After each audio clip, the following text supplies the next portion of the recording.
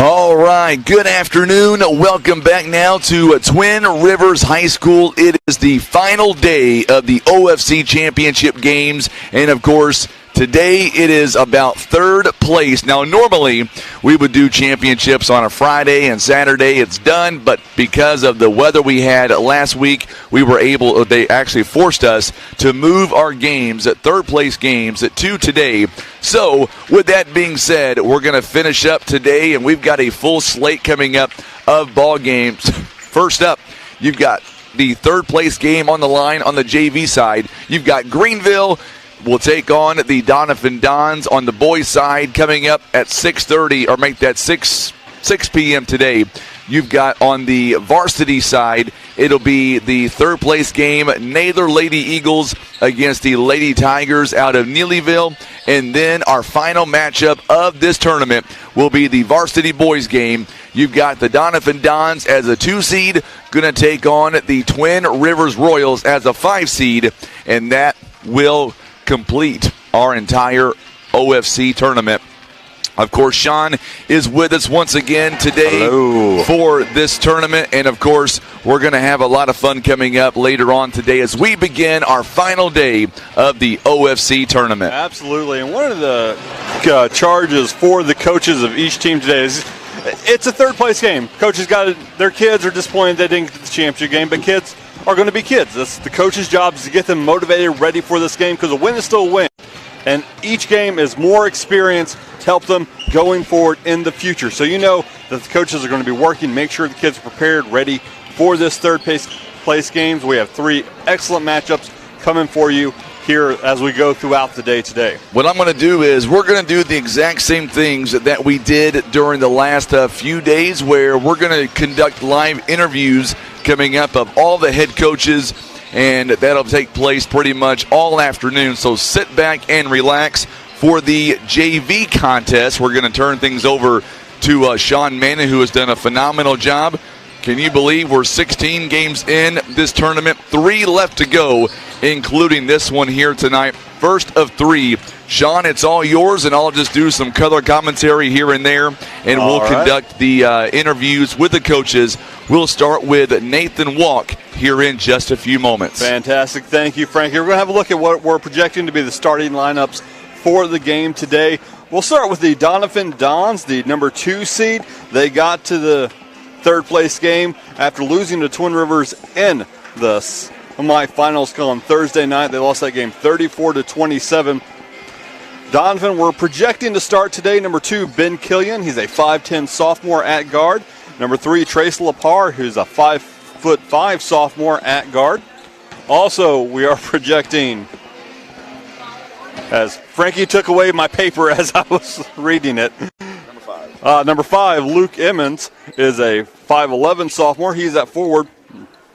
We're also expecting number 12, Isaac Rawlings, a 5'10 sophomore at forward, number 12. And number 21, Lane Allen, a 6'1 freshman at forward. Those are the 5 starters we're expecting for the Doniphan Dons today. Coming off the bench, they have number 0, Maddox Balcom, a 5'4 freshman. Number 13, Ben Abrams, a 5'10 freshman, also a guard. Number 25, Harley Elliott, a 5'11 freshman at forward. Number 45, Cooper Jackson, 6'2 freshman at forward. Number 50, Devin Harp, a 5'9 sophomore at forward. Trent Anders, 51, he's a 6'3 freshman at center, going to be a big part of the Doniphan Dons moving forward. Also 6'2 forward, Caden Buffington, he is a sophomore and he is at forward. Those are your projected starters and players for the Doniphan Dons. As we are now going to take a look at the Greenville Bears. They got to the third place game as a 5 seed, defeating Clearwater in the opening round 48-36. They then lost to number 1 seed East Carter in the semifinals 53-33 on Wednesday.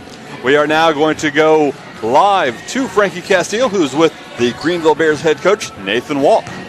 All right, Sean, we are back with the OFC tournament third place game. Joining us right now, Coach Nathan Walk here of Greenville Bears. And, Coach, first off, before we get to the third place game, Are you still reeling from that game last night? What a championship game. Am I right on that? Yeah, I'm sure it was a lot of fun, to be a part of. I told the guys, before we went out for the tip, I said, where would you rather be than in a packed house on a Friday night playing for something? And, we played hard, and the ball just didn't fall our way, kind of like I said last night. But no, it's hard to take, but, hopefully we learn and grow from it. Here this afternoon, the JV team, they look to be relaxed, they look to be loose. They're going to play for third place against the Doniphan Dons. What are you expecting, first off, defensively from the Dons? I think they're going to come out and try to get after us. A lot of defensive pressure, Cagle. Those guys, they do a great job. Their guys are always prepared, and they always have guys that knock down shots and play hard and play fundamental. For your guys here, what are you expecting offensively here coming in? And it seems like the last few games that they have really found their rhythm. May that continue here tonight? I hope so. It's real easy for young guys especially to, if they're not playing for first, just to kind of, write this one off. And I told them, I said, we're here on a Saturday. I said we might as well win it. I think they'll be ready. I think offensively, if we run our stuff, we'll have a good chance of getting some open looks, and it's just going to come down to if we're prepared to play. I lost a bet last night in the varsity game. I was betting in the first 4 minutes the jacket would come off. It did not come off until second quarter. Is there a chance that this pullover comes off in the first quarter tonight? There's a pretty good chance. It's pretty warm. I had to make a conscious effort not to football spike my jacket that my mom got me. I want to shout out to my mom. It was hard for me not to throw that thing down a couple times. But yeah, I brought it. I wanted to wear it at least for a little while. But as far as this goes, yeah, it's probably going to come off pretty quick. To beat Donovan, give me the infamous Coach Walk's keys to victory, and he can't say put the ball in the net. That's already been taken a few times. Okay. We're just going to have to take care of it and rebound it. This group, we'll go through stretches where we'll give up 2 or 3 offensive rebounds per defensive possession, and that's not a recipe for success for anybody. So if we come out and make a conscious effort to rebound the basketball on both ends of the floor, I feel like we'll have a pretty good chance to win. Coach, you're a great coach, class act all the way. Good luck to you. We'll see you guys afterwards. Thank you, Frankie. I want to thank you guys and everybody watching us on YouTube for the support. It's been a great week. You guys have done a bang-up job. Thank you so much. Coach Nathan Walk joining us live as we get prepared now for the first of 3 third-place games. First off, it'll be Doniphan and Greenville in the JV matchup. And coming up in just a moment, we will talk to the head coach of the JV, Hunter Dilbeck. Until then, we'll throw it back to you, Sean. Thank you, Frankie. That was Frankie Castillo courtside with head coach of the Greenville Bears, Nathan Walk. Looking at the Greenville Bears players today, we're expecting the starters to be number 3, Drake Stilts, a 6-foot sophomore at guard. 6-foot freshman, number 4, Jimmy Marlar, also at guard. Also starting, sophomore, number 30, 5'8" guard, Wyatt Friley. Number 40, sophomore, 6'1" guard, Trevor Bratton. And also at guard, number 44, 6-foot sophomore, Braden Odell. That's who we're expecting to be the starters for the Greenville Bears coming up once the game starts in just over 8 minutes. We are now going to go live down to courtside with Frankie Castillo, who's with Doniphan Dons coach Hunter Dilbeck. All right, we are back now with the head coach of the JV team for the Doniphan Dons, Coach Hunter Dilbeck. And Coach, here this afternoon, you guys play for third place. You know Greenville very well. First off, with your team, what are you expecting offensively from the Dons here tonight? Well, hopefully better than what we did the other night for sure. But hopefully we can get some transition points real quick, get some steals, get easy layups, get some open threes, and really come out and set the tone early for us. In the matchup earlier that you guys had this week, it came down to the wire. It seemed like you guys went back and forth. With Greenville here, you know Greenville very well. Defensively, are you thinking they might be a challenge, especially in the first few minutes here of this ball game? Absolutely. I mean, Greenville plays hard. If they play anything like their varsity did the other night, then we're going to be in for a hard defensive matchup, and it's going to be a grind for a long time. The team that can, force the most turnovers and be the most composed is going to come out and win this game. What's interesting is a lot of teams, not here in Southeast Missouri per se, but a lot of teams playing for third place may not take it so seriously, but these two teams on the floor, they both want to win. Yeah, I mean, that's a testament to our kids. They want to win any game that they're in. I mean, it's disappointing to be in third place because we obviously wanted to play last night, but, they're coming today focused because we want to come out with as many wins as we can in these kind of tournaments. We have a lot of folks already showing up here in the gym. Your cheerleaders are here. We got a lot of folks watching on Facebook and YouTube. What are your keys to victory? How will you guys beat Greenville here this afternoon? I think it's going to start on the defensive end about like any other game we have. If we can get after it on defense like we absolutely can and have shown in the past, then I think we can come out and win this game. All right, Coach, good luck to you. We'll see you guys afterwards. All right, thank you so much. You betcha. Coach Hunter Dilbeck joining us live. And, we appreciate all the coaches here all week long have been so wonderful letting us interview them time in and time out. Today, it sets the stage. It is the first of 3 games. It is the JV Doniphan Dons, Greenville Bears, third place up for grabs. We'll do it in about 6 minutes. Right now, back to you, Sean. Thank you, Frankie. That was Frankie Castile courtside with the coach of the Doniphan Dons, Hunter Dilbeck. Also, let's have a look at some of the people that are allowing us to bring you the OFC tournament all week. We can't forget, and we have to start off with PB Realty and Legacy Farm and Land Specialists with over 45 agents and 4 locations, 2 in Poplar Bluff, 1 in Doniphan, and 1 in Piedmont. They are here to help you buy or sell with ease. Residential, farm, or hunting land, recreational or commercial property, they are here to help you make the right decision. Call PB Realty at 573-785-7600. Also, we want to thank some of our other sponsors, including GYT 90. Grow Your Trophy 90 is the treat that deer can't resist. Go to GYT90.com or like them on Facebook. Also want to thank Barker's Towing and Auto Repair for 24/7 towing service, auto repair, maintenance, tires, and alignments. Call Barker's Towing and Automotive. Remember, Barker's by request, 573-785-7811. Big thanks going out to Countryside Chevrolet and Doniphan, carrying on the family tradition. Full-service auto dealership. They have the vehicle for you. Check them out online, stop by, or give them a call for any of your auto needs. They want to say a big let's go, Dons and Donettes. Also want to thank Twisted Arrow, located at the junction of Business 60 and NN Highway, just east of Poplar Bluff. Call 573-785-6914. Also want to thank another one of our sponsors, Stan Bader Wood Truss. For residential and commercial and all types of wood trusses, Stan Bader has been building wood trusses for over 47 years. For more information, call 573-328-4150. And First Choice Insurance, their family protects your family. With First Choice, regardless of your insurance needs, they can help. So remember to call our friends at First Choice Insurance for the right coverage and protection.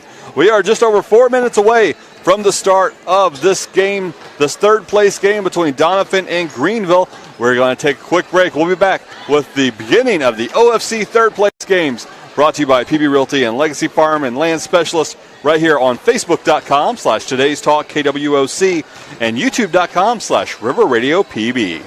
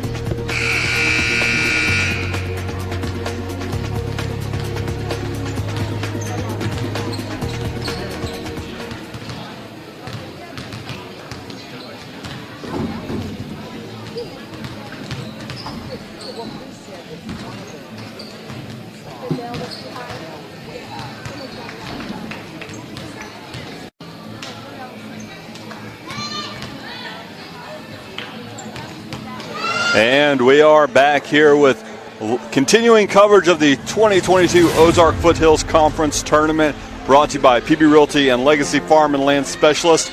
We are here at Broseley, Missouri at Twin Rivers High School. It's been a fantastic tournament so far. We had a lot of great games for championship last night. We're expecting some great games coming up today for the third place games, and we're so glad you could join us. If you're on Facebook, you're on YouTube, be sure and like, subscribe, share, hit that notification bell. We want to keep bringing you great coverage of basketball in Southeast Missouri. We can't do this without you. I want to thank you so very much for joining us. Be sure and get in chat. Tell us where you're watching from. Tell us who you're rooting for. If you're just here as a neutral observer, hey, we love that as well. It's going to be a great day of basketball. We have 3 great games coming up, as it looks like we are just over 90 seconds away from the start of the games tonight. Both teams have started huddling up. All right, yeah, I know the game time says 5 o'clock on the little graphic on the screen, but no, we are starting here in a minute. So just over a minute away from the start time. Again, this first matchup is going to be a third-place game between the Doniphan Dons junior varsity team and the Greenville Bears junior varsity team. Greenville, their third game of the tournament, having beaten Clearwater and lost to East Carter. Doniphan lost to Twin Rivers in the semifinal game on Thursday night. All right, looks like they're about ready to get started. As soon as they do, we will take you courtside. There it goes. Our first game is a junior varsity third place game. It'll feature the Greenville Bears and the Doniphan Dons. Let's meet our starting lineup first from Greenville. At guard, a 6-foot sophomore, number 3, Drake Stilts. At guard, a 6-foot freshman, number 4, Jimmy Marler. At guard, a 5'8" sophomore, number 30, Wyatt Riley. At forward, a 6'1" sophomore, number 40, Trevor Bratton. And the other forward, a 6-foot sophomore, number 44, Pregame Odell. The Greenville Bears are being coached by Nathan Walk, assisted by Todd Porter. And now let's meet the starting lineup for the Donovan Dons. At guard, a 5'6" sophomore, number 2, Tim Killian. At guard, a 5'5" sophomore, number 3, Trace Lamar. At forward, a 5'11" sophomore, number 5, Luke Emmons. At forward, a 5'8" sophomore, number 12, Isaac Rawlings. At forward, a 6'1" freshman, number 21, Lane Allen. The Dons will be coached by Hunter Dilbeck. Today's officials are Jim Bond, Darren Shipman, and Ryan Doniphan.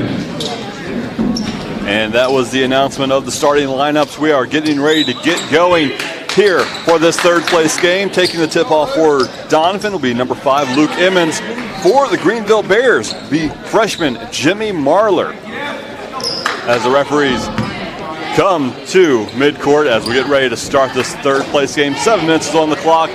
Let's get going and have a fantastic game tonight. Doniphan will be going left to right in black and gold.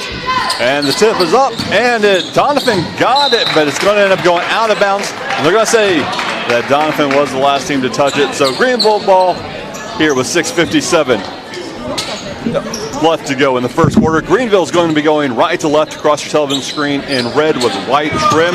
Doniphan in black and gold will be going left to right across your screen. First shot is up from three-point land, no good. And that's going to be out of bounds. It will be Doniphan's ball here 10 seconds into the game. Trace Lepar to take it out for the Dons. He will inbound it to Ben Killian. Killian's coming down the court, trying to get Doniphan's first possession going well. Lepar thought about taking the three. He's going to hand it off. As Doniphan playing around the perimeter, going to get a drive.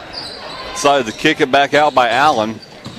Now the drive by Isaac Rawlings. It's going to be partially blocked, and it's going to be Greenville's ball.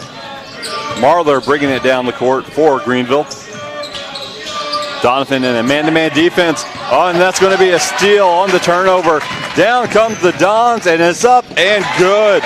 First points of the game go to Isaac Rawlings. I like the pace here early on. Sean, third place game. You think you're fighting for a championship right now. Absolutely. Both teams have came to play so far. And then we're going to get errant pass by Braden Odell goes out of bounds. That'll be Doniphan's ball on the turnover. 1 minute into action tonight. Our good friend Eric Wallace is tuning in right now on Facebook. We appreciate him. Big three-point shot from Trace Lepar, unable to go down, but Doniphan does get the rebound. And then we got another three-point shot. This one from Killian, unable to get that one to go as well. Greenville will have the ball as Marler brings it down the court. The freshman gets the ball back, thought about driving, then we got a three-point shot on the other end as Braden Odell's shot goes wide. Lots of three-pointers from both teams so far as we start off this game. Quick drive by Marler. The shot is up and no good, and we are going to get a foul. Oh, looks like a push-off on Greenville. That'll be Trevor Bratton's first foul of the game. First foul of anyone of the game tonight. Remember, if you're watching us on social media, share this video post for us. Let us know who you're rooting for on Facebook and YouTube, and we're going to do this all night long. The final 3 games of this OFC tournament. Don's looking for an inbound pass, but they're just going to pass around the perimeter. Quick entry pass is then going to be kicked back out. Looks like the team's got a little 3 happy so far here today. A lot of either shots. They're trying to establish themselves, honestly, both on offense, because both do not want to go home losing 2 games in this tournament. Nope. They each want to win third place. By talking to both head coaches, that's what they want out of their teams, is not to come out and play flat. You want to be competitive, and I like the matchup here early on by both. Yeah, Doniphan just had a couple, 2 or 3 attempts on that one possession, unable to get to go down. Foul is drawn, though. That's going to be called on Braden Odell, his first foul of the game. Second foul for Greenville. Rawlings' first free throw is off. His now is going to be 7 up for his second free throw, and that is just a little too long. Greenville's going to get the rebound. You know, Jessica Newcomb just had a great comment on Facebook. We appreciate that, Jessica. You know, what's amazing is, and we'll be discussing this throughout the entire broadcast, this will be after tonight is done. We would have done, Sean and I both would have done 20 games in the last 6 days. Good basket there by the Doniphan Dons. They're up 4-0. And I was just telling Sean that tomorrow is my wife's and I wedding anniversary. Yep. I have not seen her since last Sunday. She works overnights, and I work a different shift. So by the time I'm getting home from these games, she's going into work and vice versa. So literally, we'll spend our anniversary for the first time in a long time, pretty much apart this year. Yeah, I'm glad I bet she's going to be real glad to see you after all this time. I don't know. Yeah, she will be. I'll be glad to see her. Kelly says, let's go Dons. Right now, they're up to a great start. That three is going to rim out, and that's going to be off of Doniphan. Luke Emmons for the Dons picked up the first foul on the other end. There's now 2-1 fouls. We're going to get a timeout called by Coach Hunter Dilbeck. It'll be Doniphan's first timeout of the game. And during this stoppage, we want to remind everyone that the OFC tournament is being brought to you by PB Realty and Legacy Farm and Land Specialist. Also being brought to you by Heartland Express. They're open 24/7 for your trucking, traveling, fuel, food, and bakery needs. Be sure and check them out at 4155 South Westwood Boulevard in Poplar Bluff, or give them a call at 573-778-0772. Also want to thank J Blue Trucking. They're hiring Class A drivers for local, regional, or long-haul trucking. Join the J Blue team today by going to jbluetrucking.com or give them a call at 718-4946. You know, going back to last night in those championship games, I know you were doing the Mules game for me, and I really appreciate that as well. But, man, I'm still having a hard time getting over all of the amount of folks that gave up their evening, whether they showed up at Three Rivers College, whether they were watching it online. It was a perfect atmosphere for high school basketball. It started in the JV game, and it went all the way through the final game. It was an amazing night. Today, we're getting started. Doniphan on top 4-0. And I anticipate this game all the way through is going to be back and forth. And in the very end, I believe it's going to be close. Wyatt Riley has the ball over half court for the Greenville Bears as they pass around. Marler has it on outside the three-point line. Looks like we had a steal from Doniphan. Greenville able to recover. As here comes Marler with the drive. It is up, and it is good. That is a fantastic shot by Jimmy Marler to get Greenville's first points of the game. It is now 4-2. Don's trying to get back quick here on the offensive possession. Killian has it on the outside. Passing around the perimeter. Not a lot of post-out play. Real small lineups from both teams as that three-point shot does not go in. But that follow-up will. Luke Emmons, his first points of the game, will try to do the three-point play the old-fashioned way. Third foul on Greenville. First foul of the night for Easton Evans, the sophomore. No, I'm sorry, they've corrected. That's going to be on Drake Stilts, his first foul of the game. The free throw is up, and it is no good. Doniphan able to get the rebound, though. Keep in possession, up by 4. Reynolds with the drive, kicks it back out. Or Rawlings, I should say. Doniphan passing around the perimeter. We got Balcom in.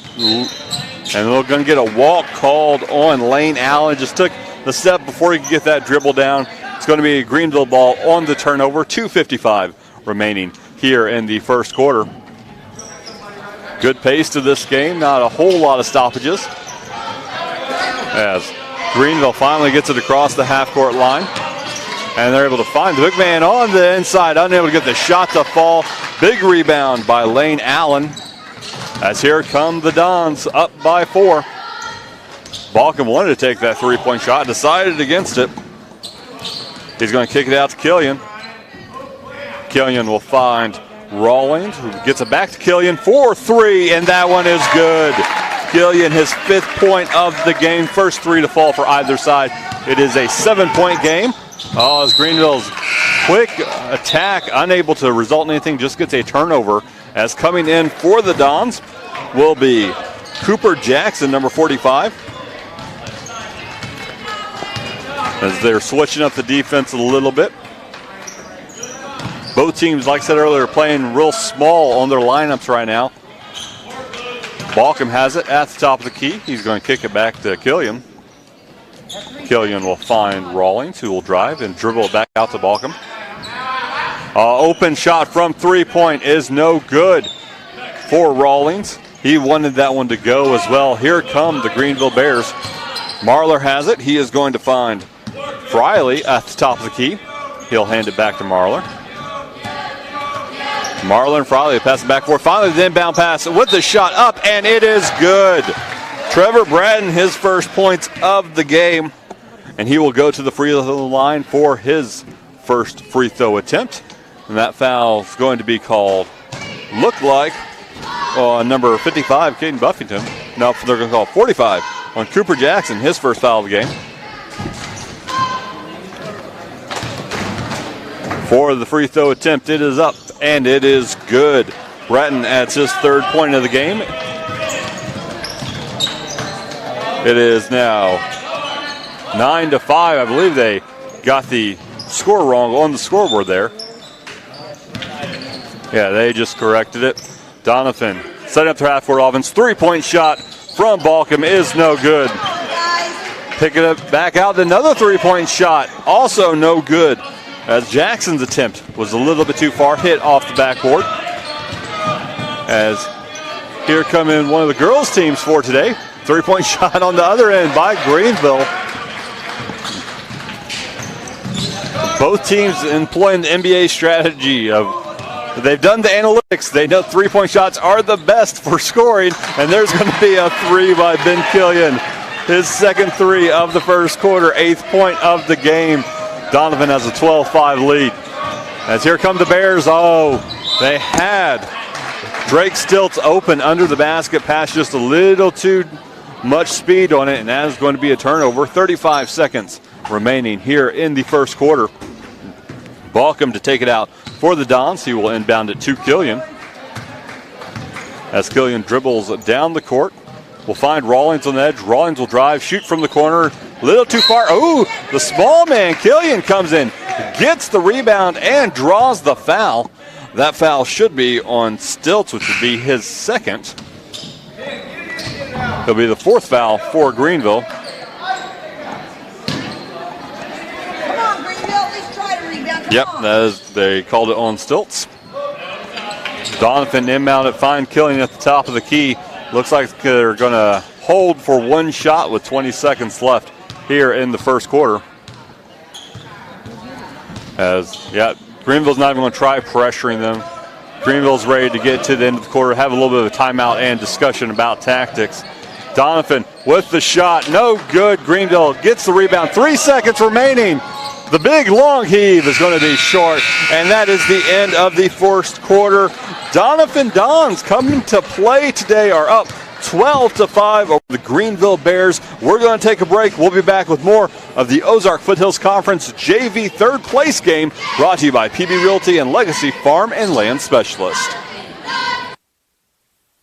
I pledge allegiance to the flag of the United States of America and to the republic for which it stands, one nation, under God, indivisible, with liberty and justice for all.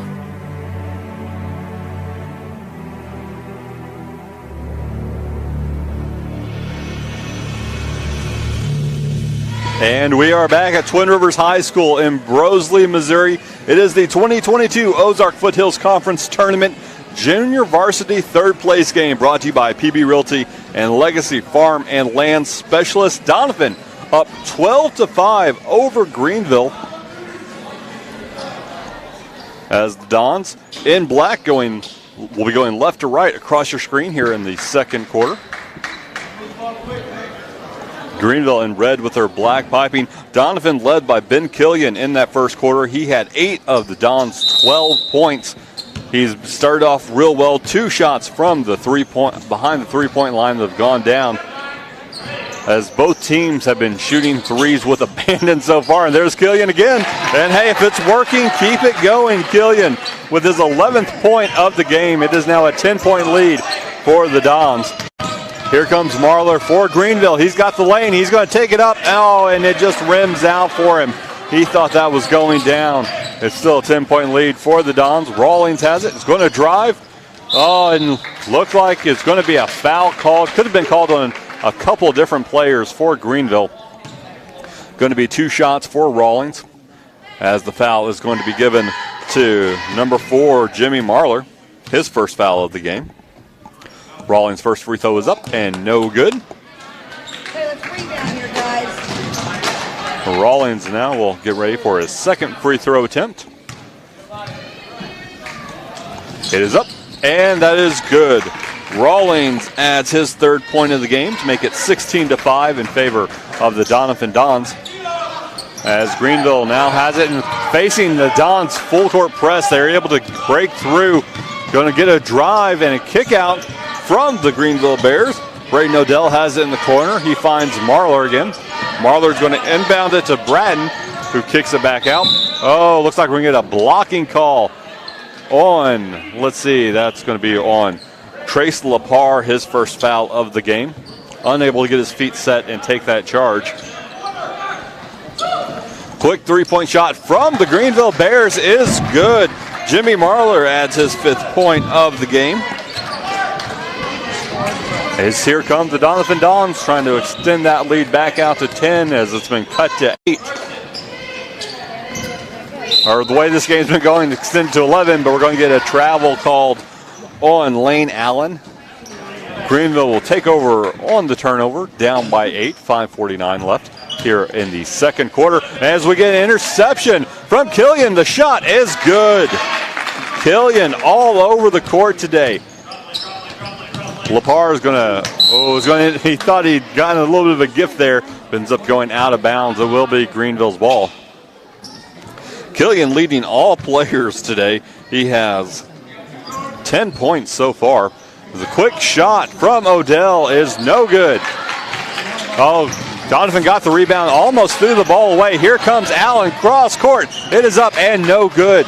Oh, the long court pass is intercepted by Trace Lepar. Nice heads-up defense on his part. He's going to kick it out to Killian for 3. No good. That's rebound by Marler on the other side. Here comes Marler. He's being guarded hard by Killian. Killian's going to stay with him. Greenville passed out.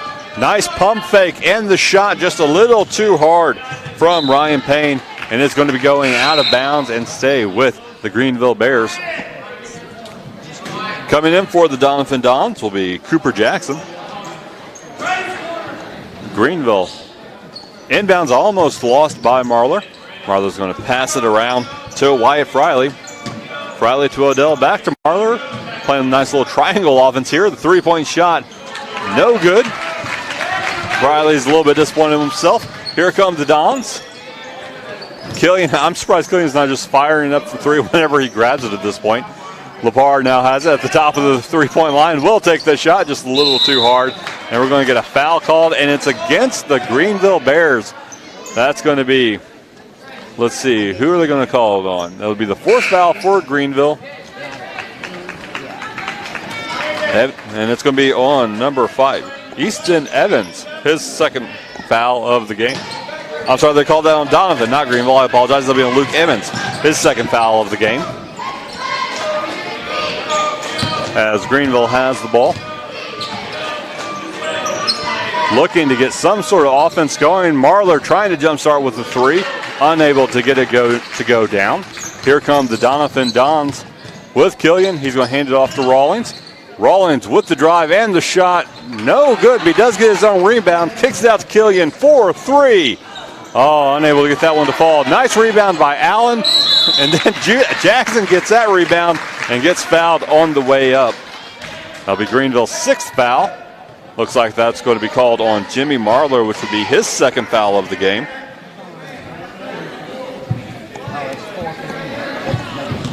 Jackson to the free throw line, trying to get his first points of the contest tonight, or this afternoon if you are. First free throw is a little too hard. Goes off the back of the rim. Jackson now with his second free throw attempt. It is up and good. Jackson gets his first point of the game, extending the lead to 11 here in this third place game. Here come the Greenville Bears. Drake Stilts going to try to get something going here for Greenville. Marlar drives to his left, has a lane, gets blocked. Big block by Rawlings on Marlar's drive. Here comes Rawlings with the ball. He's going to dribble it out. Kick to Jackson. Jackson shoots the three, and it is good. Jackson's 4th point of the game. We're going to get a timeout called. It is 20-8 in favor of the Doniphan Dons. Let's take this opportunity to thank some of our sponsors, including Birdsong Auction and Real Estate Group, with over 30 years of experience in conducting over 1,500 auctions live and online. Birdsong specializes in commercial, industrial, and residential real estate. For your next auction or real estate needs, call 573-429-7069. Proud supporter of the OFC tournament.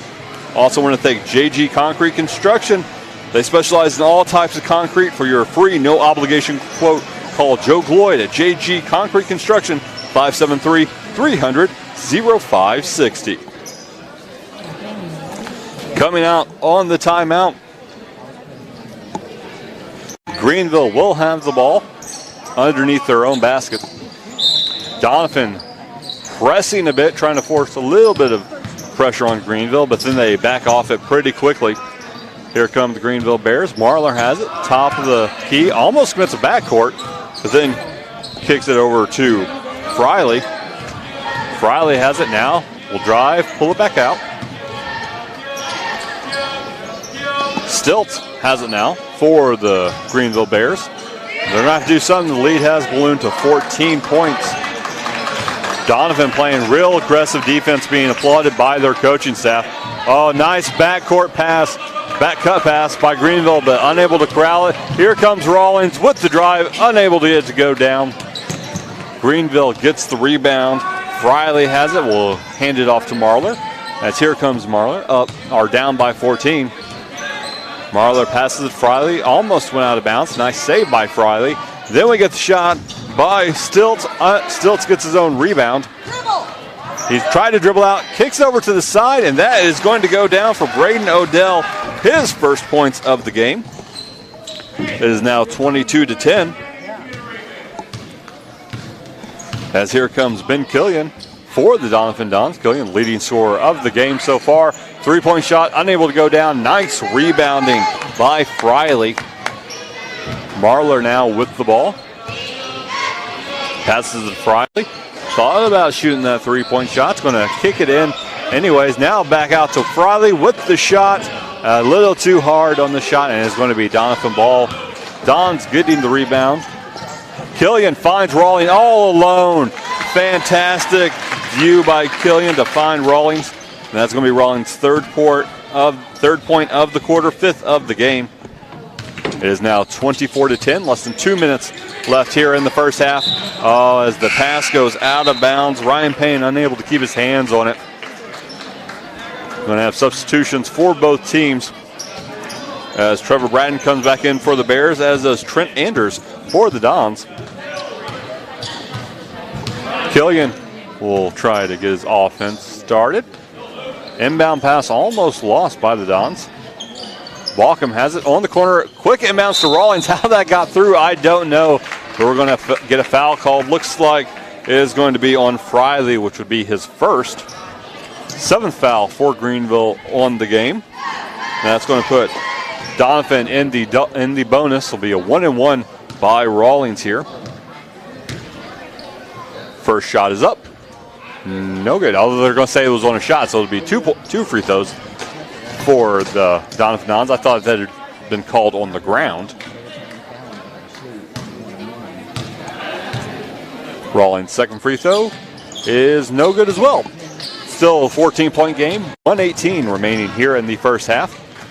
Here come the Greenville Bears. Marler with the drive. Almost loses his dribble, but is able to draw the foul on the shot. Marler will go to the free throw line for 2 shots. Looks like that's going to be a foul on number 12, Isaac Rawlings, his first foul of the game. 5th foul for Greenville here in the first half. First free throw is up and good. Marler adds to his team leading 6th point.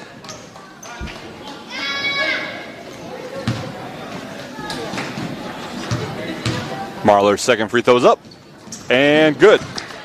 Marler has 7 points now for the night, leading the Greenville Bears. It is 24-12 here in the first half. Oh, the pass is deflected.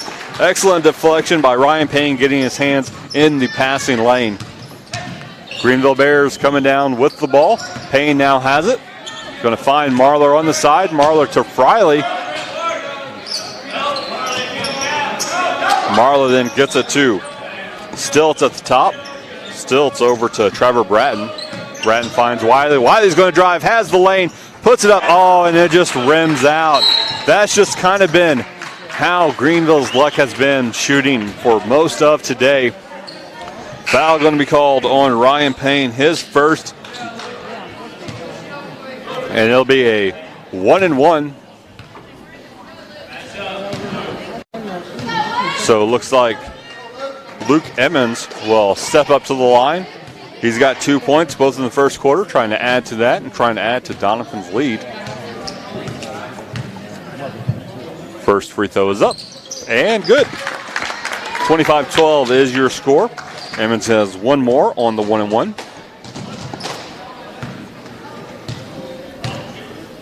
Second free throw is now up and good. Nails them both. Makes it a 14-point lead again, tying for the biggest lead Donovan has had so far this afternoon. Here come the Greenville Bears. Marler has it. Going to try to score quickly just inside the 3-point line. Fantastic shot by Marler. His 7th point of the quarter. Doniphan's going to slow things down, take the final shot in this half with a lead. At least a 12-point lead, maybe more. As Greenville trying to apply a little bit of pressure here on Donovan. 8 seconds remaining. With the steal. Greenville's got 3 seconds.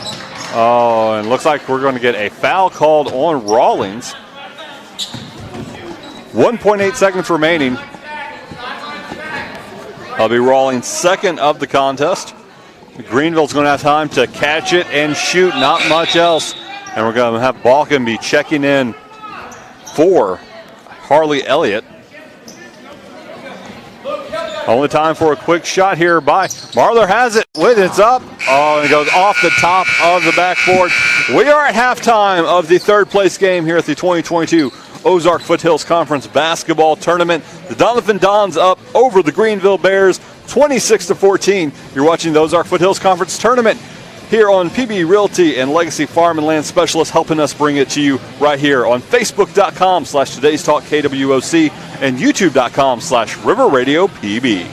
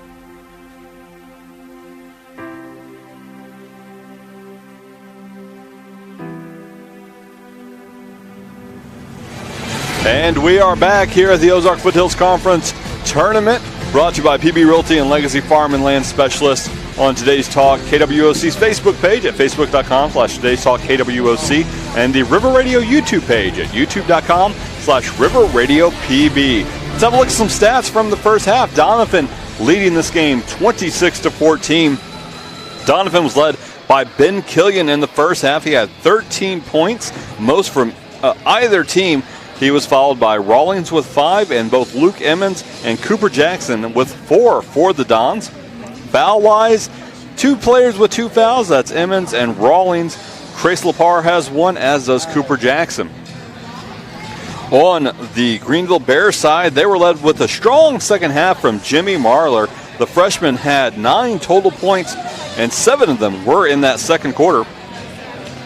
Also on the board for Greenville, Trevor Bratton has 3 and Braden Odell has 2. Slow first quarter, only 5 points for the Greenville Bears, put them behind the 8 ball. They responded well in the second half with 9, but they're going to need more. They're going to need more production from besides Jimmy Marler if they're going to do something here in the second half. Foul-wise, both Marler and Stilts had 2, and Friley, Payne, Bratton, and Odell had 1 apiece. That was look at your halftime stats here on the halftime show. Now, really, the story has been Ben Killian has been fired from behind the three-point line. He has 3 made three-point shots. Only 1 other three-point shot or 2 other three-point shots have been made. 1 by Jackson, 1 by Marler for Greenville. Lots of three-pointers attempted by both teams as they kind of came out saying, hey, we're going to try to play small ball, try to make stuff happen from behind the three-point line. Not a whole lot of success with that, but Killian has been the best from both teams so far. We'll see if that continues in the second half. Greenville is going to have to do something to eat into this lead. Donovan maybe might want to go a little bit more conservative, play a little bit more inside on the blocks, see if they can just kind of keep this game stretched out. It has been a fantastic pace so far. Both teams moving real quickly, not a lot of stoppages, which you like to see in a game like this.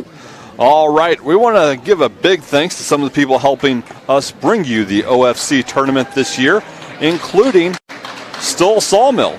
Jack Stoll and the employees from Stoll Sawmill want to say best of luck to all the teams in the OFC tournament. If you have standing or marketable timber, give Jack a call at 573-429-2395. Stoll Sawmill, proud supporter of high school sports.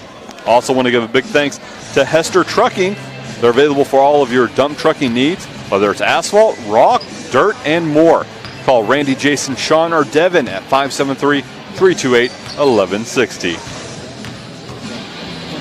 Also, a big thanks to the Scott Law Firm.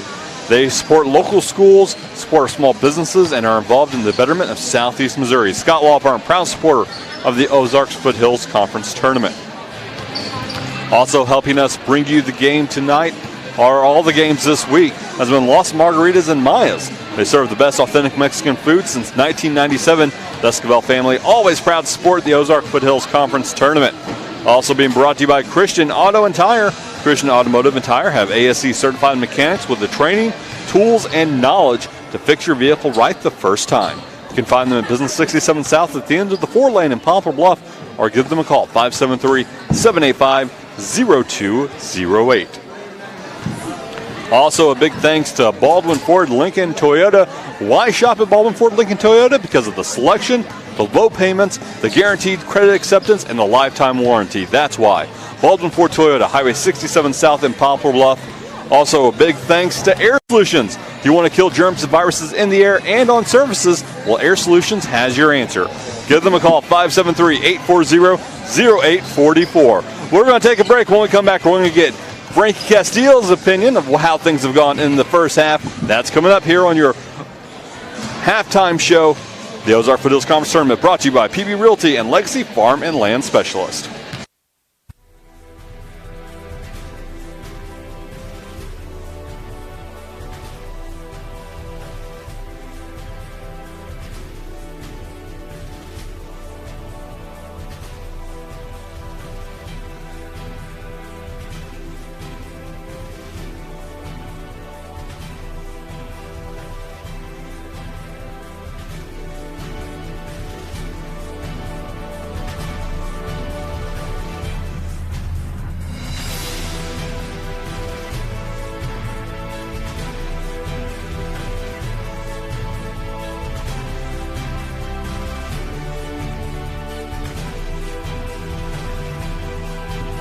And we are back here at the Ozark Foothills Conference Tournament brought to you by PB Realty and Legacy Farm and Land Specialists. We are 3 minutes away from the start of the second half.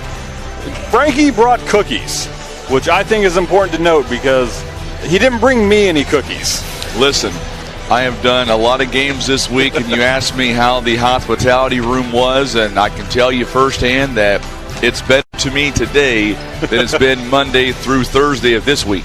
Because I've had to be up here, and I've been back there listening to you. Doing a good job, by the way. Thanks, I'm real proud of you. I'm actually I'm not stunned. I'm very proud of you for sure. I appreciate it. I was watching the game back in the hospitality room, and Donovan, it's like we talked about in the pregame. Donovan, they don't want to go home on this long trip back to Doniphan, losing 2 games in this tournament. Nope. They want to be able to come in, and right now, the game is not over. It's still a long way to go, but they're up by 12 points. They're feeling good about themselves. The important thing is the next, I would say, 3 to 4 minutes of this next quarter will dictate what happens in the second half. If Donovan comes out with the same intensity, and if Greenville can't stop Donovan, then Donovan's going to win this game. Now, that being said, I know Coach Walk very well. He had the boys in the locker room for a long time, and they look to be relaxed. We'll see how they come out in the first 3 minutes of this next half. If they come out and they can make some stops, they get a few points, they're back in the ball game. Absolutely. And now Greenville is going to have to find some way to prevent Ben Killian from shooting from behind the three-point line.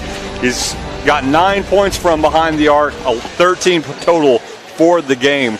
And what do you kind of think of, compared to especially what we've seen from the JV early in the tournament, a lot of shots from behind 3 so far tonight. A lot of confidence. That's why that you start shooting threes like they've been doing, and obviously a lot of confidence there. And why not? Sure. They're knocking them down. You look at Greenville's side of things, their shooting will pick up. It's not going to continue all game long, but for right now, the Donovan Dons, they're feeling it. And why not? You've got the green light. You're feeling good. You're feeling confident. They're knocking down three-point shots, and that's what it takes to win some of these games. By the way, real quick, our good friend Marty Hampton letting us know that the varsity girls East Carter got a big win over Woodland at 53-38.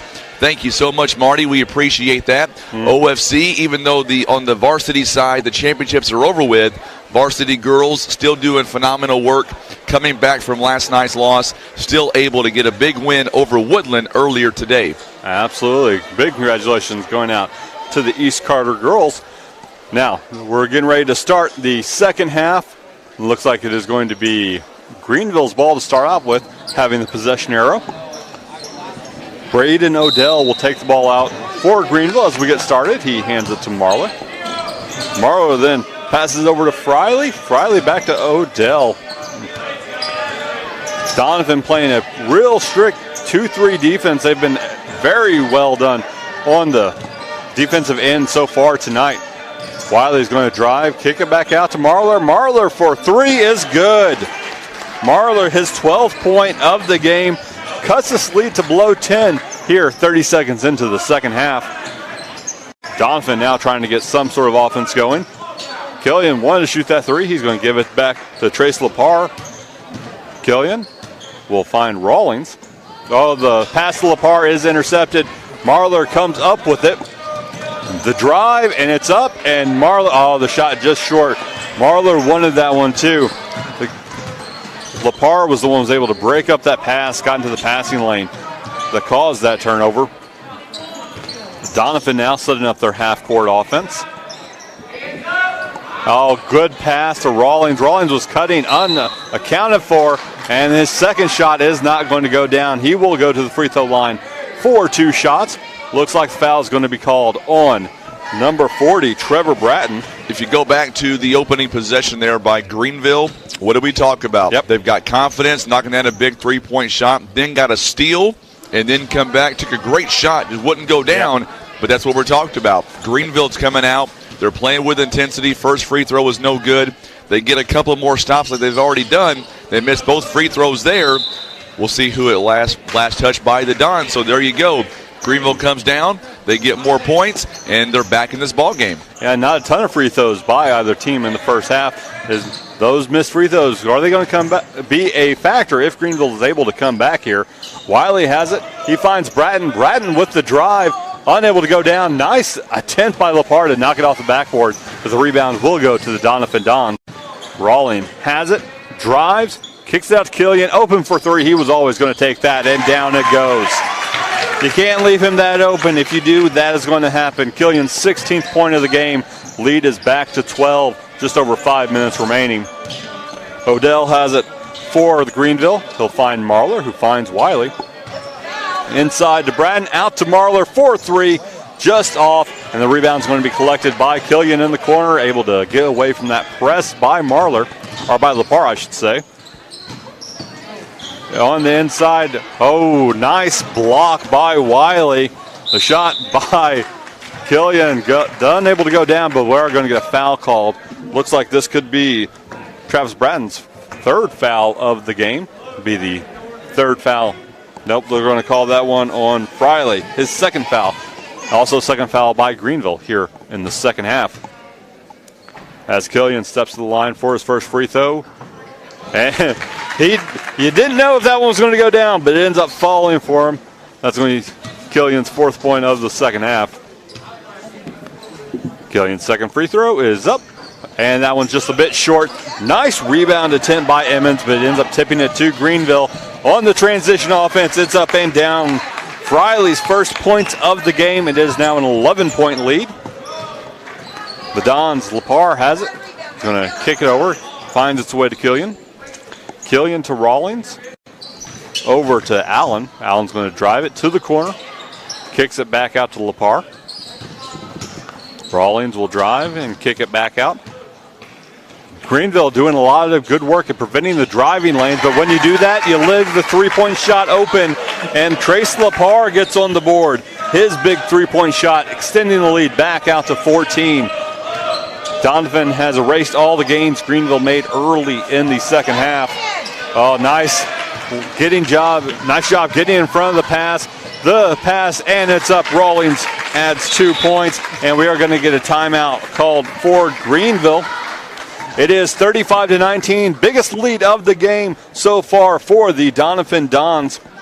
The Ozark Foothills Conference Tournament being brought to you by PB Realty and Legacy Farm and Land Specialist.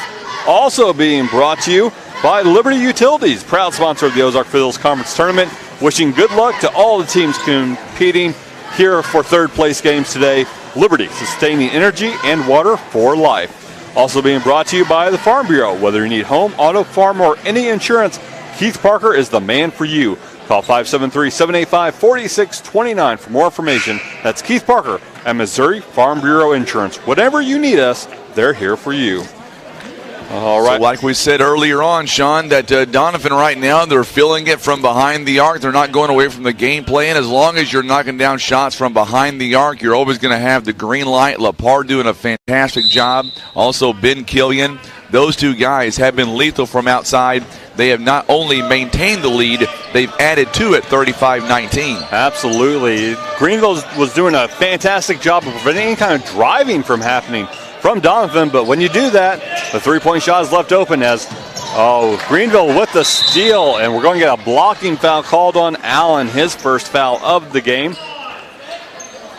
Let's see if they're going to say he was in the process of a shot there. I don't think he was, we're going to have substitutions coming in. Ryan Payne checks in for Greenville, as does Trent Anders for Doniphan. Now they're going to say that was on the ground. It'll be an inbound attempt from the Bears. Greenville with the shot, and that's blocked. The big man just into the game gets the block.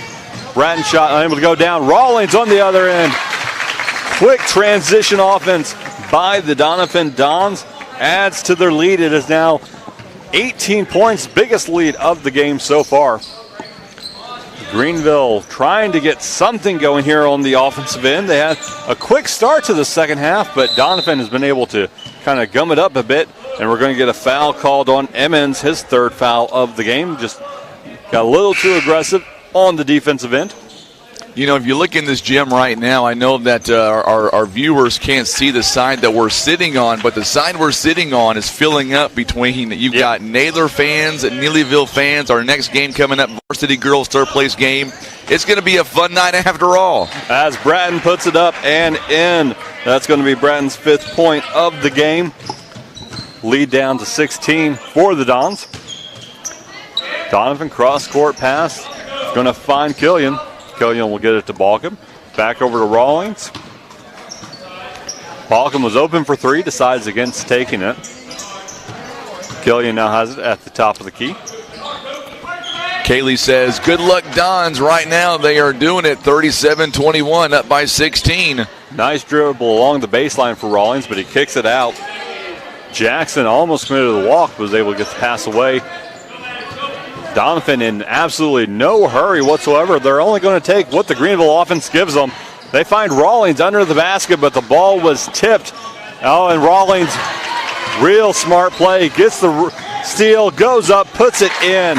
Fantastic play from Isaac Rawlings, the sophomore. His 6th point of the half, lead back to 18. Doniphan's transition offense, it is really working. Anytime they get a turnover, they are quick just like that.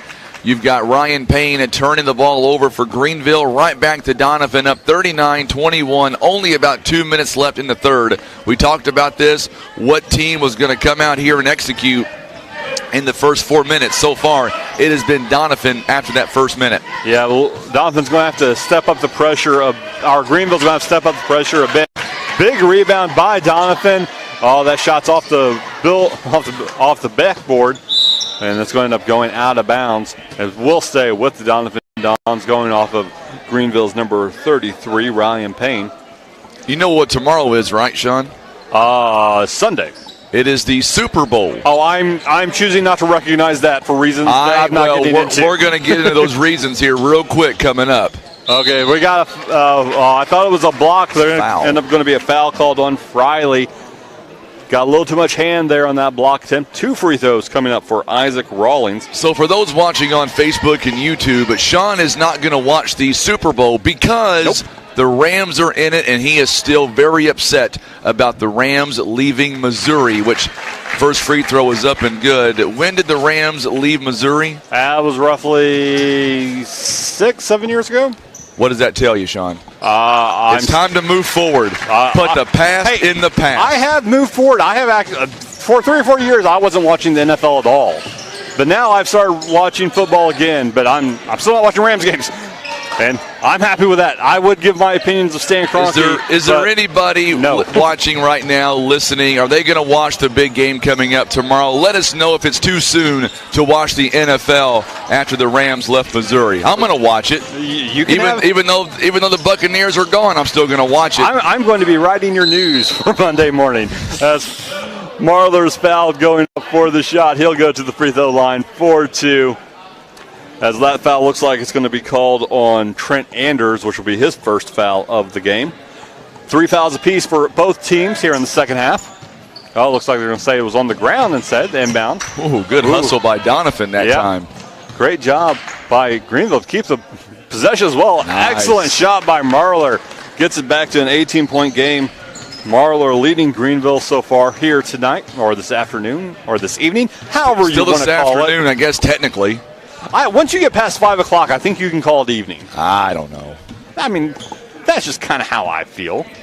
Donovan with the ball up by 18. Hit this entire second half, especially once Donovan erased the gains Greenville made early in the half. They've been content to just sit back, milk clock, only take what is given to them. Like when Rawlings is left open there in the middle of the key, they'll make that pass. Oh, Killian with a contested 3, and it got blocked. Payne got blocked. He blocked that one. Nice hops there by Ryan Payne to get the block. And Payne has it now with the pass from Marler. He gets a foul. That's going to be look like on Balcom, which will be his first foul of the game. By the way, Ann Miller, she's always watching us all week long. Big OFC lady. She says Sean made the best team win. You know what that means? Time to move on, Sean. It's been 6 years. It's okay to let go. I will be rooting for the Bengals. I'm just not watching the game. Oh, man. I mean, I hope the Bengals win. I make no qualms about that.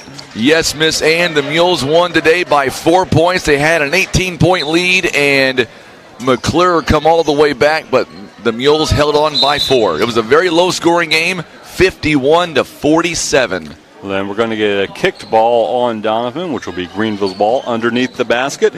Braden Odell to inbound it for the Bears. 8 seconds remaining here in the third quarter.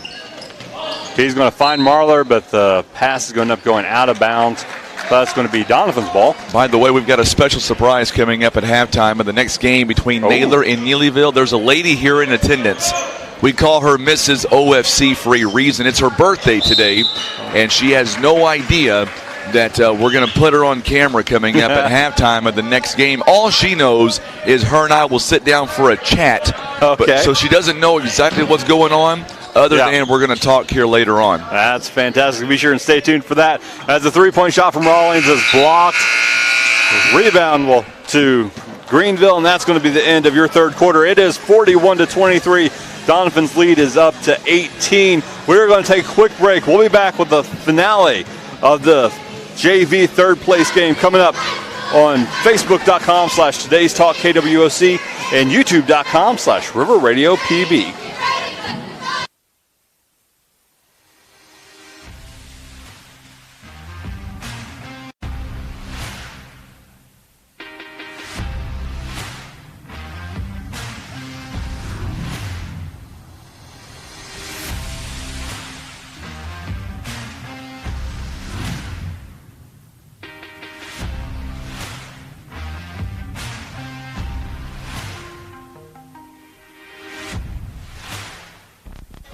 We are back here live. It is 7 minutes here in the fourth quarter remaining. Miss Ann says, be nice to Kim. I will, Ann. I promise you. That lady means a lot to me, and we're going to all wish her a big happy birthday together coming up at halftime of the next game. I don't care if it's a Doniphan game, if it's a Greenville game, Neelyville. She is always there at every game. It's so good to have her back on the floor. Yes, we are so glad she could be here with us today. Donovan's going to take the ball, start off the fourth quarter. Passing around Rawlings at the top of the key.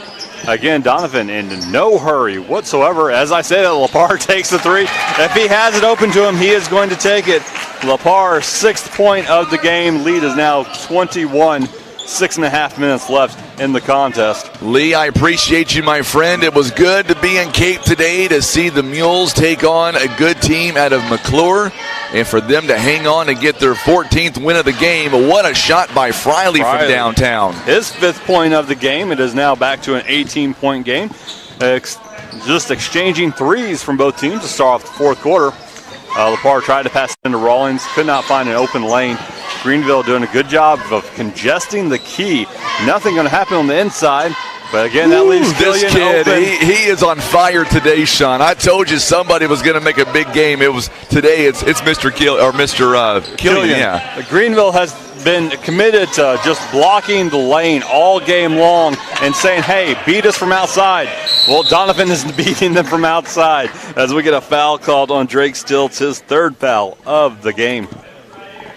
It is 47-26. We have 5 fouls in the second half for Greenville, 4 for Donovan. Killian comes down. He's going to find Rawlings on the right-hand side. Killian now has inside. Rawlings wants it. He gets it and is fouled going up for the shot. They could get either Stilts or Odell with that, depending on who they called it on. Looks like they're going to call it on Stilts, which will be his 4th foul of the game. He's the only player in real foul trouble as of so far.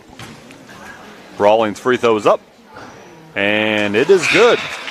That'll be Rawlings' first points of the fourth quarter. He had a big third quarter, 8 points.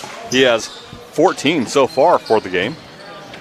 Mr. Ron Withrow is tuning in right now. That's right, Ron. The Mules got a big victory today. Our next game is on Tuesday in Dexter. As big rebound from Doniphan. Killian's going to have it on the edge and is going to get fouled by Payne. That'll be Payne's 2nd foul.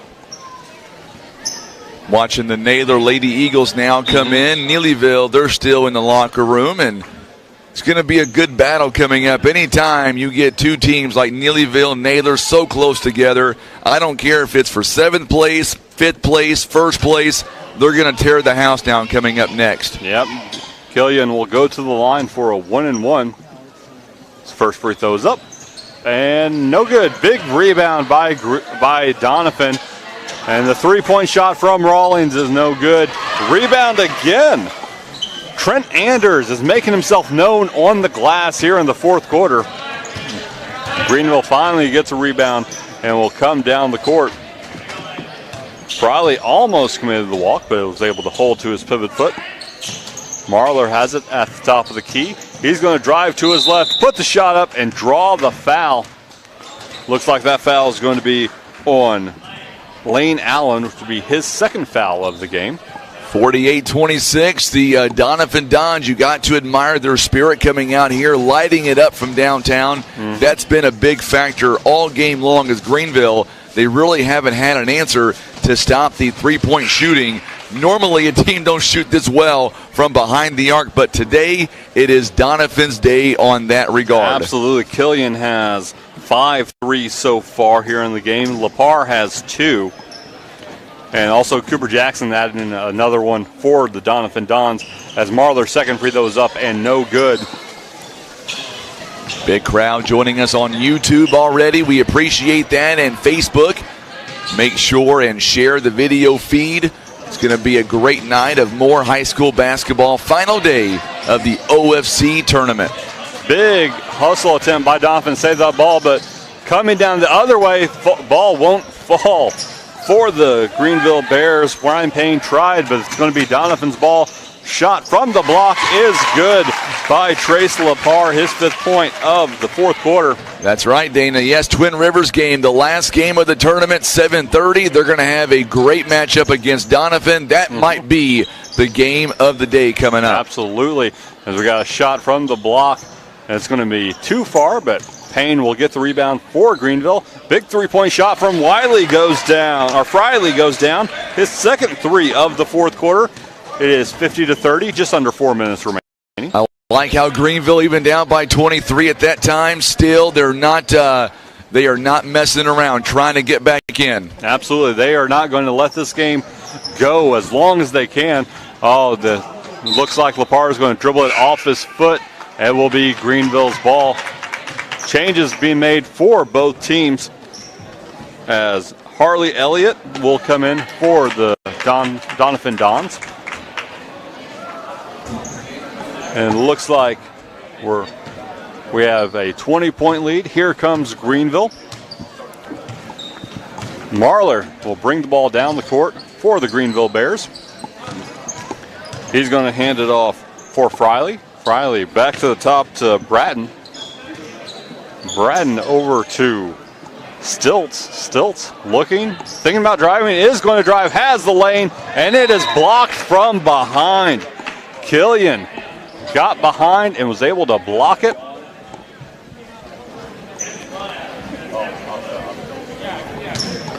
Bratton has it, will inbound then.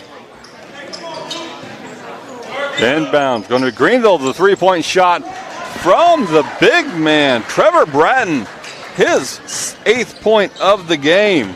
It is 50-33. Here comes the Doniphan Dons.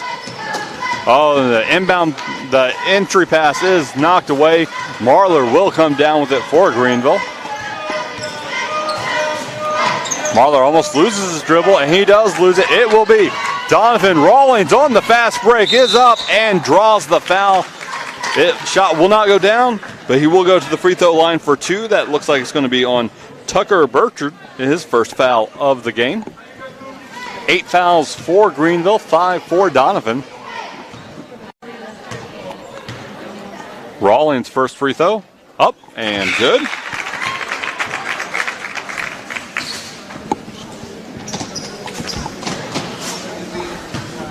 As Connor Miller will come in, the freshman for Greenville. Drake Stilts will take a seat. Rawlings' second free throw is no good, but rebound by Jackson. That is no good as well. That's going to be knocked out off of Luke Emmons. It will be Greenville's ball. Down by 18 here with just under 3 minutes left in this third place game. Marler bringing it down the court for the Greenville Bears. And Greenville passing around. Going to have to get a shot pretty quickly here as they are going to find Bratton on the outside. Bratton thought about taking the three. He's going to drive it inside. Shot is no good. Oh, looks like we got points go down. Connor Miller, his first points of the game. It is 51-35.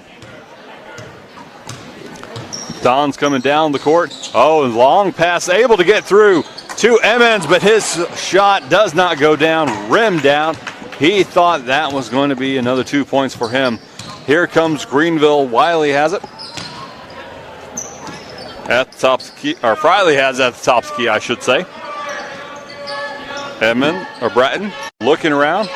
The three-point shot is good. Friley, his third three of the fourth quarter, 11th point of the game. Okay, we are back real quick. I want to set the stage here. We did have an interruption with our internet connection. That was Tim Hicks's fault, by the way. We'll send the complaints his way. Thank you, Dana. That post has been changed to 7:30. Typo on our end. Three-point basket again by the Dons. Man, they have lit it up all night long. Harley Elliott's first points of the game. Here come the Greenville Bears. Oh. Greenville.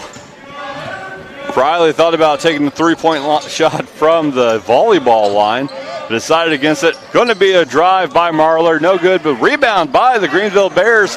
He goes up, and that one will go down. That was going to be Tucker Burchard's first points of the game. Timeout called by the Dons as Balcom will check back in for Killian. Killian's going to take a seat, having had a fantastic game. 15 points for the contest. We have 40 seconds remaining. Balcom brings it down for the Dons. Quick three-point shot. No good. That's going to be off of Donovan. Coming in for the Dons. Looks like we got sophomore Devin Harp and sophomore Caden Buffington both checking in for the Dons with 31 seconds remaining. Here come the Greenville Bears. Marler was sizing up Balkum. Thought about driving, decides against it. Friley has it at the top. 18 seconds remaining. Marler going to inbound it. Or entry pass. The shot is up and no good. It's going to be Donovan's ball. Less than 10 seconds left. And that is going to be the ball game. Balkum brings it across half-court line. 2-1 3-point shot from 50. Devin Harp is no good. And that is going to be your final. The Donovan Dons winning third place at the Junior Varsity Ozark Foothills Conference 2022 tournament, 54-40. Fantastic effort by both teams. Greenville is able to get the score down there to just a 14-point lead. We're now going to go to the third place trophy presentation.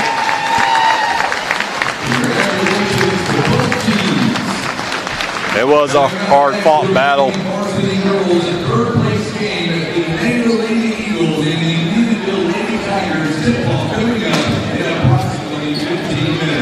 All right, we are going to take a quick break. We'll come back with your final stats for the game. You've been watching the Ozark Foothills Conference third place JV game here on Facebook.com/Today's Talk KWOC and YouTube.com/River Radio PB.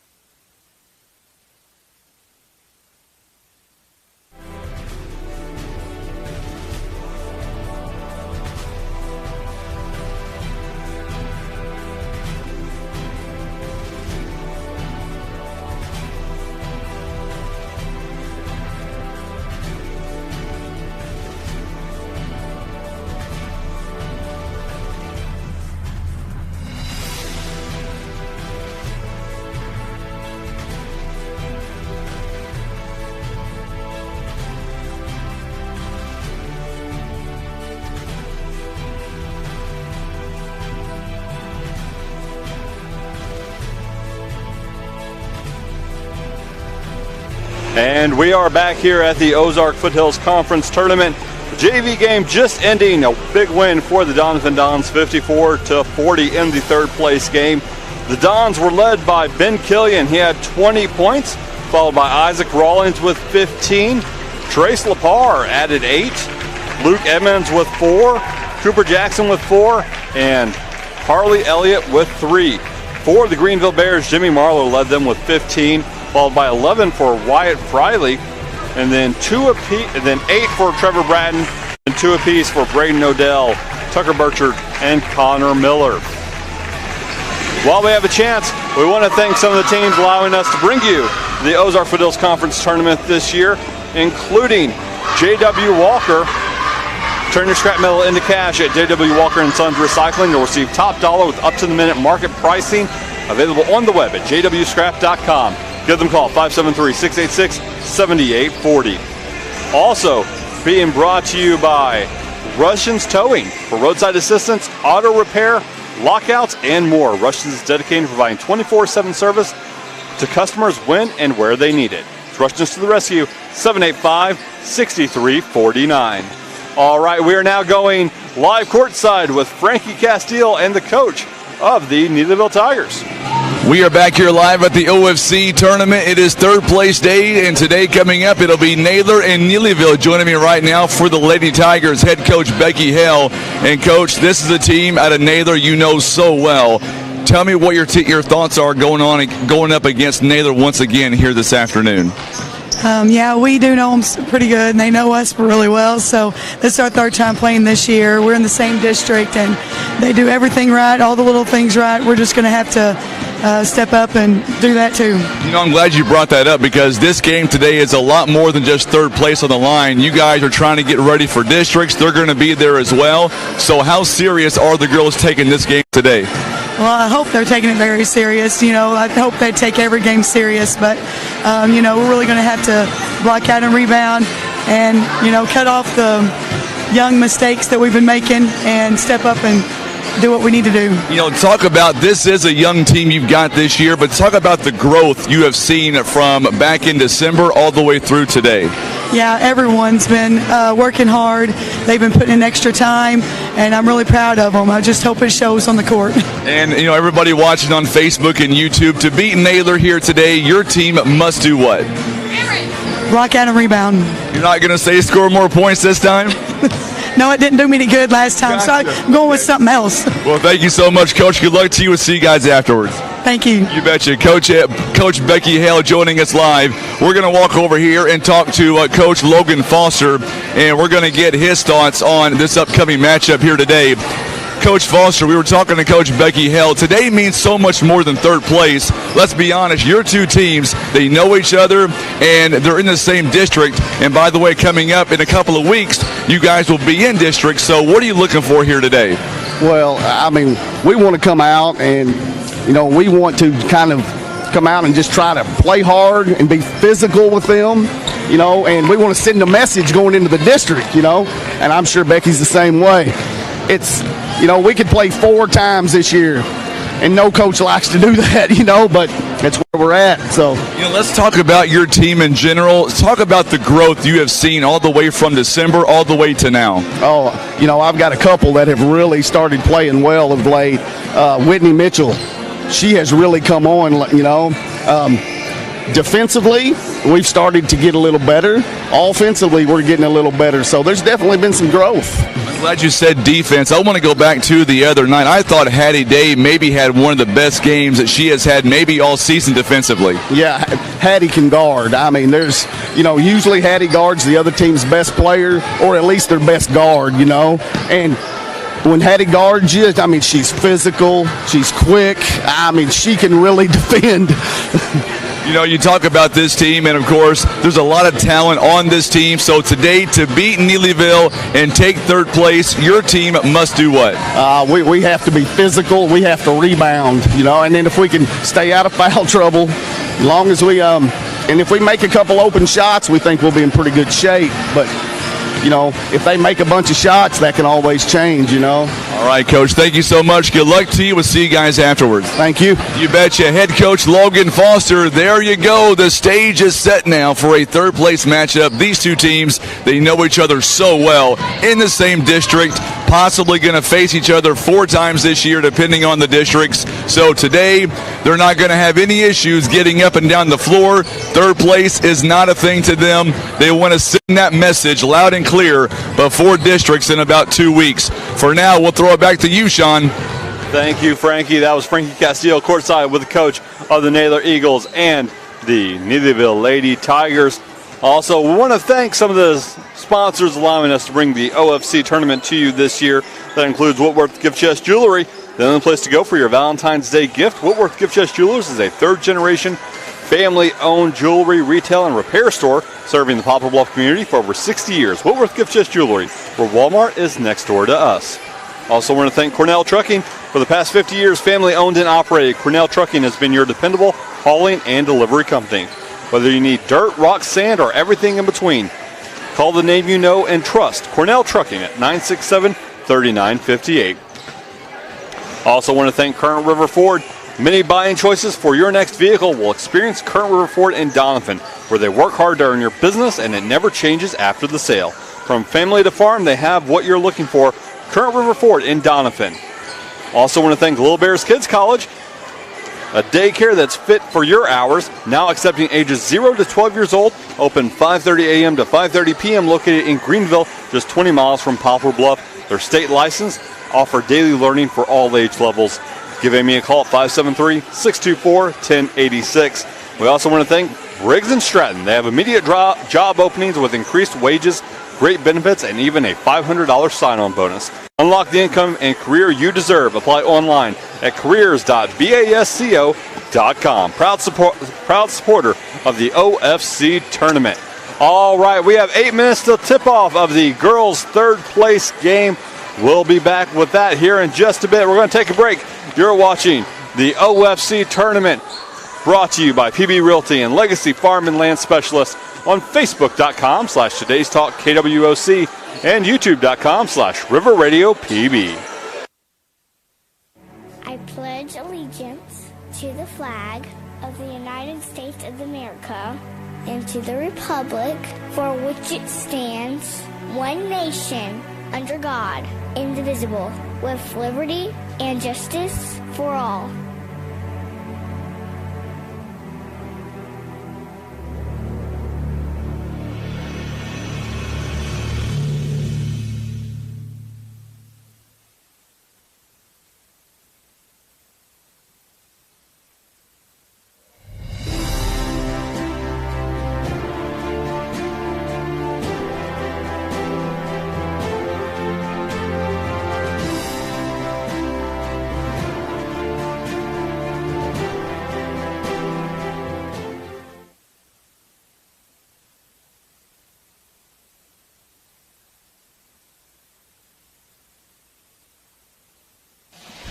All right, let's reset the stage here. I'm Frankie Castile. Glad to have you alongside, whether you're tuning in on Facebook or YouTube. You know, one thing about this tournament, this is all about the kids. It's about the coaches. It's about the schools involved. We have had such a blast doing this, going back to last Monday. Didn't know really what to expect, and then we get to Thursday and Friday. Such big audiences. We're having that here again today. This is the technically third place games, but these two schools, like we're seeing right now, the first matchup, by the way, you had Doniphan and Greenville. They know each other so well. Now it's the varsity girls' turn. These two schools, once again, they know each other very, very well, and it's like we talked to both coaches. This game today is not about third place to them. It's about sending a message, as Coach Logan Foster, repeated a few times. It's about getting the upper edge, possibly, when it comes down to districts in about 2 weeks. Hard to believe, you stop and think about it, that most of our basketball season is now behind us. It's hard to believe that we're getting so closely now to the end of our season. So today, it is a rival matchup. It is third place. Going to be a lot of fun coming up today. Neither team is going to give an inch. If they're going to win this ball game, they're going to have to earn it, and that's where we stand. Stacy Taylor says, way to go, Dons. Also, Kelly, big Donovan fan as well. And, of course, we'll see the varsity Donovan team coming up as well. In the last game of the night, you talk about a barn burner. You've got Twin Rivers. You've got the Donovan Dons. That game I'm looking forward to as well. The next two I'm really looking forward to because I know Becky Hell very well. I know Coach Logan Foster very well. Both of these teams. I covered I covered the Christmas Classic for Twin Rivers, and I do the PA for them, so I know the girls by heart, and they've come a long way this year. A lot of growth, a lot of room to really get better this year. Everybody has really stepped up their games, so we're going to see what happens here in a few short minutes. Now, this game, we will be doing our national anthem. Remember, I hate doing this. We do have to cut the audio feed on the national anthem only because we'll get pulled off of Facebook and YouTube for copyright infringement. So keep that in mind. I've seen some people ask why we're getting, because the national anthem is not a copyrighted work, and it's not. But particular performances of it can be. And everything that we play in this gym, yeah. I mean, really, the only time you can air it is if like a band or somebody is singing it live. Yeah. If it's anything recorded, played on a phone or a CD player, whatever the cases are, nowadays it's a phone, it is considered copyright. So we just got to be very careful of when we air the national anthem. And I hate doing it because the national anthem is such a huge part of our game. But unfortunately, we just don't have a choice in this matter. Yeah, it's wherever they're getting that national anthem, whoever did that recording has it put in Google or Facebook's algorithm as being their works, and then it gets automatically flagged. We wish we didn't have to do it, but it is what it is. Yeah, I don't want to have to do it for sure because I enjoy playing the national anthem. And, of course, we're going to have a lot of fun coming up today. Once again, another big thing here tonight is the fact that we have had really good officials here all week long. And tonight, no exception. Jim Vaughn is with us all 3 ball games. He is a great official. We've also got for this game Roger Woods and Ryan Pennington. And it's going to be a great matchup coming up. Make sure and let us know what team you're going for. Are we going to have the Neelyville Lady Tigers pull this one out? Is it going to be the Naylor Lady Eagles? What do you think? Let us know.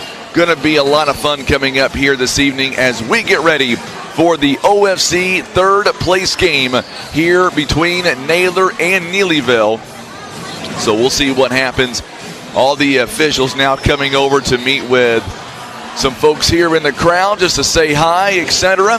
And, of course, as soon as we get the green light, we will begin. I better change our starting lineups here because I don't believe that Drake Stilts is going to be starting for the Naylor Lady Eagles here. So we'll get that all changed and we'll be ready to go. Yeah, that'd probably get some people confused, I would say. You know what's amazing is you look at these coaches. Logan Foster, he's in his second season as the head basketball coach. You look at Coach Becky Hale, 25 seasons with the same team. Can you just fathom what that feels like? 25 years with the same team. And I'm just going to go on the record and say, I think Coach Becky Hale just gets better at coaching every single year if that's possible. I mean, it means you're doing a fantastic job. It means that the people who are, judging you, they want to keep you in that position. If you've been there for that long, that means you're loved in the community. I remember the first time I met Coach Becky Hale was in the semifinals for the Show Me Showdown. Very intimidating the first time I met her. First time we did a live interview, I was shaking for sure. Oh, I'm sure she probably wasn't too fond, ready to get the interview going as well. But I think it's gone well over the years. We're going to go down courtside and get ready for the national anthem. All right. Everyone, I'm reminding everyone that we cannot air the national anthem, so we will be going silent here for a few seconds while the anthem is playing. But we will be back here in just a moment with the OFC girls third place game.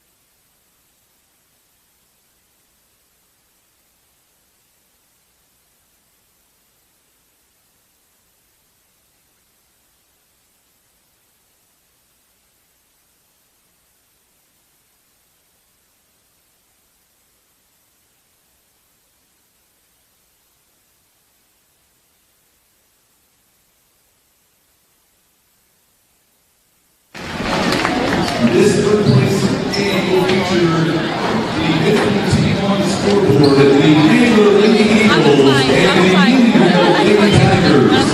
Let's meet our starting lineup first from Naylor. And guard, a 5'5" senior, number 3, Handy Day. And guard, a 5'5" senior, number 24, Whitney Mitchell. A forward, 5'6" junior, number 30, Holly Sullivan. And forward, 5'10" sophomore, number 31, Chloe Mitchell. And number forward, a 5'7" senior, number 32, Danielle Shepard. The Lady Eagles will be coached by Logan Foster and the second season assistant by Chelsea Riggin. And now let's meet the starting lineup for the Neelyville Lady Tigers. And guard, 5'7" freshman, number 11, Katie Thompson. And guard, 5'6" sophomore, number 12, the Lady Donovan. And forward, 5'9" junior, number 14, Brooke Griffin. And guard, 5'5" junior, number 15, Bella Akers.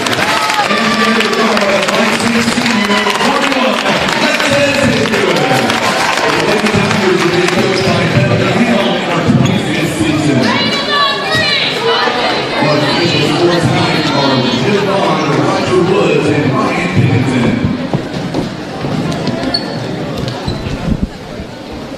All right, so there you have it. 2 starters down, 1 more game to go. We'll give that over there to Sean here. Appreciate that, Sean. All right, so here we go. Both teams, home whites belong to the Naylor Lady Eagles, and we are underway. And just like that, we get a scrap for the ball. Who's going to be awarded the jump? Are we going to redo it? We may redo it. Just going to redo it, yeah. It was so good, we're going to do it again. That's what I want to see. A great hustle just right off the opening tip from both teams. Danielle Shepard, Brooke Griffin in the middle, and now it's going to be controlled by the Naylor Lady Eagles. Hattie Day, you heard Coach Logan Foster tell you about her. She has had a phenomenal season as far as defense-wise. She guards the best players every game. Whitney Mitchell now back out to Sullivan. Got to watch her. She is good from behind the arc. We'll talk to you a lot coming up. Now we're going to get a whistle and a foul coming up on the Neelyville Lady Tigers. First foul of the afternoon with 7:34 left to go here in the first quarter. Neelyville in a 2-3 defense, trying to keep everything out of the middle and to the outside, forcing Naylor to make shots if they're going to score tonight. So now Hattie Day picked up by Delaney Dobbins there in the top. Sullivan trying to go inside. She's got Mitchell down low. They'll work it back out. Now Sullivan looks around. Good defense here early on. A 2-3 zone by the Lady Tigers here. Both teams, they want to win. They don't want to go in the districts and leave this game on the line. They want to pick up a win and make a statement. That's what Coach Hale said. Coach Foster said. I think Coach Becky Hale, the way she coaches is just dynamite. When she's on the floor and you hear her over everybody else, that's when you know that you're in the OFC, no doubt about it. Good job by Sullivan to get open. Danielle Shepard, man, she's a hoss too. She is a workhorse for this Lady Eagles team. Goes inside, draws a foul, and she's going to shoot 2 free throws. We've seen this the other night. For Brooke Griffin, she got in foul trouble very early against the Donettes, and already picks up a foul here as Danielle Shepard on the free throw line. First one's up and good, nothing but net, giving the Lady Eagles a lead here of 1-0. Second free throw coming up. Once again, it knocks them both down at 2-0. I know the scoreboard, it doesn't show any points. That's not on our end. That is at the scorer's table. Now they're going to get it fixed. They've got it to 1, but believe me, somebody will let them know. Oh, we're going to get a hard foul here as Haygood went down. Hopefully she is okay. Kind of hit the back of her head there near the free throw line. And we're going to get a foul here on the Lady Eagles. That'll be on Harley Sullivan, her first. One thing about Naylor, they go about maybe 8 deep altogether, so fouls are really an issue for this team. Delaney Dobbins, her shot is no good. Good offensive rebound, and we're going to get a whistle and a foul coming up. And Brooke Griffin now is going to go to the free throw line. Excellent job by the Lady Tigers here in the early going. With the fouls, we already got a few fouls for both teams. Free throws are going to be a very important thing as this game progresses. The first free throw for Neelyville is up and good. They are now on the board. So 2-1 now is the score, as right now Naylor and Neelyville each with 2 personal fouls. Second free throw up and good, and we have seen this time and time again where free throws can either win you a game or it can lose you a game. And Becky Hale, she has made sure to let her team know that free throws could be their enemy if they don't knock them down. And so far, a good start, 2 of 2 from behind at the charity stripe. Make sure and share this feed on Facebook. Let us know where you're watching from. Also subscribe to our YouTube channel. 3-point basket is on the way. It's no good. Good rebound there by Brooke Griffin. When she is out there, she plays an important role. Delaney Dobbins' shot is no good. Last touch by the Tigers, and it will stay with the Eagles, as it is still 2-2 here in the early going. I can see the Tigers are kind of wanting to play much more quicker than the Eagles are. The Eagles having long, drawn-out possessions, while Neelyville is moving very quicker, trying to get those quick transitional points. So now 5:45 to play here in the opening quarter here. Good shot inside. High arcing shot. It's no good. Danielle Shepard, though, knocks it away, and it's going to be last touch by Neelyville. Great job by Danielle Shepard. I would have thought that ball was last touched by Shepard, but nope, they are saying it is touched by Neelyville. So now Hattie Day on the inbound, going to be blocked and fouled in the same motion. And Miller's tuning in from Poplar Bluff. She's got two of her favorite teams going at it right now, Naylor and Neelyville. It's hard to root for one, I guarantee it. That's why we've got the easiest job in the house, and that is just to be neutral. Free throw is up and good. Makes it a 3-2 ball game. Scoreboard is not right when it comes to the fouls. We're not sure who that last foul was called on. 5:37 to play, 4-2 now. Naylor as they lead once again by 2. Ella Aker, I've been very impressed with this tournament. She is really just like that. She takes off, goes inside the paint, throws it up, and it usually falls. It is now 4-4 here in the early going. Hattie Day crosses half court, and now we'll see what Mitchell can do with it. Now you've got Whitney Mitchell and Chloe Mitchell out there, number 24, number 31 for the Naylor Lady Eagles. Sullivan now works it up top. She'll get it to Whitney Mitchell. Now back to Sullivan. Shepard, this is where she is normally very lethal inside the paint area. This time it's blocked out of bounds, and it's going to stay with the Lady Eagles of Naylor underneath their own basket. 4:58 left to go, first quarter. Shepard on the inbound, goes up, draws the foul, count it, and she's going to go to the free throw line where she will shoot one, and I believe that's going to be a foul on Brooke Griffin, and that'll be number 2 if it is. It is going to be on Brooke Griffin. That's a big foul, and we're going to see the bench coming out very early. Danielle Shepard already with 5 points here in the early going. And we're going to see Elena Prince, I believe, coming in the ball game next. As soon as there is a stoppage, Ella Aker three-point shot is no good. And it's going to be rebounded here by Danielle Shepard. So Elena Prince is going to check in the next stoppage of play. Naylor right now. Good job by Delaney Dobbins. Reaches in there and takes it away. And that'll be a turnover on Naylor. Now we're going to see for the Lady Tigers, we're going to see Brooke Griffin taking a seat, and Prince will enter. Prince, by the way, she is only a freshman, 5'9". A lot of youth on this Neelyville team. As a matter of fact, on the floor at all times, you're only going to have one senior. We're going to get a screen, illegal screen by the Tigers, and I believe it's going to be on Prince, her first, and that's going to be a turnover on Neelyville with 4:27 left to play. It's a 3-point lead. I thought for a moment we may see a substitution with Zoe Sprouse, but she'll head back to the bench at least for right now. Good job by Crosswhite defending Hattie Day. And man, that's a hard assignment. I don't care who you are and how much experience you have. Hattie Day, she is quick, she's explosive, she is hard to contain. Danielle Shepard now, good bounce pass to Harley Sullivan. Inside quickly now to Mitchell. Sullivan for 3. She loves that shot for a reason.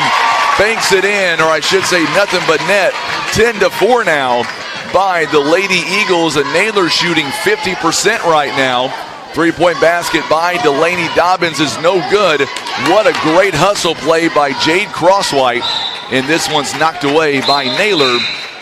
I was going to say Neelyville is shooting only 1 of 5 right now at 20%. Dobbins is going to go to the bench. Coming in now for the first time is Gracie Green.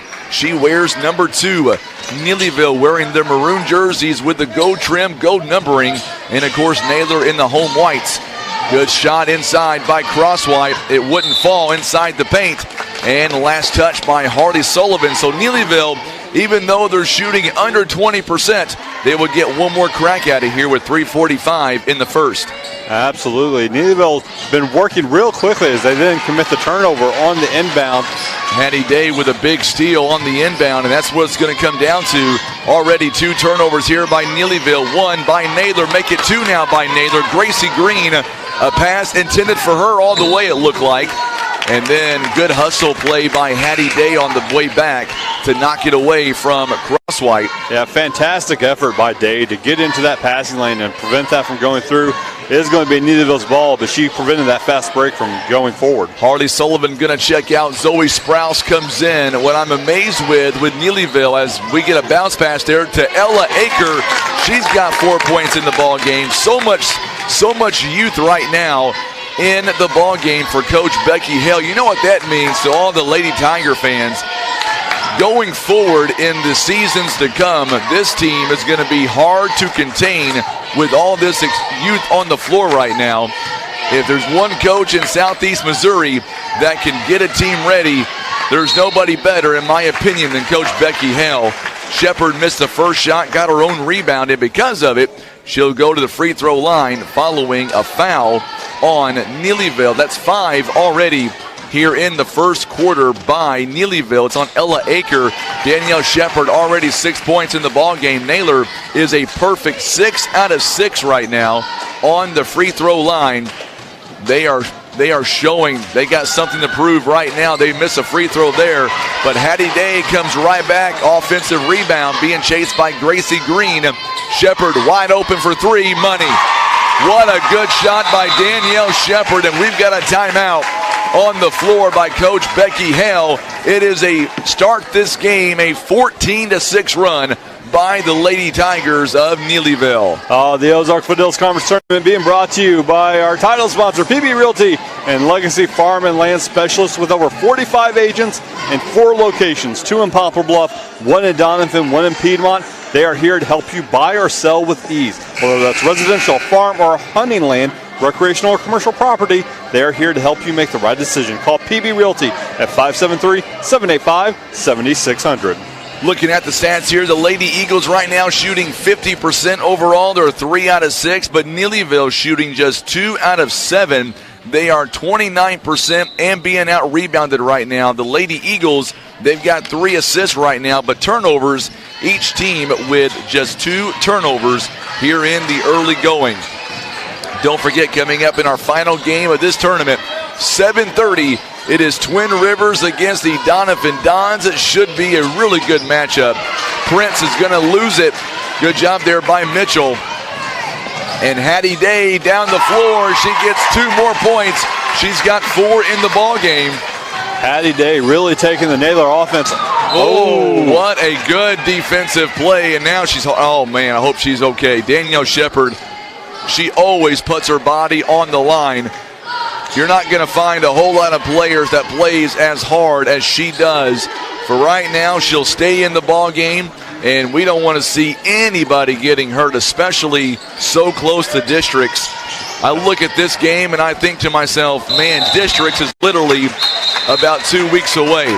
Turnover there on the inbound, and of course for Neelyville, that'll be turnover number 3, and coming back in the ball game is Brooke Griffin, and she's got to play very, very carefully, as she already has 2 fouls, and we are still in quarter number 1 here in this third place game. Good job by Gracie Green, that got a hand on it, and now Hattie Day going to reset the offense. They're going right toward Brooke Griffin every time. That's a smart play by Coach Logan Foster, knowing that she's got 2 fouls. Wide open there for a moment. Zoe Sprouse, she can hit the 3. Hattie Day wants a 3, and she gets a 3. It is now 19-6. Boy, Naylor, they have come to play in this third place game so far. Still a lot of time left to go in the ball game. No reason to panic, and we're going to get a foul. It's either going to be on Shepard or going to be on Sprouse. I think it's going to be on Sprouse. I think you're right. It's going to be her first, team foul number 3, and we're going to see Sullivan back in the ball game now. She may check in for Sprouse. She will check in, no, for Sprouse for sure. You know, Olivia Yarbrough has been dealing with some injuries for this Naylor team. They only go about 8 deep on the bench. Ella Aker outside to Crosswhite. Quick shot, it's no good. And this time it's going to be rebounded by Hattie Day. Day doing a great job knowing where she was, knowing the defense is collapsing on her. She backs out, resets the offense, and now she's already got 1 3 to her name. 7 points so far here in the ball game. She is playing really good right now. Going inside, Sullivan a little bit too tall that time, and a turnover on Chloe Mitchell for the Lady Eagles. I was about to say, nice crisp passing by Naylor, and it was right into that last one with the turnover, as we're going to have subs come in for both teams. Delaney Dobbins will come back in. Alexis Haygood will take a seat on the other end. Chloe Mitchell will take a seat. Hattie Nichols will check in for the Naylor Lady Eagles. Here comes the closer on YouTube, whatever that means. Watching from Southside in Jackson, Tennessee. Oh, that's right, our friends from Jackson, Tennessee. We did their games during the Poplar Bluff Showdown. Glad to have them alongside. Diane Whitaker says, let's go Lady Tigers on YouTube. Let us know who you're going for. And, of course, a foul that time on Whitney Mitchell. The lane, or make that cross-white three-point basket no good. Good rebound by Mitchell. Looking at Neelyville, 0 of 4 right now when it comes to behind the line. Nearly a turnover. Good job by Ella Aker. Shepard now is going to take one too many steps and a turnover. Shepard right now, she's got 9 points. 7 by Hattie Day, 3 by Harley Sullivan. Only 3 players for this Naylor team has scored. 2 by Neelyville, 4 by Ella Aker, 2 by Brooke Griffin, and that's about it. Here getting closer to the end of quarter number 1. Good bounce pass in the corner now. Aker back to the top of the key. Good passing once again at Brooke Griffin. 2 fouls in all, still on the floor right now for Neelyville. Aker looking around, finds Gracie Green, and she's going to get tripped up a little bit. Danielle Shepard is going to pick up a foul with 6.7 seconds remaining in the first quarter, and that foul was before the shot, I believe. So it's not going to be a shooting foul. Chloe Mitchell going to come in this time for Danielle Shepard. She'll go to the bench with just the 1 foul and give her a little bit of a breather. It is a 13-point lead. Ella Aker now on the inbound. It is no good. And good job by Naylor tracking it down. Chloe Mitchell comes away with the rebound. At the end of 1, it is 19-6 in favor of Naylor. You're listening to live coverage of the OFC tournament. It is presented by PB Realty and Legacy Farm and Land Specialist.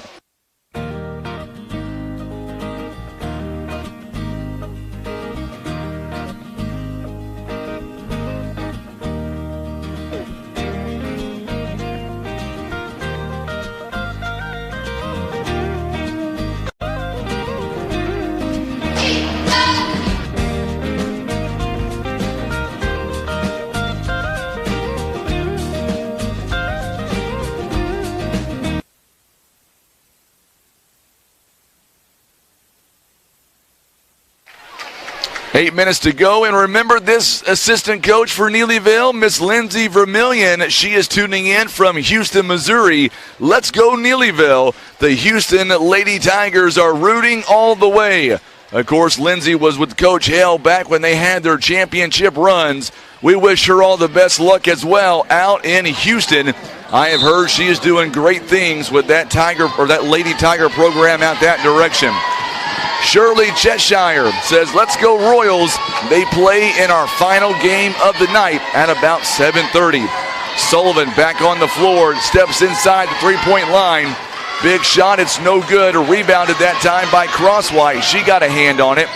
Haygood is back in the ball game now. Back to the 5 starters. Dobbins' three-point basket is no good. It'll be tracked down. A good rebound by Brooke Griffin. Shot is no good. Still going to be rebounded. Nope, they're going to say last touch by Neelyville. It's going to go right back to the Lady Eagles at 19-6 now as Alexis Haygood checking back in as well for Coach Becky Hale. 7:21 to play, first half. Coming up at halftime, we're going to be interviewing Miss Kim Dollins. She doesn't know why. All she knows is she has agreed to sit down with me at halftime, and no one text her either and tell her what's coming. We're all going to wish her a big happy birthday together.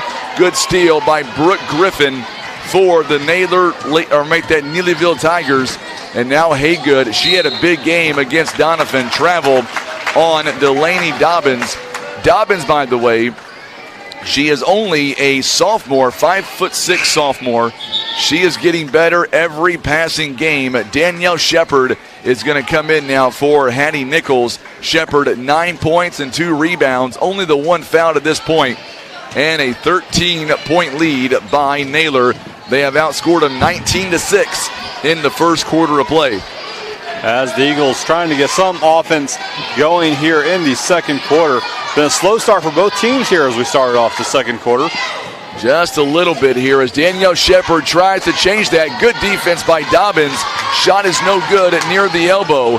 Crosswhite, the rebound, and here comes Dobbins again. 3-point basket is too strong off the backboard. This time another shot taken, no good, and the ball is still going to be on the floor, taken by Hattie Day. Day goes up and will draw the foul on Crosswhite, and she's going to go to the charity stripe where she will shoot 2 free throws. Right now it's a 19-6 lead, and it's a chance anyway for them. There we go. Now they got it changed. That was an excellent effort by Day to get the strip and head down the court to draw the foul. She ends up missing the first free throw, but will go for her second attempt. Hattie Day shooting 100% from the field, 2 of 2 right now, 3 for 3 on the free throw line, make it 4 for 4. She is having quite the first half. 9 points, her and Shepard now, each with 9 points. Only 3 players have scored for Naylor, and that is Day and Shepard with 9-3 by Harley Sullivan. Good job by Delaney Dobbins. I like this girl's confidence. Still shooting, got the green light, making the most of it. And now Neelyville rather, has her first points of the second quarter. 3-point basket again. Harley Sullivan makes it 24-8. Absolutely beautiful shot from outside that saw nothing but the bottom of the net. Sullivan with her second 3-pointer of the night to extend the lead to 15. 3-point basket on the way by Delaney Dobbins is no good. Good rebound by Ella Akers, somehow able to throw it off the glass and score. The score says 23-10. That is not correct. Somebody will adjust that coming up very shortly. The 2 free throws were made by Hattie Day, and we're going to get a turnover here. It'll be against the Lady Eagles, and we'll get a sub coming in. Sullivan now with 6 points. She'll come out of the ball game. And back in is Zoe Sprouse. 5:14 to play here in the opening quarter. It is a 24-10 lead following 2 made free throws by Hattie Day, and we've got a whistle and a foul. It looks like we're going to get the 7th foul. No, it's like they're going to call that one on. It's going to be on Naylor, I believe, yeah. That'll be Naylor. So they're 1 away from the bonus for Neelyville. Naylor's already in the bonus. Mitchell commits the foul that time for the Lady Eagles. Crosswhite for 3, bang! Big 3-point shot. Ella Aker on the setup. And now Neelyville starting to make some adjustments. Still down by double figures, 24-13. I know it says 23 on the score, but that's not correct. Dobbins, big turnover. And now Haygood working it around. Ella Aker open for 3. This one hits the front end. Haygood, though, with the offensive rebound. And she is going to go to the free throw line following the foul. Absolutely fantastic effort from Neelyville to get that rebound and go up and get a foul called on the shot. She will go to the free throw line for 2 free throws. Last foul was called on Whitney Mitchell. That is number 2 for her. Haygood misses. I know my son Chance and mother-in-law Sandra is watching us right now at her house. My son, he wanted to spend the night at Grandma's house, so we said it's okay with us. That free throw is missed. It goes out of bounds, and Danielle Shepard comes up, hobbling just a little bit, maybe hurt her elbow. She's taken a few knocks so far in this game. She is tough as nails, though, I can tell you that. Each team now with 7 team fouls here in the first half. Coming up at halftime, we'll check that score. I've got 24-13 The score was different when Hattie Day shot the free throws. I'm checking that right now because I wanted to say that she missed that first free throw, so I'm going to check that right now. I didn't think she missed it. But if she did, let me know. Turnover on Naylor. It's going to go right back to the Neelyville Lady Tigers. Oh, big screen. And that one's going to be on Whitney Mitchell. That's going to be 3, or is it going to be Zoe Sprouse? Which one got it? There was 2 players there. I thought it was on Whitney Mitchell. Yeah, Hattie missed that first free throw. She did miss the first free throw. Okay. Are you sure? Do you want me to show you the video? Are you 100% sure?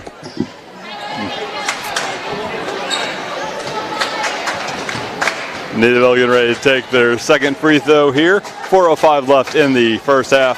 That's a fantastic rebound by Danielle Shepard for Naylor. Under 4 minutes to play here in the first quarter, or first half rather. So they're going to give that last foul, by the way. They'll give that to Zoe Sprouse, which is a big, big deal. Otherwise, it would have been 3 fouls. Missed shot opportunity there. And the rebound comes right back to Jade Crosswhite. And now it's back down to an 8-point lead, and we're going to get a timeout called at this one by the Naylor Lady Eagles. It'll be a 30-second timeout, I believe. It is going to be a 30-second timeout. And our Ozark Fidels Conference Tournament coverage brought to you by GYT 90. Grow Your Trophy 90 is the treat that deer can't resist. Go to GYT90.com or like them on Facebook. Also, for 24/7 towing service, auto repair, maintenance, tires, and alignments, call Barker's Towing and Automotive. Remember, Barker's by request, 573-785-7811. And don't forget, if you're in Doniphan, stop by Countryside Chevrolet. A full-service auto dealership has a vehicle for you. Carrying on the family tradition, that's Countryside Chevrolet in Doniphan. See Cade McBroom getting here. He's got the next game. He is one of the assistant coaches for Twin Rivers. And, of course, make sure and share this feed up on Facebook for us. Also, subscribe to our YouTube channel. We have had such a great time bringing you these games. Started on Monday.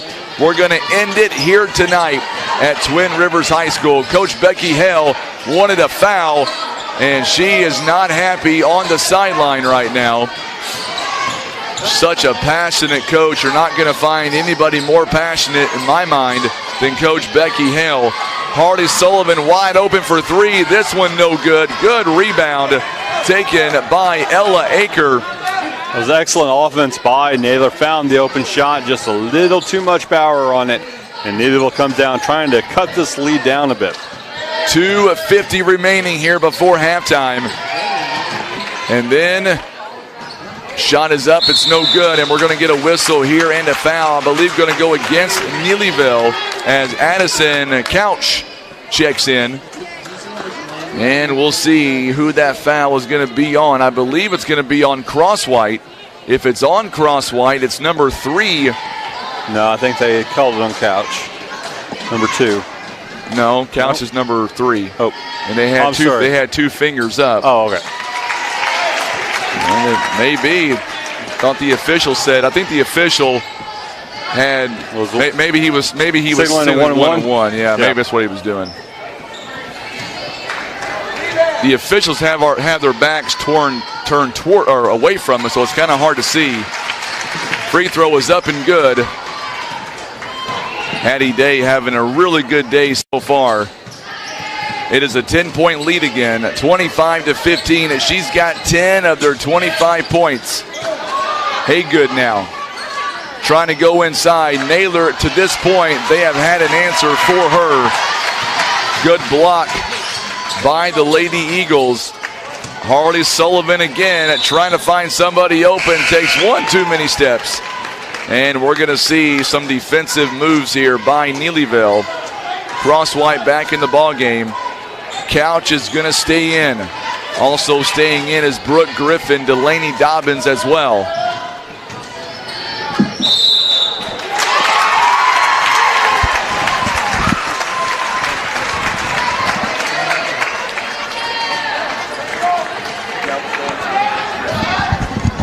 All right, as Neelyville cuts into the lead, it's now 25-15. Here come the Naylor Eagles as Danielle Shepard underneath the basket tries to get a shot to go down.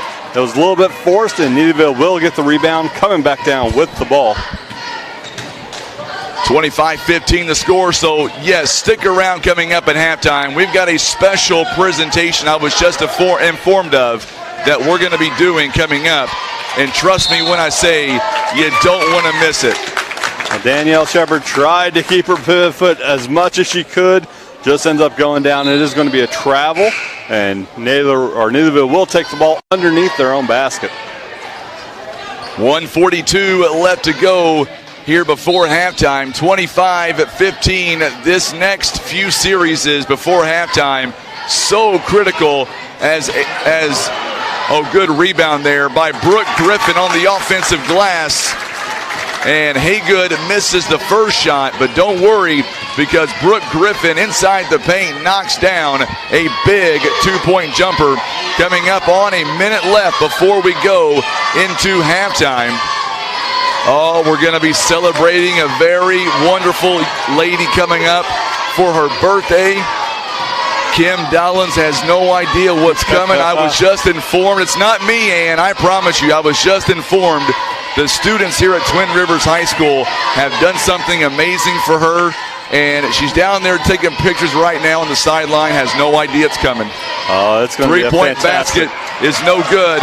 Good rebound by Ella Aker again. Whitney Mitchell could not get that shot to go down. Shot is no good by the Lady Tigers. Neelyville trying to press a little bit as Naylor comes across half court. And Naylor's now going to set up their offense. They've been content to kind of milk the clock on most of their possessions so far this afternoon. This one is no different. Can you give me that second mic as well? I need both of them. Good move inside as Mitchell, Hattie Day, 25, or make that 27-17 now as we get ready for halftime. Last shot possibly before halftime, no good. It is no good. 3 seconds. The shot is up, and that is a little bit wide. We are at halftime. All right, so real quick, 27-17. I'll let Sean take over for just a moment. And, of course, we're going to go down courtside here, and we're going to be doing some things for a special lady for birthday. So hang out with us. Don't go to break. Just do some sponsors, and I'll go down courtside. All right. Frank is heading down courtside. We're going to be celebrating a very special birthday. I'm just going to remind you, some of the people helping. Make sure after we're done with this mic, you switch to court.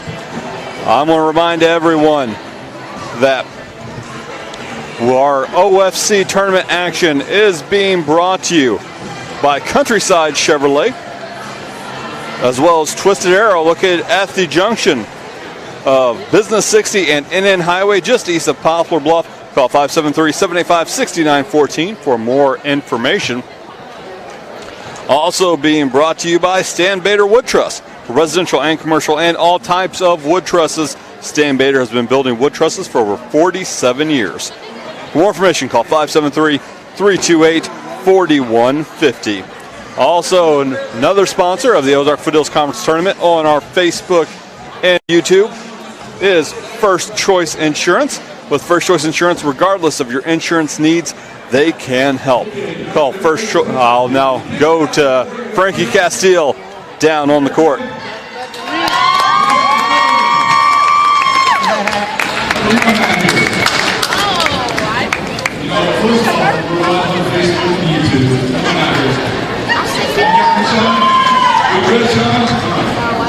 This lady right here, first of all, she is Mrs. OFC, no doubt about it.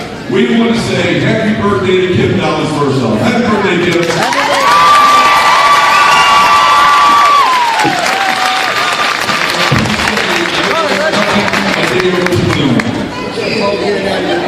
All right, where are the students at? Somebody's got to come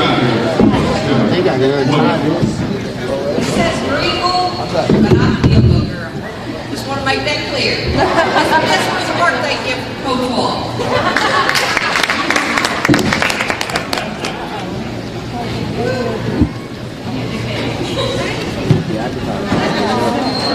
Well, we're not done yet. Hang on. I need everybody's help in the audience. I'm going to stand over here. You look at the camera. And if you would, all join me and let's all sing happy birthday to Ms. McDonald. 1, 2, 3. Happy birthday to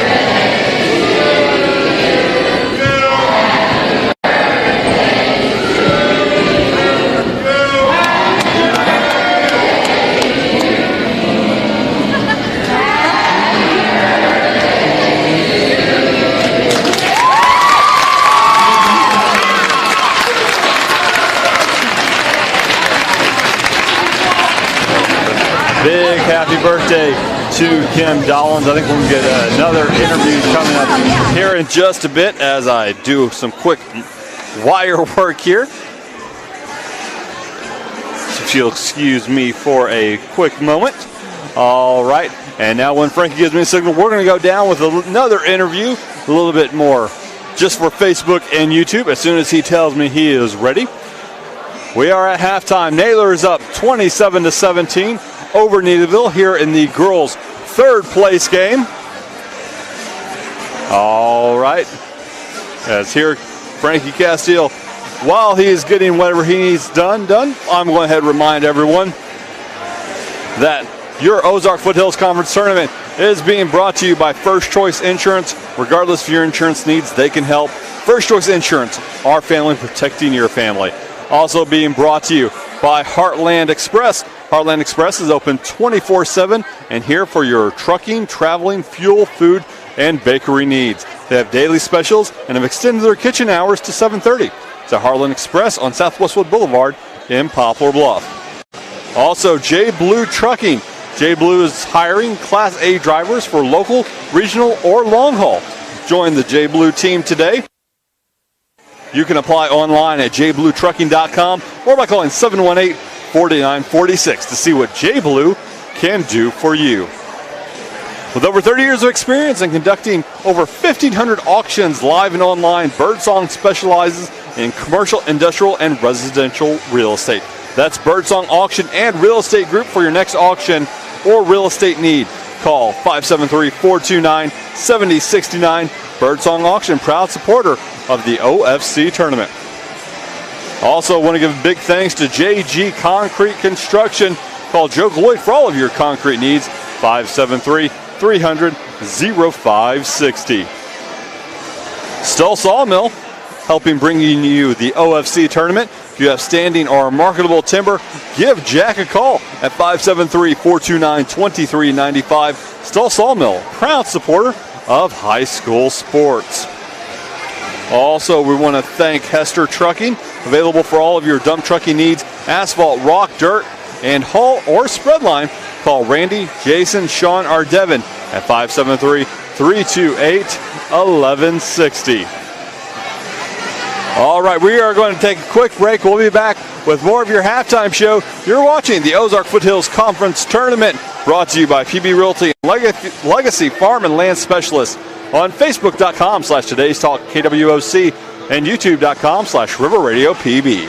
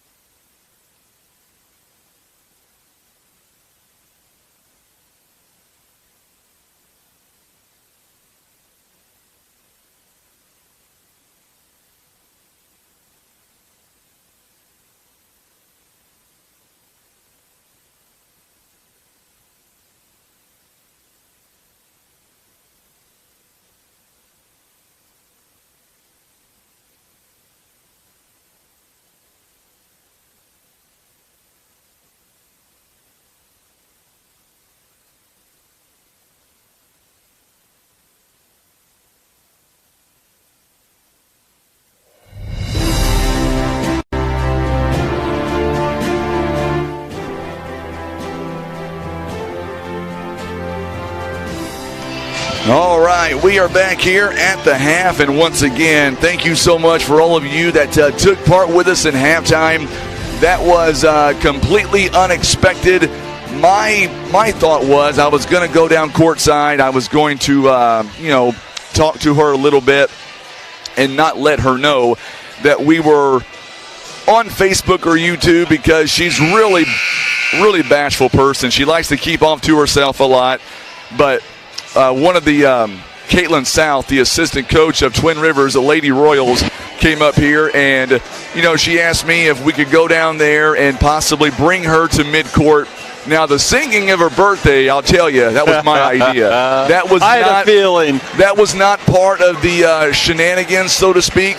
But for those of you that have met Kim Dollins, maybe you haven't, she is a wonderful lady, and she'll tell you, she is Neelyville all the way, but she's lying, because her heart, even though she roots for Neelyville, her heart is with all 7 of these teams, and that lady, she goes to every game. I mean, she has taken pictures for I don't know how many years now. She is a wonderful lady, and I'm a better person because I've known her for a few years now. She makes me a better person, and we're glad that she is with us in attendance. And I'm just so happy that everybody took part and wished her a big happy birthday, loud and proud, here in Broseley. I know she was real excited when the 2 students came up and presented that to her. What was it? We didn't actually get to see what it was. Well, I think it was a cake. And the reason why I say that was I was trying to get her to go on the air with me. It's okay. I'll find it later. Yeah. Oh, there it is. Oh, yeah, we lost the cap. But anyways, I think she just got really embarrassed all of a sudden. So I was like, well, I'm not going to push the issue, and I'll let her enjoy her moment. And it was just a cool thing, cool sight for everybody to be a part of it and to wish her a happy birthday. And I think she knew when she saw me coming down the steps, she had that look like, uh-oh, and she didn't, and there was no escape. Like, there was somebody standing beside her, so she knew she couldn't get away. Yeah, no, some interference that was the best part. Yeah, interference was being run to make sure she couldn't make it down that little hallway. That was the best part. And, real quick, a big shout-out to the administration for Twin Rivers allowing us to do that as well. They understand, just how important she is to our conference and to this area. And a big shout-out to Mandy Heckenberg, also Kelly Westerfield, Dave Crockett, Misty Lovelace, the principal here at Twin Rivers, for allowing us to come in here and stream these games all week long. It's been a lot of fun. It has been. Game and a half left, and then I won't talk for 2 straight days. I'm excited about that. Here we go. Hattie Day gets the inbound. It is a 10-point ball game right now, so it's really anybody's ball game at this point. Even though Neelyville is down, Shepherd 2-point basket is no good. Good rebound by Brooke Griffin, and that's what you want if you're Neelyville, to begin the second half, get a stop, and now turn that into points if you can on the other side. Aker now. Good job by Crosswhite trying to get free. Delaney Dobbins now. Lexus Haygood is out there. She has yet to score in this ball game. That has been surprising as of right now, the fact that she has not been able to score just yet. I do think at some point that's going to change. Aker doing a great job of getting open down low. Big pass to Crosswhite. And now Brooke Griffin tries to go baseline. No look pass. Boy, that was quickly going into Ella Aker's hands, but now we get a jump ball. It's going to stay with Neelyville. Great job by Ella Aker to rip that ball away from Danielle Shepherd and Neelyville. Yeah, I thought Shepherd had it. Aker did a real good job of keeping her hands on the ball to force the jump ball call. So now Crosswhite tries to drive it inside. Delaney Dobbins going inside the paint. Lays one up. It's no good. May have been tipped as well. Dobbins again. Her shot is no good. And the rebound this time is going to fall to Hardy Sullivan. Looking at rebounds right now.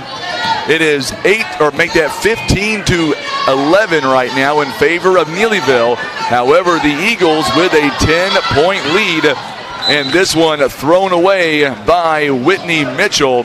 Now, coming up after this contest, we'll try to get an interview with either the head coach of the winning team, possibly even a player, maybe 2 players, depending on if they give us the access or not. I'm sure they will.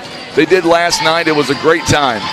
Delaney Dobbins driving in the lane. They're going to say an offensive foul on Delaney Dobbins. Well, Coach Jim Vaughn's coming in now, so wait a minute. I don't know which call is going to stand. It looked to me like Day had drawn the charge. I thought she was outside that restrictive area before. I think they're going to overturn it. They're going to overturn. I thought so, and that's a good call, and here's why. Because as Delaney Dobbins was driving before the charge was committed, the Naylor player stepped outside of that restrictive area. Therefore, it gave her the opportunity to drive. Good call by the official, and I like how they got together, and they're going to call it in the act of shooting, so Dobbins has to come back in, and she will take 2 free throws. I like it because they got together, one official had a better advantage, and they got the call right, and that's all that matters. Yeah. As the referee is now explaining to the Naylor coach what the call was. I mean, I understand his frustration. I get it. I completely understand that, but it is the right call. He smiles a little bit. I think he understands, he may not like the call, but it's the right call. Second free throw coming up. This one, no good. Rebounded by Hattie Day. 9-point lead again. So I'm telling you, it's below double digits, and that's what you want if you're Neelyville. Danielle Shepard wide open in the lane. Usually she is spot on when she's inside the paint uncontested. And we're going to see coming in now, Gracie Green. Now she'll come in for Delaney Dobbins. 3 points on the ball game. You know what I should have done looking back on it?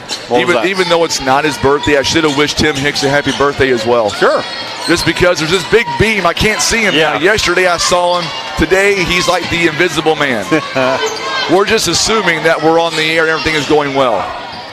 I got a thumb. Yeah. If it's not, there are people that will definitely let us know. That's good job by Haygood and the Lady Tigers now turning the defensive pressure up just a little bit. They need some big shots to fall. If you're Neelyville, now is that time to maybe be getting rebound by Hattie Day. For Hattie Day, she's got 10 points, 6 rebounds so far in this ball game. Yeah, Day's had a fantastic game so far, and she's really been the one leading this Naylor offense. She really has.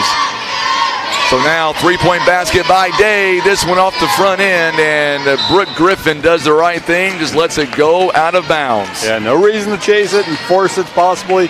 Made a turnover on yourself, just let it go out of bounds, take possession. What's crazy is Neelyville right now, they're down by 9 points. They're still in the ball game, but they're only shooting 25% right now. And they're only down by 9. Good job by Lexus Haygood. Griffin took one too many steps with it. She will get the jump ball, but it's going to go to Naylor. Yeah. She would have been better off, I think, shooting when she first had the ball. Good awareness by the Neelyville player to come in and at least force the jump ball. Absolutely. She saw the opening and got her hands on it. Make no mistake about it, Naylor, they are playing their hearts out right now because they know what's at stake. They know. As Naylor trying to get across the half court. Good defense by Neelyville to force a little bit of pressure.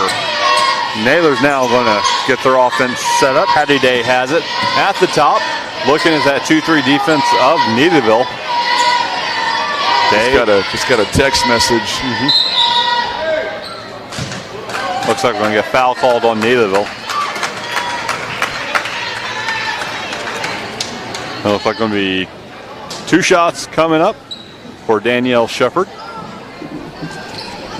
So 1 foul apiece now by each team here in the third quarter. Still a 9-point lead right now. Free throw is up and good by Danielle Shepard. She is a good free throw shooter. September Pressler now going to come in. Gracie Green, Alexis Haygood is going to take a seat. Also back in the ball game for Naylor. Rebound ends up going to Hattie Day. Boy, Day is a rebounding machine. Shepard again driving inside, and a foul is going to be called. Naylor is playing phenomenally well right now. That last foul, by the way, was on Alexis Haygood for Neelyville.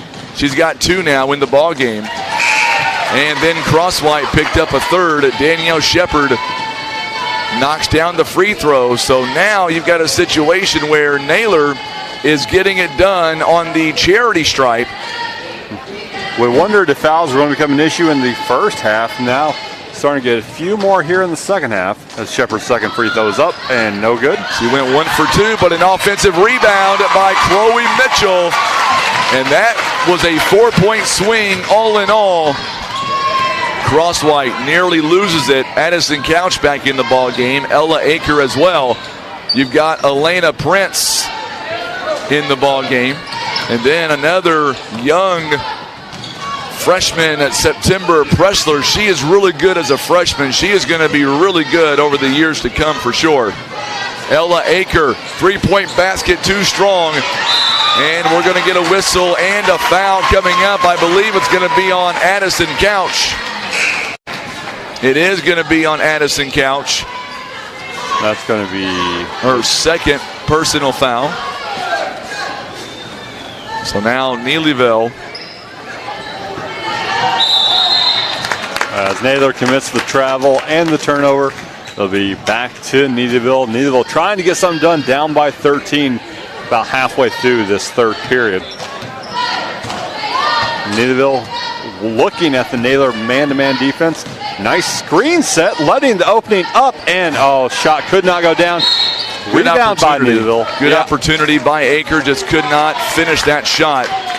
And we're going to get a whistle here and a foul as Elena Prince. I was told at halftime, by the way, that if I ever pulled that stunt for Kelly Westerfield, she told me she would fire me and never let me come back and work any games ever again at Twin Rivers. So now I'm definitely going to have to get that. Yep. I will definitely do that again on her birthday if we have a basketball game. You can count on that. Free throw coming up. She missed them both, and man, right now that's very critical to make the free throws.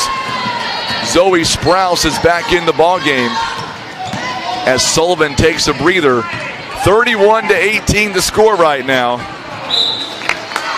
Days pass, just a little errant for Sprouse, ends up going out of bounds. Will be Neelyville's ball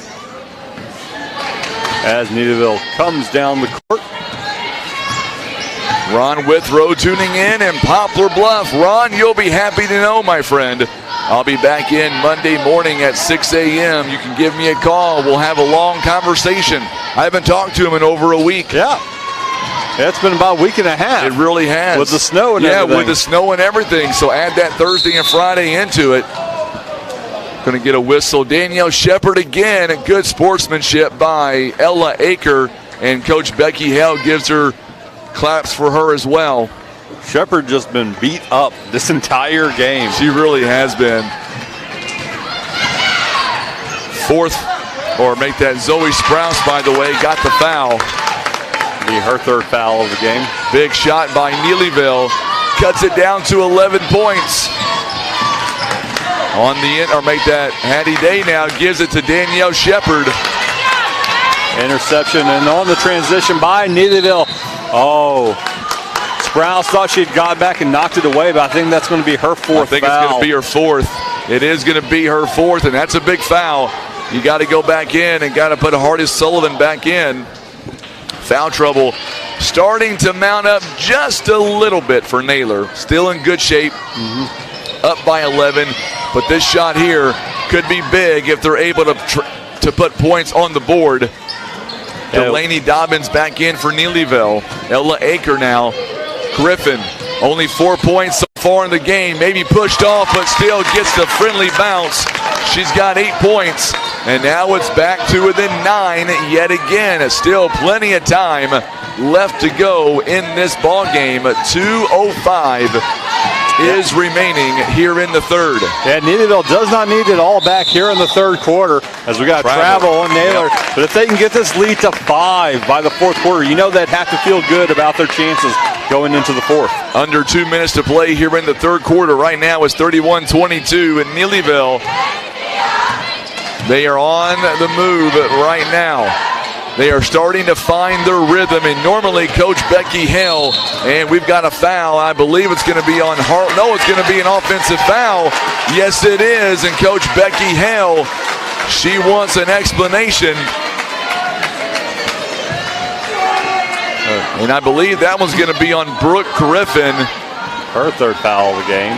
Coach Vaughn trying to explain as well a little bit. And a timeout called. Timeout's going to be called against the Naylor Eagles, and I believe it's going to be a 30-second timeout. It's a good timeout taken by Coach Foster just to give his team an opportunity here to kind of reset and regroup. Alyssa says, go Lady Eagles, and right now they're up by 9.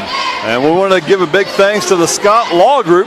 They're supporting local schools, local businesses, and are involved in the betterment of Southeast Missouri. Scott Law Firm is a proud supporter of the Ozark Foothills Conference Tournament.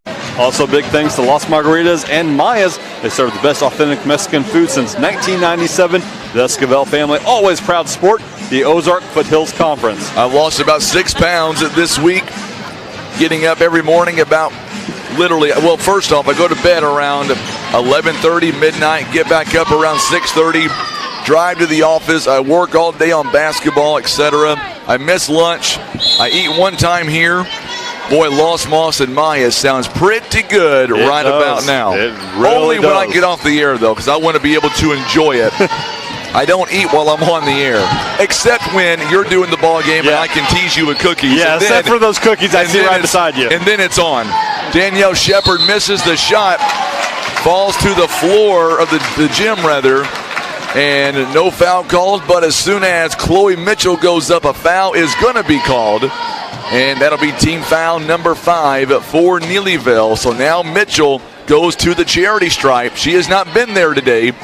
She's got a very unique release, but most of them go in. Yeah, if it works, it works. And for her, it works. Yeah.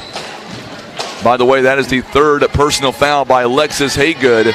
Second one is not going to go. Rebounded here by Jade Crosswhite, rather. My apologies to her. Crosswhite near the baseline. Delaney Dobbins 3 points and took one too many steps. And now it's coming down to a turnover situation as Naylor's got 13, but only 7 by Neelyville. By the way, the last time we've seen Neelyville on Wednesday against Doniphan, 29 turnovers against the Donettes, only 7 tonight. That is impressive. Absolutely. Be able to turn around a game like that.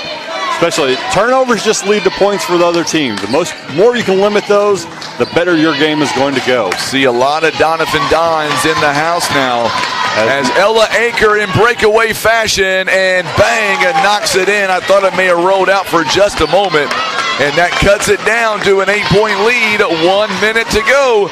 All right, Neelyville fans, where are you at? Naylor fans, where are you at? A three-point basket is no good, but Harley Sullivan, what a rebound by that young lady. She's got 8 points. It's back up to 10. Excellent effort by Sullivan on the rebound to put that lead up and get it back to 10 points with 35 seconds remaining. Dobbins going in the middle, blocking foul coming up, and Danielle Shepard, maybe it took a shot in the face. I can't see, there's officials around her, players around her, but it looked like as soon as Dobbins completely was unintentional, obviously, inadvertent contact. I think it might have been knee on knee because she kind of stepped down that knee. And I hope I hope she's okay. Yeah. She just moves over. Hey, good. She's smiling now. I hope you got that on camera, Tim. Yeah, it wasn't, hey, can you move over? She almost picked her up and moved her over. She is such a player. 3rd foul, by the way, on Danielle Shepard. First free throw is no good. And that is something that haunts a coach, missing the free throws. Second one is no good as well. Ball is loose, picked up by Hattie Day. You missed both of them. And for Neelyville, they are 3 out of 10 right now on the free throw line. Looking at Shepard, she seems to be favoring that knee a little bit. And we're going to see coming in, Delaney Dobbins is going to take a seat. Addison Couch is in the ball game right now, and that'll be a foul on Allison Couch. Natasha Sintel is tuning in tonight. I think she's on her way here, as a matter of fact, to be honest with you, because Colton's playing next. I think she was listening to us in the car. She let me know, Danielle Shepard, what a move. She let me know that it was Kim's birthday, and I said, where are you at? You missed it.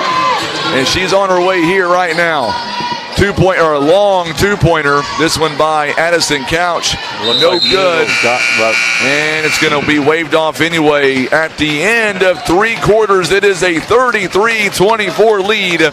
Man, what a crowd. I know that you can't see it on the opposite side, but over here where we're at, there's really no room to sit. No, it's completely full here over on the side. And the Twin Rivers faithful starting to file in for their game coming up here after this 4th quarter. They're going to see a fantastic contest the rest of the way. And the OFC tournament being brought to you here on Facebook and YouTube by Christian Automotive and Tire. They have ASC certified mechanics with the training, tools, and knowledge to fix your vehicle right the first time. Find them at Business 67 South at the end of the 4-lane in Poplar Bluff, or call 573-785-0208. Also being brought to you by Baldwin Ford and Lincoln Toyota. If you're looking for a great selection, low payments, a guaranteed credit acceptance, and a lifetime warranty, you can't go wrong with Baldwin Ford Toyota on Highway 67 South in Poplar Bluff. 8 minutes to go here in the 4th quarter of play. It is the 3rd place game between Naylor and Neelyville. And of course, the winner of this game not only is going to take 3rd place, but more importantly, you got to believe is going to give them a lot of confidence going into the upcoming districts, as we are only about 2 weeks away from these districts coming up between these 2 teams. Neelyville now is going to get the inbound, so here we go. It is a 10-point, or make that 8-point ball game right now. 12-point ball game, rather. 2-point basket by Brooke Griffin is no good. Danielle Shepard, a rebound. But drag the pivot foot a bit. Drag the pivot foot is right.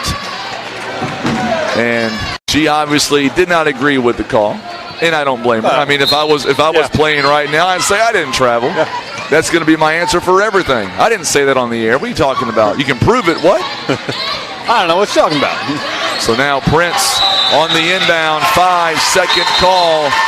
I was just complimenting the turnovers there by Neelyville. Unforced turnover, as Prince will turn it right back over to the Lady Eagles. Danielle Shepard was right on her that entire 5 seconds, forcing that 5-second call to be made.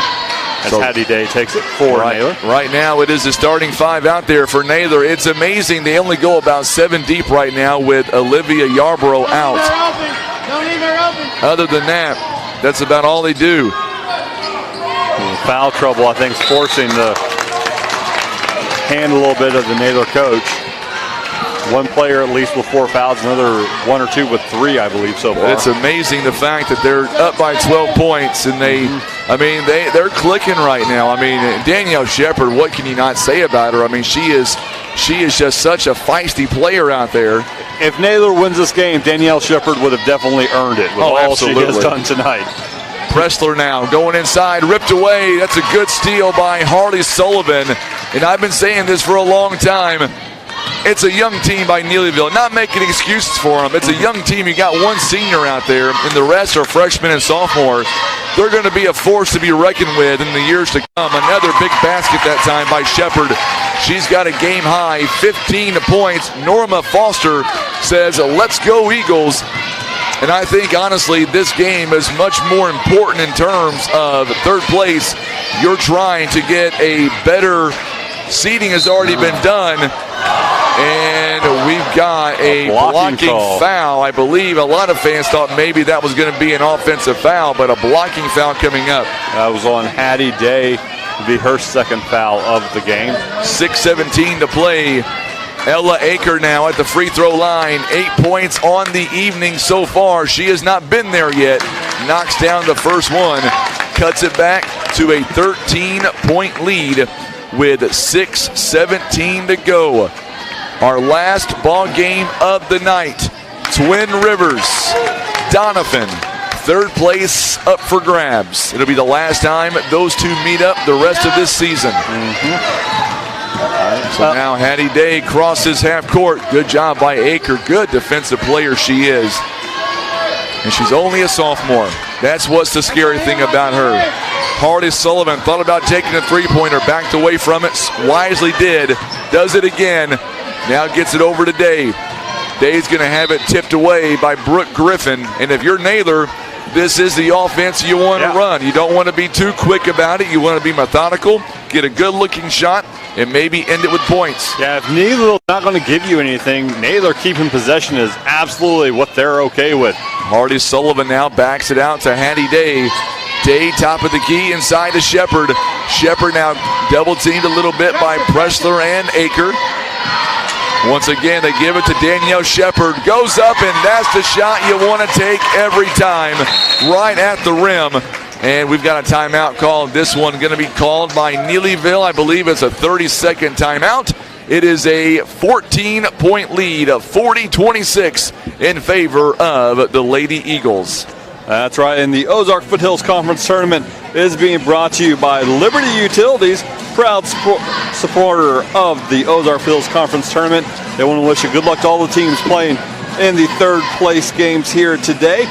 Be sure and check them out. Liberty, sustaining energy and water for life. Also being brought to you by Keith Parker and the Farm Bureau Insurance. Call 573-785-4629 for all your insurance needs. That's Keith Parker at Missouri Farm Bureau Insurance. Also want to thank Air Solutions. Want to kill germs and viruses in the air and on surfaces? Air Solutions has your answer. 573-840-0844. Kellyanne says, my team won first last night, talking about the Donettes, but she says, let's go Tigers, play tough, and win that trophy.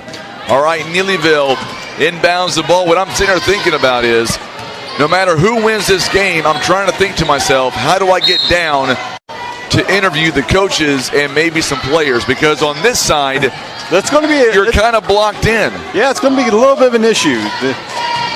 But I will say this. I will say this. The people here on this side, they see me coming. They've been very gracious to move. They know I'm doing something important, I guess. Danielle Shepard, by the way, picks up her 4th foul. That is big. Still with 5:24 left. Aker now at the free throw line that knocks the first one down. Knocks down number 2 as she's got a dozen. This game is yet to be over. Roger Faith is tuning in. Crystal City, Missouri, here tonight on this Saturday evening. And Neelyville just needs to do it one possession at a time. 12 points is not insurmountable in 5 minutes. They got to get some good shots, though, on the offensive side and get some stops on defense. Can't trade basket for basket. Nope. From this point forward. Plus Danielle Shepard going, she was wide open as she cut toward the basket. Good defense, even though it's a foul. It was good defense. And I believe it's on Delaney Dobbins, I believe. Yeah, Neelyville really stepped up the pressure on that possession and was going real well. Hattie Day was able just to split through the 2 defenders and draw the foul. 4:58 remaining, going to the free throw line, trying to extend this lead.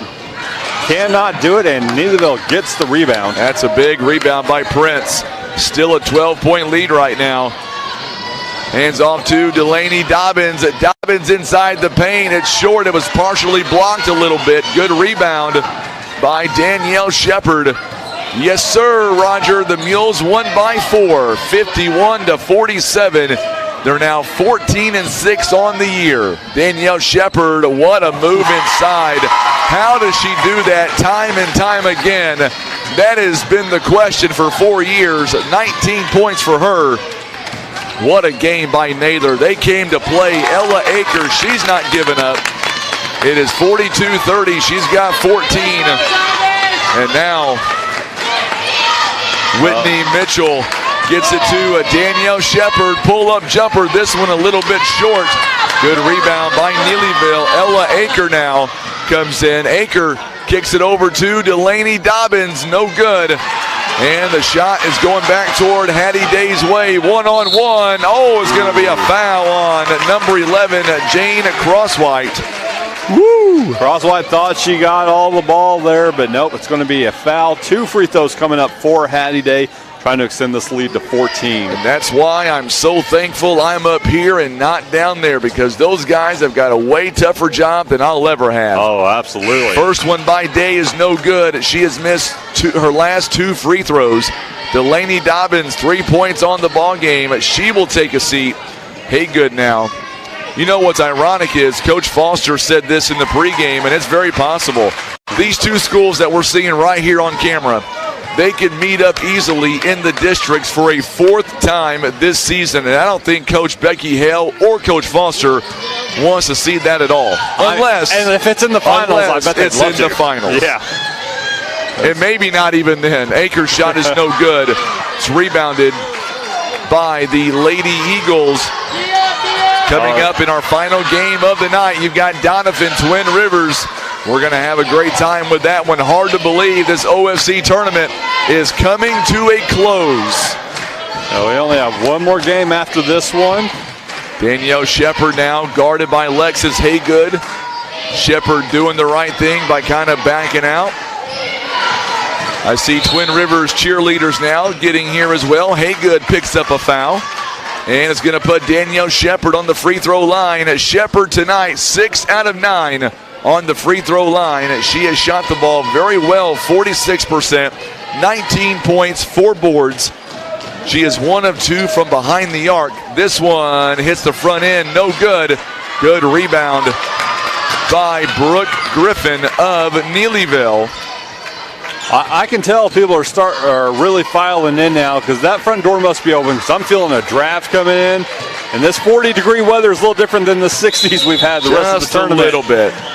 We're going to get a whistle here and a timeout call, and I believe this one's by the Eagles, or it could be the administration turning the air conditioner on. I've seen that happen a time or two before. Full timeout.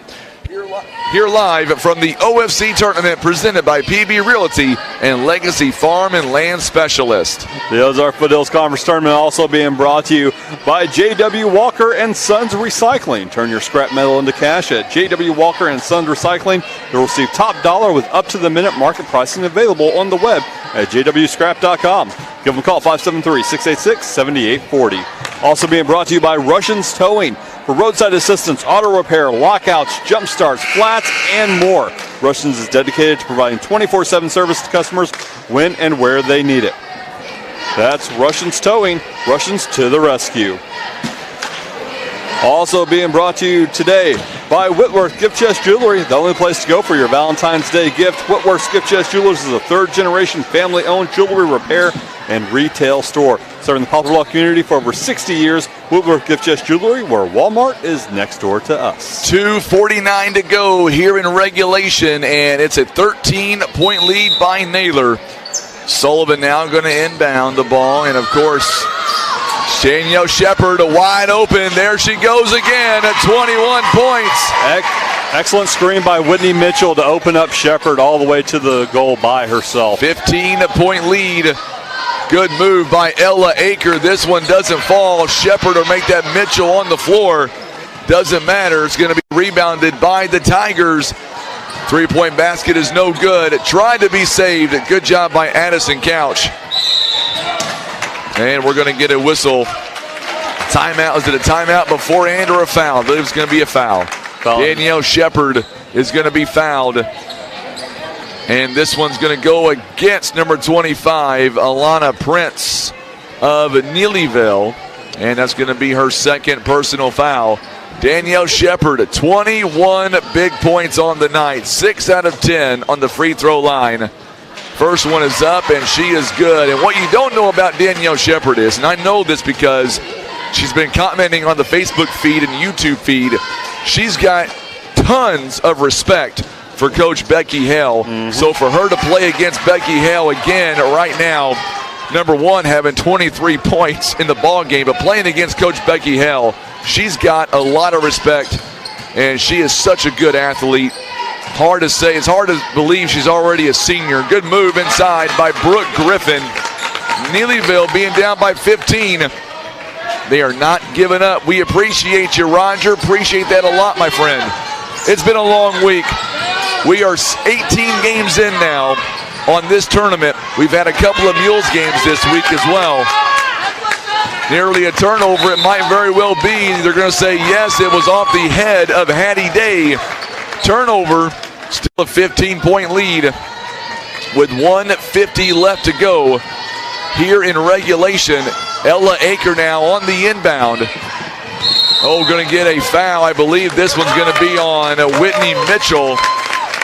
And it'll be 3 fouls on her. That's going to put the Lady Tigers on the free throw line. Addison Couch is going to be going to the free throw line. So Couch now, no points on the afternoon, or on the evening rather so far. We got here, it was the afternoon. She has not been there yet. First one is up and good. Think about this. Right now, the Lady Tigers are down by 14 points. They've missed 7 free throws, 8 out of 15. Naylor, meanwhile, has also missed 8 free throws. So this game could be a lot different if the free throws were met on both sides. As Naylor's going to inbound the ball, they're content. Just going to burn out this clock. Neelyville, though, with the pressure. Good job, and Gracie Green misses the open shot. Oh, that drives a coach nuts. Oh, she went backcourt. Oh, she traveled first. It would have been a backcourt. Yeah, I think it was simultaneous on that. Either way, it was going to be a turnover. So the Lady Tigers now going to get another opportunity to put more points on the board, and now we're going to see Haygood back in the ball game, as well as Jane Crosswhite. So Haygood going to come back in. Hands it off to Ella Aker, and now we're going to get going here in this fourth quarter. Under 90 seconds remaining here in the ball game. It is a 13-point lead. That's a good move by Brooke Griffin. It just wouldn't go down. Does get her own offensive rebound. Here's a three. It's off the mark. It's no good. A good block out and a good rebound by Mitchell. And here comes the Lady Tiger, or make that Lady Eagles now. With about 1 minute to go, got to figure out how I'm going to get down these steps. Got to figure out. I'd like to be able to interview Coach Foster, maybe Danielle Shepard as well. She's got 23 points in this contest, and you know she's got a lot of respect for Neelyville and Coach Becky Hale. And to come in here and take third place, get some momentum going in the districts, you know that makes this entire Naylor team very, very happy. Absolutely. Naylor's just kind of messing with the Neelyville pressure defense. They're not going to be driving in. They're okay with just running out this clock. And now we're going to get a foul here on Haygood, and she fouls Danielle Shepard. Allow Shepard to pad the stats a little bit. 22 and a half seconds remaining. So for those of you watching that are wondering, some are asking, the next Mules broadcast, it will be on video coming up. And that is the 5th, by the way, on Haygood, who just fouls out. Danielle Shepard missing a free throw.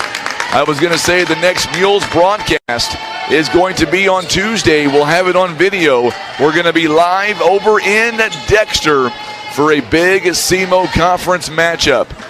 Second free throw coming up by Danielle Shepard. She misses the first. Gets the second, and we're going to get a timeout here. I think we got some subs. Subs coming in now. Delaney Dobbins back in, 48-34 the score, 14-point lead with only 20 seconds. Sean will be taking over in just a moment. I'll have to announce the third place winner. Dobbins' three-point basket is no good. Rebounded by Sullivan, and that should just about do it. Hattie Day, going to get a foul. Not yet. Gracie Green is still working. She took a hard shot. Yeah, Hattie Day had about a little bit. I think the foul's going to good sportsmanship there by Hardy Sullivan trying to pick her up. So 4.3 seconds left, and Hattie Day is going to walk over to the free throw line. She's had a great day as well, 11 points so far in the ball game. She is 6 of 9. A double-double for her.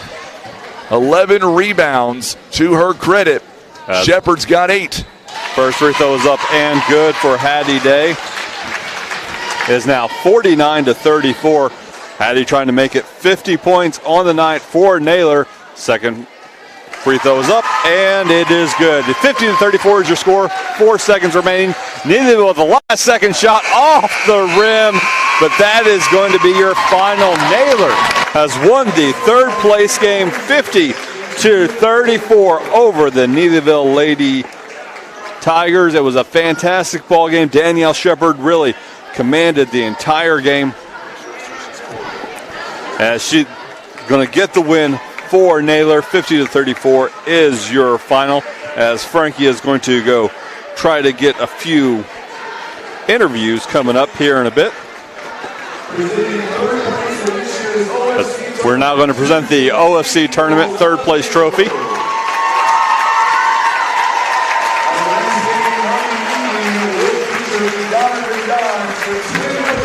Hattie Day and Danielle Shepard took that trophy. And I want to remind everyone before we take a break that the Ozark Foothills Conference Tournament is being brought to you by Cornell Trucking for the past 50 years. Family owned and operated, Cornell Trucking has been your dependable hauling and delivery company. Whether you need dirt, rocks, sand, or everything in between, call the name you know and trust. Cornell Trucking at 967-3958. Also being brought to you by Current River Ford. There are many choices in buying your next vehicle. Experience Current River Ford in Doniphan. They work hard to earn your business, and it never changes after the sale. That's Current River Ford in Donovan. They're saying, let's go Dons and Donettes. Also, a big thank you to Little Bear Kids College. Listen up, factory workers, a daycare that is fit for your hours. That's Little Bears Kids College. They're accepting ages 0 to 12, open 5:30 a.m. to 5:30 p.m. Also, Briggs & Stratton help bringing you the OFC tournament. Go to careers.basco.com. Briggs & Stratton, a proud sponsor of the OFC tournament. We thought Frankie was going to get an interview lined up. I think he is still working on that down on the court. Yeah, it looks like they're going over to the corner, going to do that interview with some of the players from Naylor. Looks like they have Danielle Shepard and Hattie Day sitting down there. We're going to go live now to Frankie Castile with the Naylor Eagles. All right, Sean, we are here live with Coach Logan Foster. First off, Coach, congratulations. You guys in Neelyville, always a big-time battle. You guys got the victory. What does that mean? Not only third place, but going in the district's coming up in about 2 weeks. Yeah, I mean, that's a big game for us winning that game. You know, that's 3 times this year we've beat them. So, you know, that's a big that's confidence for us, no doubt. Is it possible we could see a 4th matchup at some point this year, Coach? Oh, there's no doubt it's possible. I mean, it's likely. It could happen. Something that you want to see in the districts? Well, you don't ever want to play anybody 4 times, but I'm not going to say that I don't want Neelyville to win. I mean, they're right beside us, and I think a whole lot of Becky. So if we play them 4 times, that's great. Absolutely. I'm going to step over here for just a second. And, you know, first off, Hattie Day, double-double here today, Coach, 11 points, 11 rebounds. How big is she for you in this season? Oh, she's been big all year. I mean, defensively, she is huge for us. I mean, she usually guards the other team's best player, the other team's best guard. And today, you know, she stepped up on both ends of the floor today. She played really well. I was going to say she was getting loose ball rebounds when it was a really tight ball game. Going forward, and not just today, but in the districts, how big is she going to be down the stretch? Oh, she's going to be big for us. I mean, you know, these two right here, both of them are big. Hattie playing, you know, Hattie's guarding the other team's best player, and you can't say how much that means to a team, you know. I mean, it's just one of those things that you can't really measure because, I mean, it's huge. It's huge. Do you have bubble wrap to give Danielle Shepard? I mean, how many times did we see her on the floor today diving after balls? I was concerned about that left knee a few times. Yeah, you know, Danielle, she spends a lot of time down there, you know. When she was younger, she would just fall down sometimes. But typically now, though, they've got to knock her down to get her down there. So, you know, that's a step in the right direction. Obviously, when she goes, the whole team goes. 23 points. What does she mean to this program?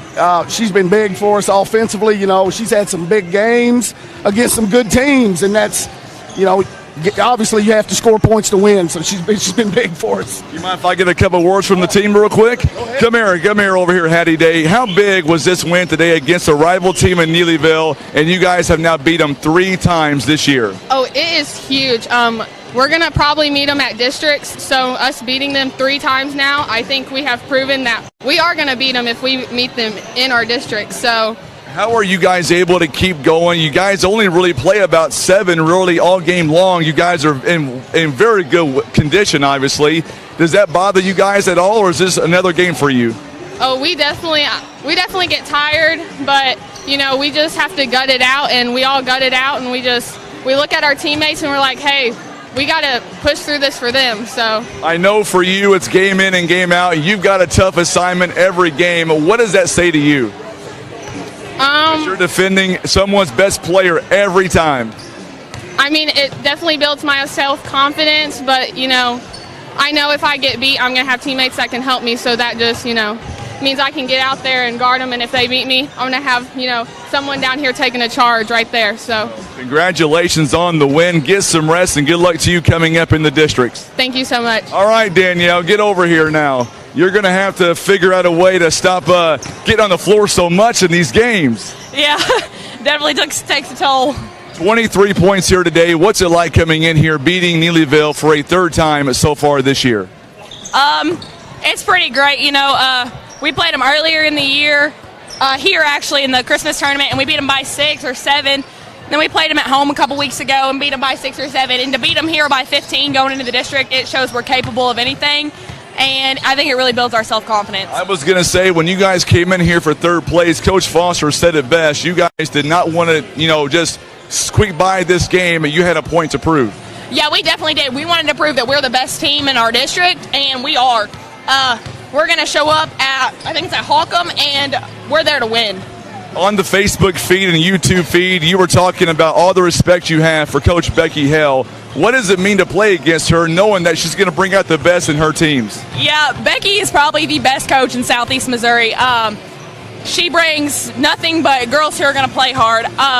To play against her, you know they're coming ready to play, they're coming after you, and they're going to knock down some big shots when it needs to be done.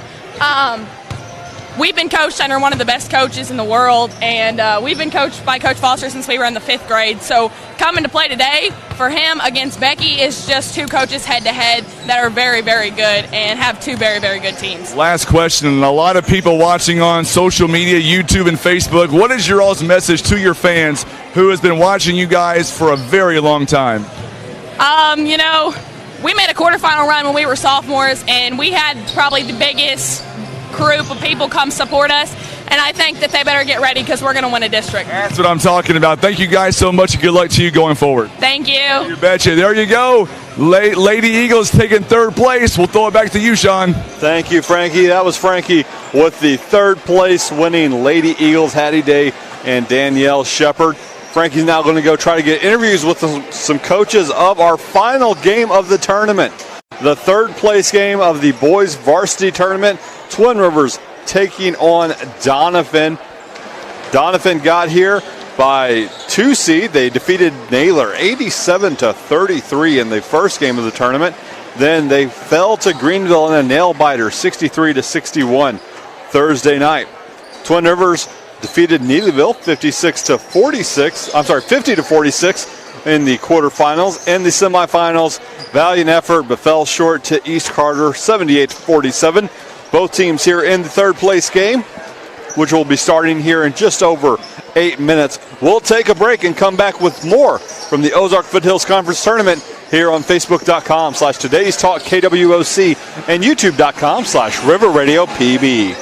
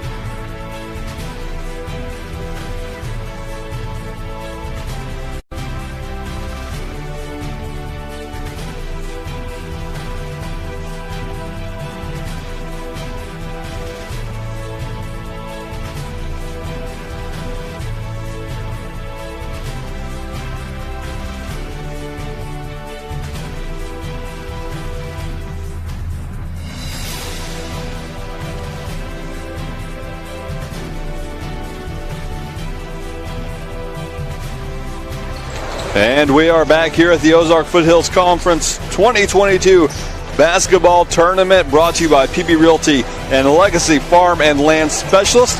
With over 45 agents and 4 locations, 2 in Poplar Bluff, 1 in Donovan, 1 in Piedmont. They are here to help you buy or sell with ease. That's residential, farm, or hunting land, recreational or commercial property, whatever you're looking for, they're here to help you make the right decision. Call PB Realty today at 573-785 7,600.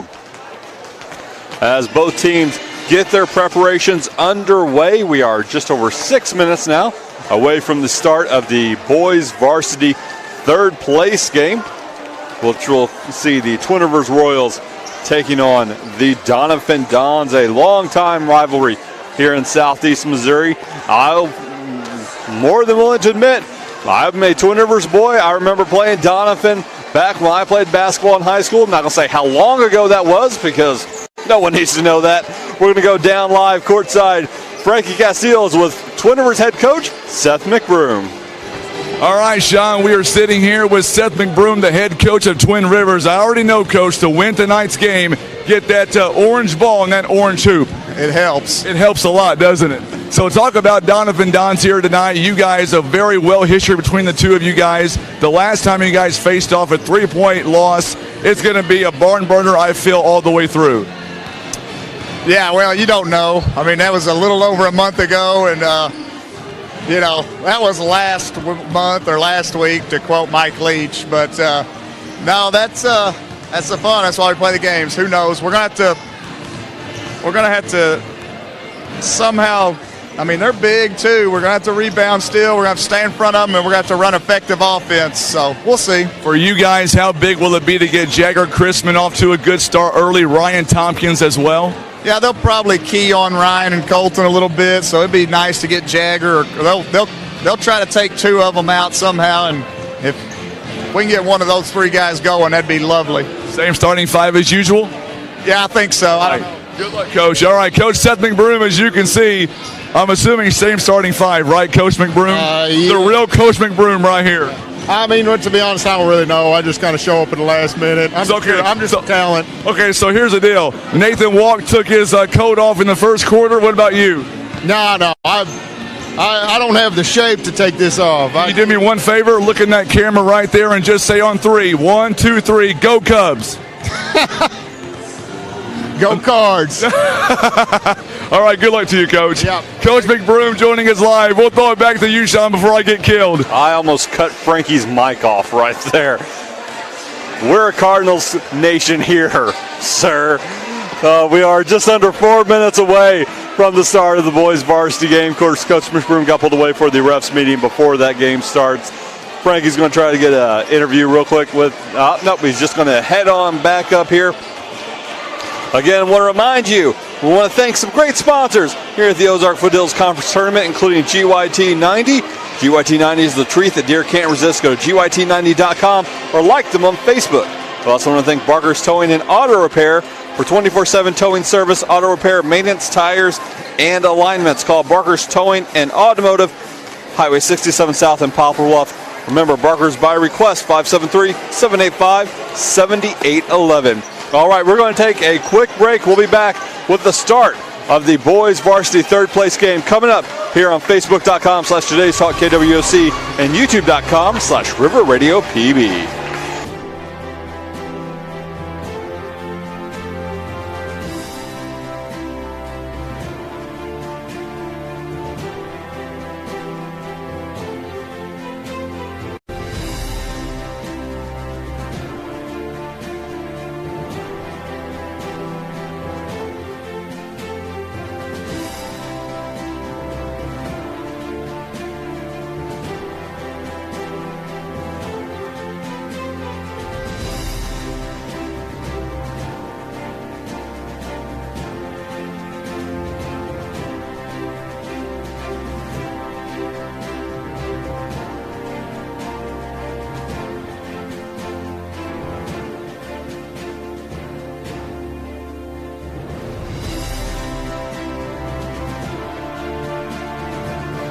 All right, 3 minutes now. It is time to get ready for the final game of the 2022 OFC tournament, and we have had a blast bringing you all of these games.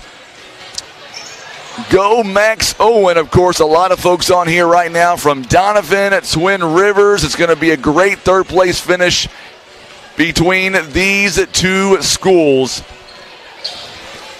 Doniphan, they've got a lot of size, and we saw them the other night They went wire to wire on Thursday against the Greenville Bears. And I know there was a lot of disappointment on their end, but my goodness, what an opportunity Twin Rivers has in this game. And it's not going to be nearly as confusing here in this ball game because Twin Rivers, they're wearing their home white jerseys. You like to see that if you're in the same gym as them anyway, because as the announcer, apparently I've gotten the introductions wrong 2 straight times. I should have introduced Naylor last game, but they're sitting in the visitor spot, so I was all confused. But anyways, so here we go. Here in about 2.5 minutes, our starters here tonight are going to be the same for Donovan, Tristan Bryant, Ethan Jones, Nolan Zerwanka, Max Owen, Cam Barton. For Twin Rivers, you've got Jagger Chrisman, Colton Hargraves, Jake Hester, Ryan Tompkins, as well as Joden Kirkman. By the way, we had a great opportunity to interview the players here from Naylor, talking about Hattie Day and Danielle Shepard, 2 class acts. Love having these kids on the air. Man, you can tell how much they appreciate the fact that they're getting any kind of airtime. They're always welcome on my program, this program. It's all about the kids, the coaches. Maybe not Seth McBroom, though, because his answer sometimes is just, I tried to beat him at his own game, and I don't think he was ready for that. I think I may have got him on that. Yeah, I think he looked a little kind of like he was searching for an answer there. He was searching, and then I tried to get Cade on, and I mean, it always, Cade's even worse. It always goes south when I have Cade on, for sure. All right, so coming up, we're going to have the starting lineups here in just a moment. I'll let Sean take over until I get back from the lineups. It is time for the 3rd place game here at the 2022 Ozark Foothills Conference Varsity Basketball Tournament, brought to you by PB Realty and Legacy Farm and Land Specialist.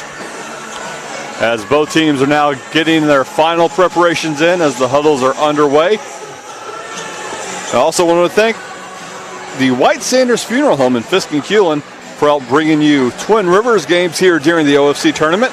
White Sanders Funeral Home they're committed to providing personalized service for all families with compassion, dignity, and respect. Jim and Kathy are proud to be a supporter of the community and the Twin Rivers Royals. They're saying, let's go Royals.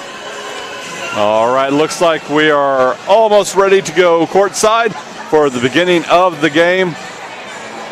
Waiting on that final approval as both teams kind of discussing. And there we go. Let's go courtside.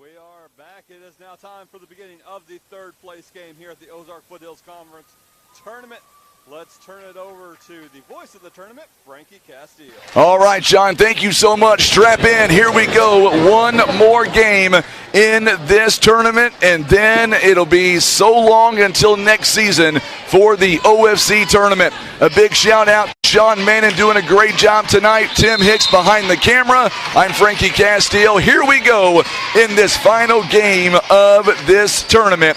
And it's going to be controlled by the Donovan Dons wearing their black jerseys, go trim, go numbering. And the Twin Rivers Royals are wearing their home whites with the blue trim and numbers. And Jagger Chrisman already with a quick steal. Good start by Twin Rivers.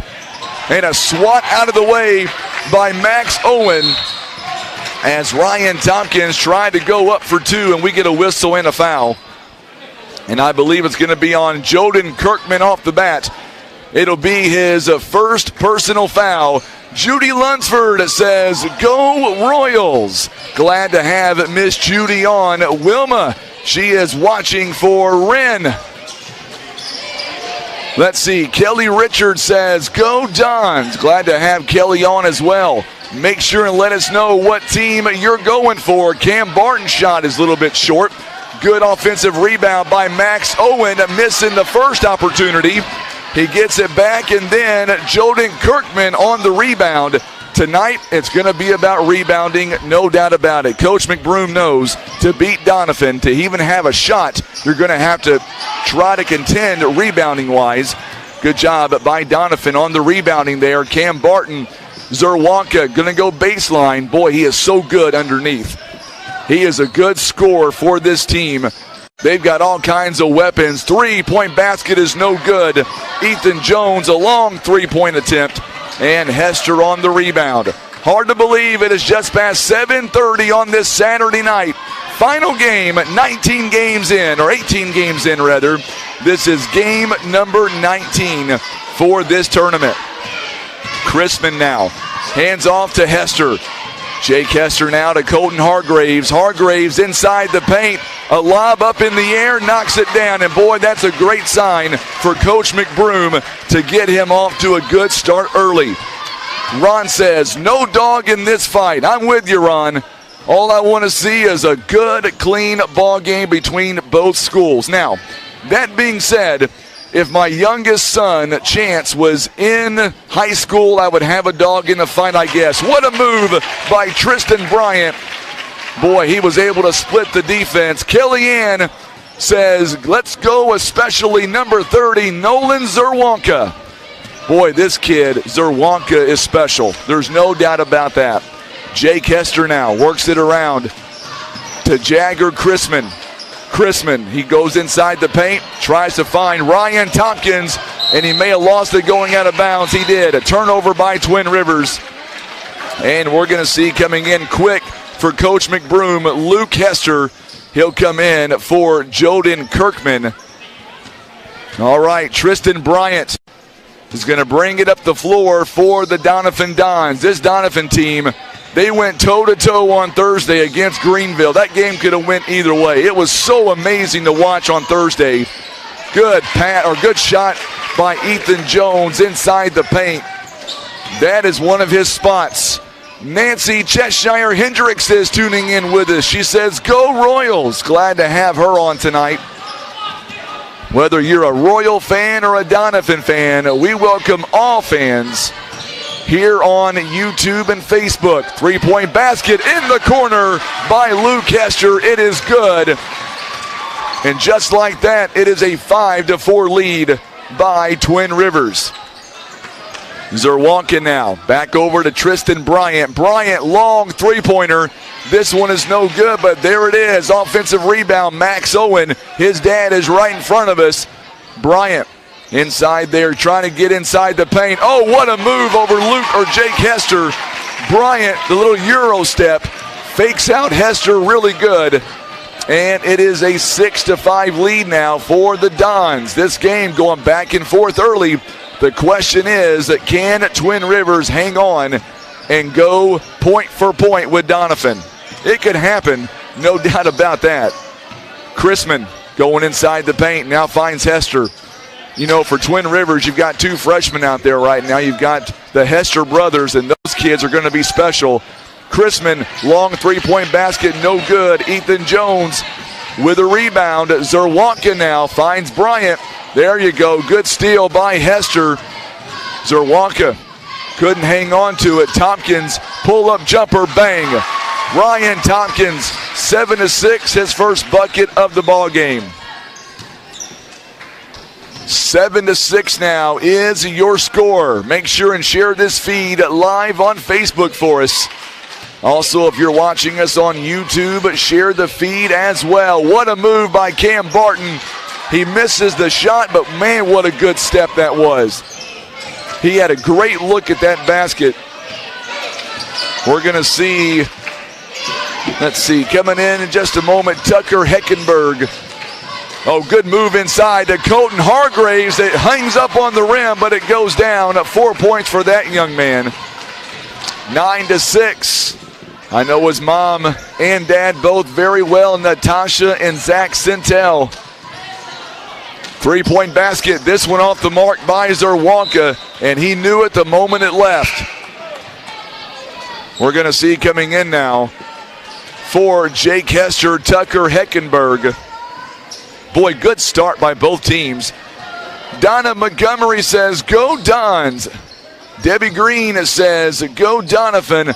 Like them all, but she's partial to Cam Barton. I like that comment. Likes them all, but letting us know just a little bit who she's rooting for more than the others, I guess. Glad to have you alongside, Debbie.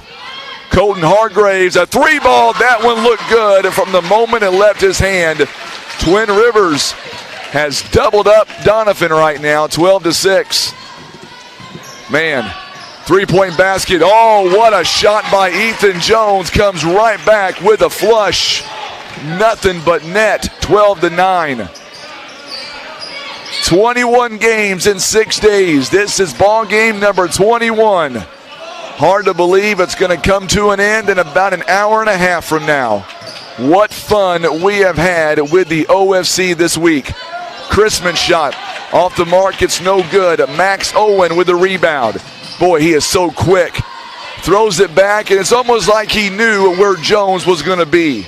3-point basket. It looks good. Oh, I thought it was going to go in. Hit the front end. Colton Hargraves comes away with the rebound. Back out to Ryan Tompkins. He's got 2 points in the ball game so far. Chrisman has it taken away by Bryant. That was actually going to be Ryan Tompkins, rather. And we're going to get a foul coming up. 2 shots for Tristan Bryant. I sure hope that you guys have enjoyed these broadcasts as much as we've enjoyed bringing them to you. A lot of hard work this week has went into this, and we just hope that you enjoy everything you're seeing as Bryant gets the point.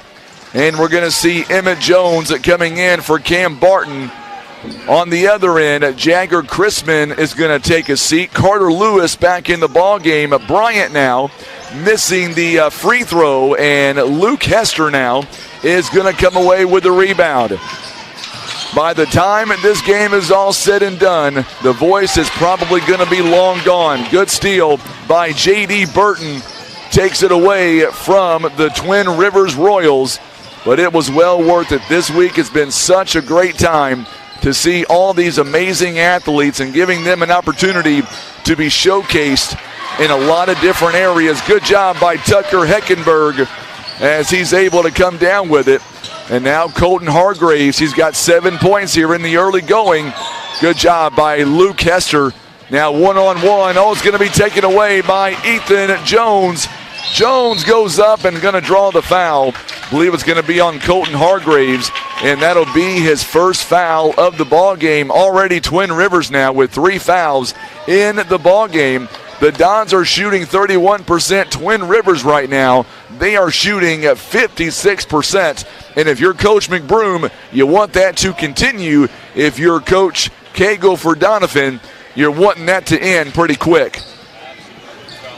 You got to turn that mic on and turn it up. There you go. Yeah, there it goes. I didn't realize it got turned down at some point.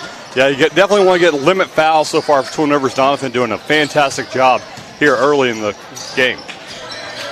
3-point basket by Bryant, no good, but there's the offensive rebound by Max Owen. Miss Judy, thank you so much for that kind compliment. We appreciate you as well, more than you know. 3-point basket, it looked good on the release. Jake Hester could not get the shot to go down at the end of one quarter. It is a 12-12 tie. Coming back with the second quarter in just a moment. You are watching the Ozark Foothills Conference Tournament, brought to you by PB Realty and Legacy Farm and Land Specialist. Also being brought to you by Countryside Chevrolet in Doniphan, carrying on the family tradition, a full-service auto dealership. They have a vehicle for you. Check them out online or stop by and check them out and see them. They're saying, let's go Dons and Donettes at Countryside Chevrolet. Also being brought to you by Twisted Arrow. Twisted Arrow has your full line of archery equipment. Just call 573-785-6914. Tournament also being brought to you by Stan Bader Wood Truss for residential and commercial and all types of wood trusses. Stan Bader has been building wood trusses for over 47 years. Call them at 573-328-4150. Coming up now as we begin the second quarter. By the way, I don't want to leave out Tim Hicks. He has been behind this beam all week long, and I have no idea what he's doing over there. I don't know if he's sleeping on us, if he's on autopilot, but man, Tim has done a great job with all the conditions that we've had to deal with. So a big thank you to Tim Hicks, the best in the business when it comes to all of our camera production.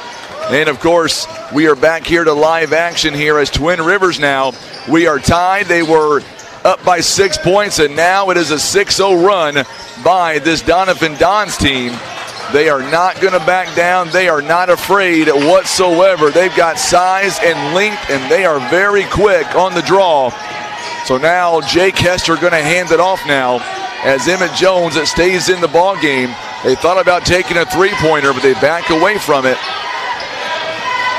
Don't see Cam Barton. He's still on the bench for the time being. J.D. Burton still in the ball game. And what a move by Colton Hargraves. Oh, my goodness. He goes up and, of course, gets the shot to fall. He's got 9 points, and there's no doubt about it. In the first 9 minutes of this ball game, Colton Hargraves is on. He's got 9 points. First foul by Doniphan on J.D. Burton. 9 of the 14 points for Twin Rivers by Hargraves. He is going to step to the free throw line for his first and only free throw. It goes around the rim and out. Doniphan coming down with a full head of steam, down by 2. And that's one thing, if you're Twin Rivers, you got to be able to do is knock down the free throws if you get the opportunity. Burton now going inside. Good move. Tries to find Bryant. They do find Bryant. He gets away from one defender, able to go in and score. He's got 7 as well. It's tied again at 14 apiece. Twin Rivers has led by as many as 6. That lead has dwindled, and now we are tied at 14.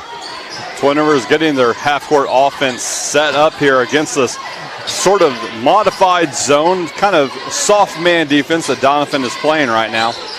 As I was interviewing Cade McBroom earlier, somebody sent me a text and said I just about got him in the doghouse. They thought he was going to say he was a Cubs fan. I'm pretty sure that was not going to happen. No. Burton comes down a full head of steam. Ethan Jones for 3. It is off the front end. Kirkman going up. What a rebound by Kirkman. And if the Twin Rivers Royals are going to win this game, they're going to have to rebound just like they just did. Kirkman is playing like he's 6'5". He is one of the seniors on this team, one of the only 2 seniors. By the way, senior night is Monday for these Royals. They're going to take on Clearwater. I'll be doing the PA, I believe, and the announcements. What a move by Chrisman. Wide open. Nobody blocks out. First 2 of the game. Good move inside by Ethan Jones. Goes back up and will score it. He is so hard to block out. How do you block out a guy of his magnitude? Long pass to Jordan Kirkman. Oh, he lost it off his leg. Somehow able to regain it, and a quick jumper by Jake Hester is no good. Max Owen using the size. A steal by Colton Hargraves. Oh, what a move to Jagger Chrisman. And now we're going to get a whistle and a timeout called. Boy, what about that play on YouTube and Facebook? What a move by Colton Hargraves to Jagger Chrisman. You got to be kidding me. Absolutely fantastic play on the 2-on-1 break. for the Royals. All right, with a quick timeout, let's let you know that the Ozark Foothills Conference Tournament is being brought to you by First Choice Insurance. Their family protects your family. Regardless of your insurance needs, they can help. That's First Choice Insurance.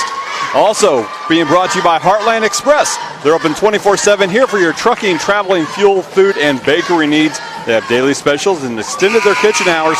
Go to Heartland Express at 4155 South Westwood Boulevard in Poplar Bluff, or give them a call, 573-778-0772. Going back to that last play there by Colton Hargraves, I mean, he is on tonight. 4 points by Chrisman, 9 by Hargraves, but the biggest thing right now for Twin Rivers, they are shooting a whopping 53% right now. Donovan shooting 37%. However, I will tell you, they're out-rebounding Twin Rivers right now, 11-7. Twin Rivers 0 when it comes to offensive rebounds. Donovan already with 5 turnovers right now. The Royals have 4, Donovan only with 3. So now it looks like we are back to the original starting 5 right now for the Donovan Dons. And we'll see if that's going to make a difference as Zerwanka back in the ballgame. And it looks like we are back to the same starting 5 for Twin Rivers. Going down low to Barton. What a move by Cam Barton. How do you defend that?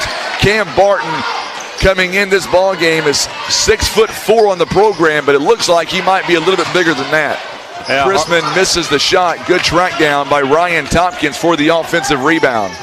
As Twin Rivers trying to respond quickly with a quick shot there on the block, unable to go down. Donovan now coming back down the court. Another big rebound by the Dons, and Zerwanka now back to Bryant. Thought about taking a three-point shot. Goes inside to Cam Barton.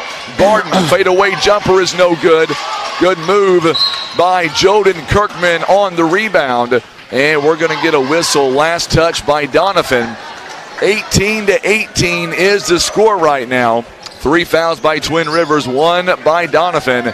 4:28 and counting. Hargraves, he's got 9 points. He leads everybody right now, but hot on his heels is Tristan Bryant and Ethan Jones. They've got 7 apiece. Hargraves calling for the ball.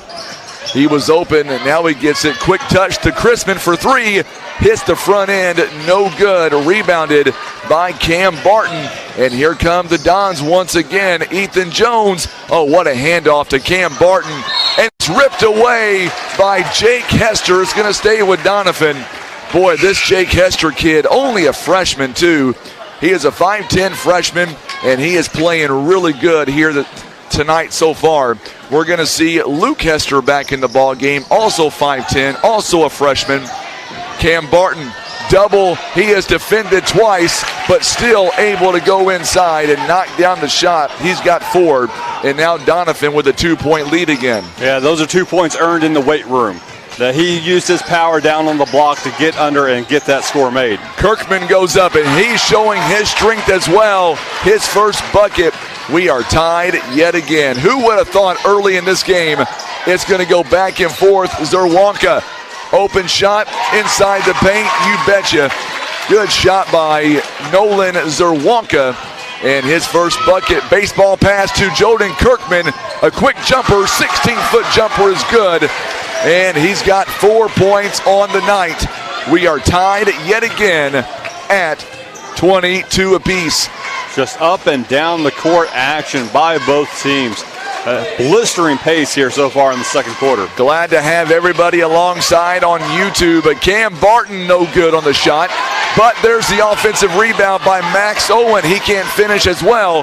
Colton Hargraves, a little bit too long of a pass. Turnover there by Twin Rivers. A lot of folks on YouTube right now going for the Dons and Twin Rivers. Max Owen is a stud. He plays like one, no doubt. He is really good.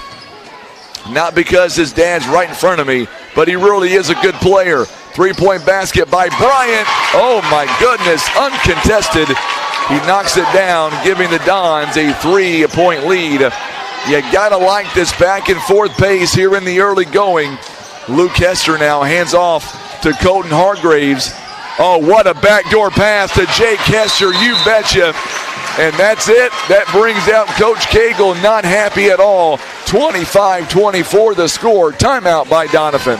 And this timeout, we're going to let you know about a few of the sponsors helping bring you the OFC tournament. J Blue Trucking is hiring Class A drivers for local, regional, or long-haul trucking. Join the J Blue team today. Apply online at jbluetrucking.com or call 718-4946. Also being brought to you by Birdsong Auction and Real Estate Group, with over 30 years of experience and conducting over 1,500 auctions live and online. Birdsong specializes in commercial, industrial, and real estate. Give them a call, 573-429-7069. Proud supporter of the OFC tournament. 2:18 to go here in the first half of play. 25-24 the score. What a ball game here. What a way to end this amazing ride it's been this week with the OFC tournament. And, of course, the Donovan Dons right now, they are shooting very well, 2 of 9 behind the arc, but 42% overall. Twin Rivers, they are shooting 52%. Zerwanka now, good backdoor pass to Cam Barton. Barton has it stripped away by Joden Kirkman. Boy, what a move there by Kirkman, able to take the ball away from the big man down low. Colton Hargrave's shot a little too strong that time. Ethan Jones on the rebound. Jones coast to coast. Count it, and the foul. He's got 9 points in the ball game.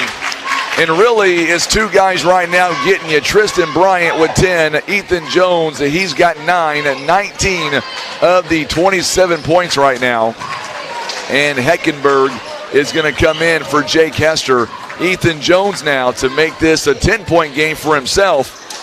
Coming in now, we're going to see Zerwanka taking a seat. Also coming out is going to be the big man, Cam Barton, Emmett Jones, and J.D. Burton going to come in.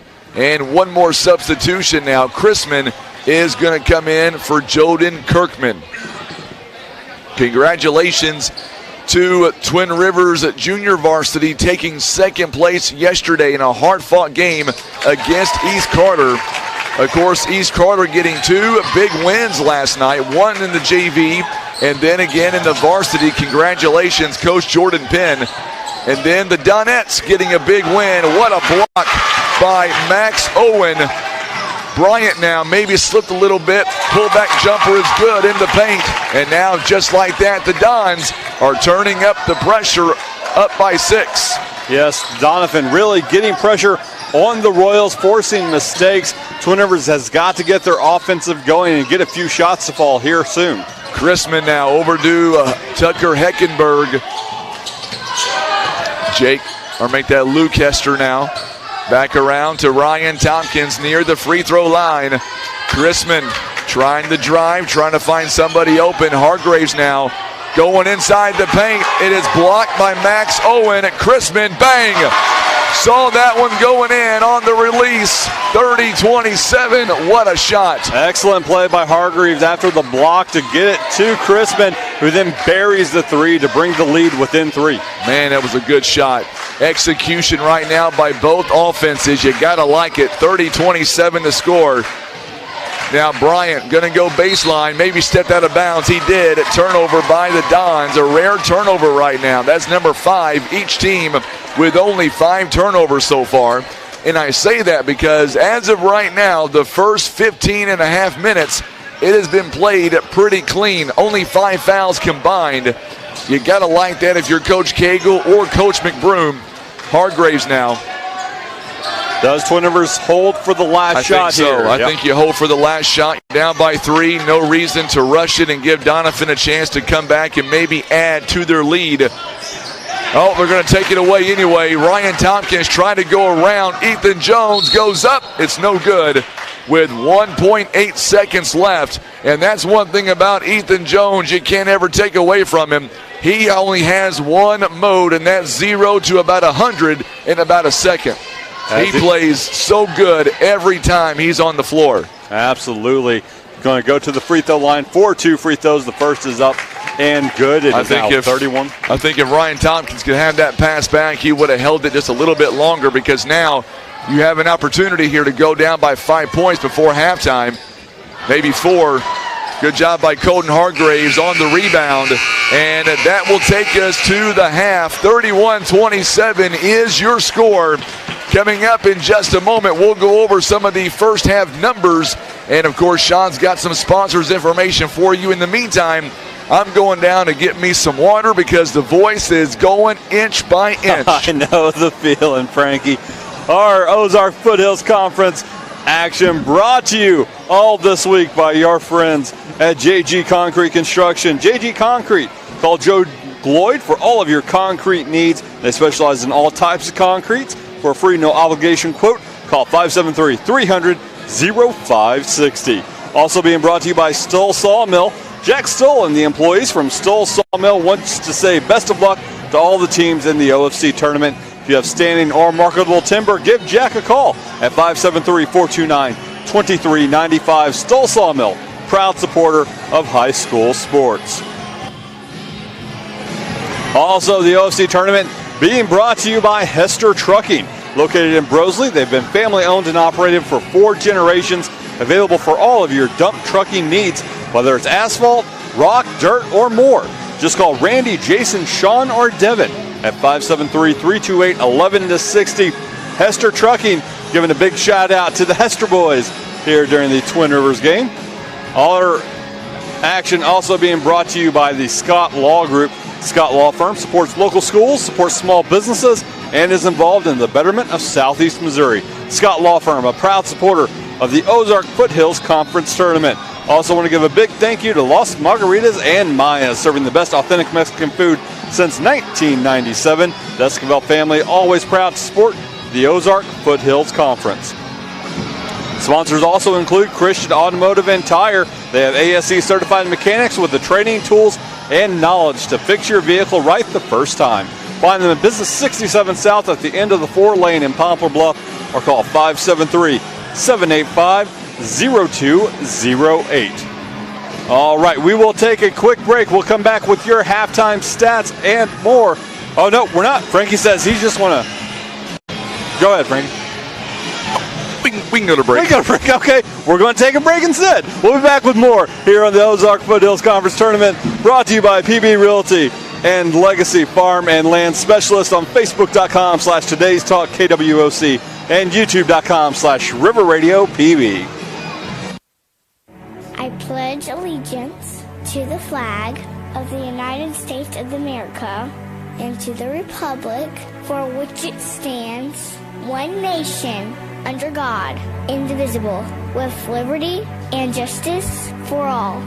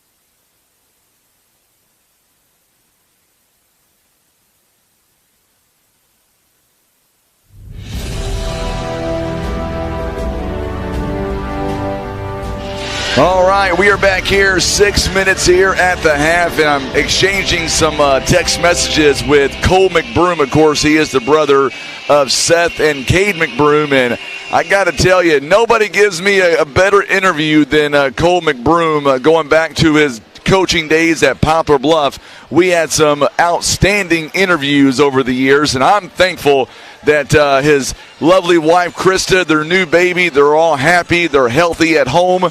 And I know if the youngster would have waited one more week, I could have probably got Cole up here to give me some in-depth analysis about why he might be the favorite McBroom or the most loved McBroom or something of those effects. But we're just glad that mama and baby are doing happy and healthy, and we wish all the best to that new family there. The new baby brings you closer together. Yeah, absolutely. Until it's time to go to bed. Yeah, then he's going to get you close together because you're going to be arguing over who's going to go take care of the baby at 3 o'clock in the morning. I got to tell you, Cole, something tells me that youngster just might wind up to be a Cubby fan. I know you don't want to hear that, but it's possible. I told people that I could have cut off your mic whenever you were doing that. I'm just saying. I'm just telling you. But here we go at 4:45 here at halftime, and Donovan right now shooting 46%. They're 2 of 9 from behind the arc and 3 of 5 on the free throw line. They've out-rebounded 15-11.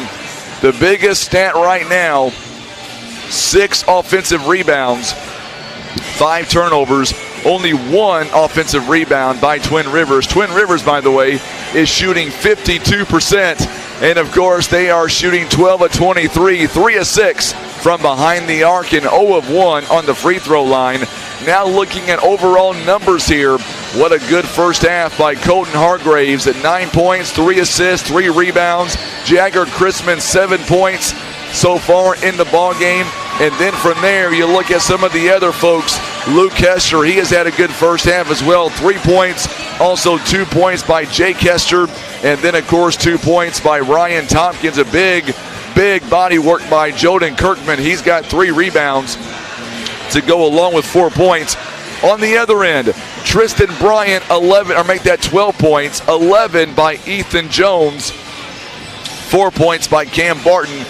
And the biggest surprise to me, anyway, to my mind, is 2 points right now between Nolan Zerwanka and then 2 points by Max Owen. However, he's already got 8 rebounds here in the first half, and that is your scoring right now between both teams.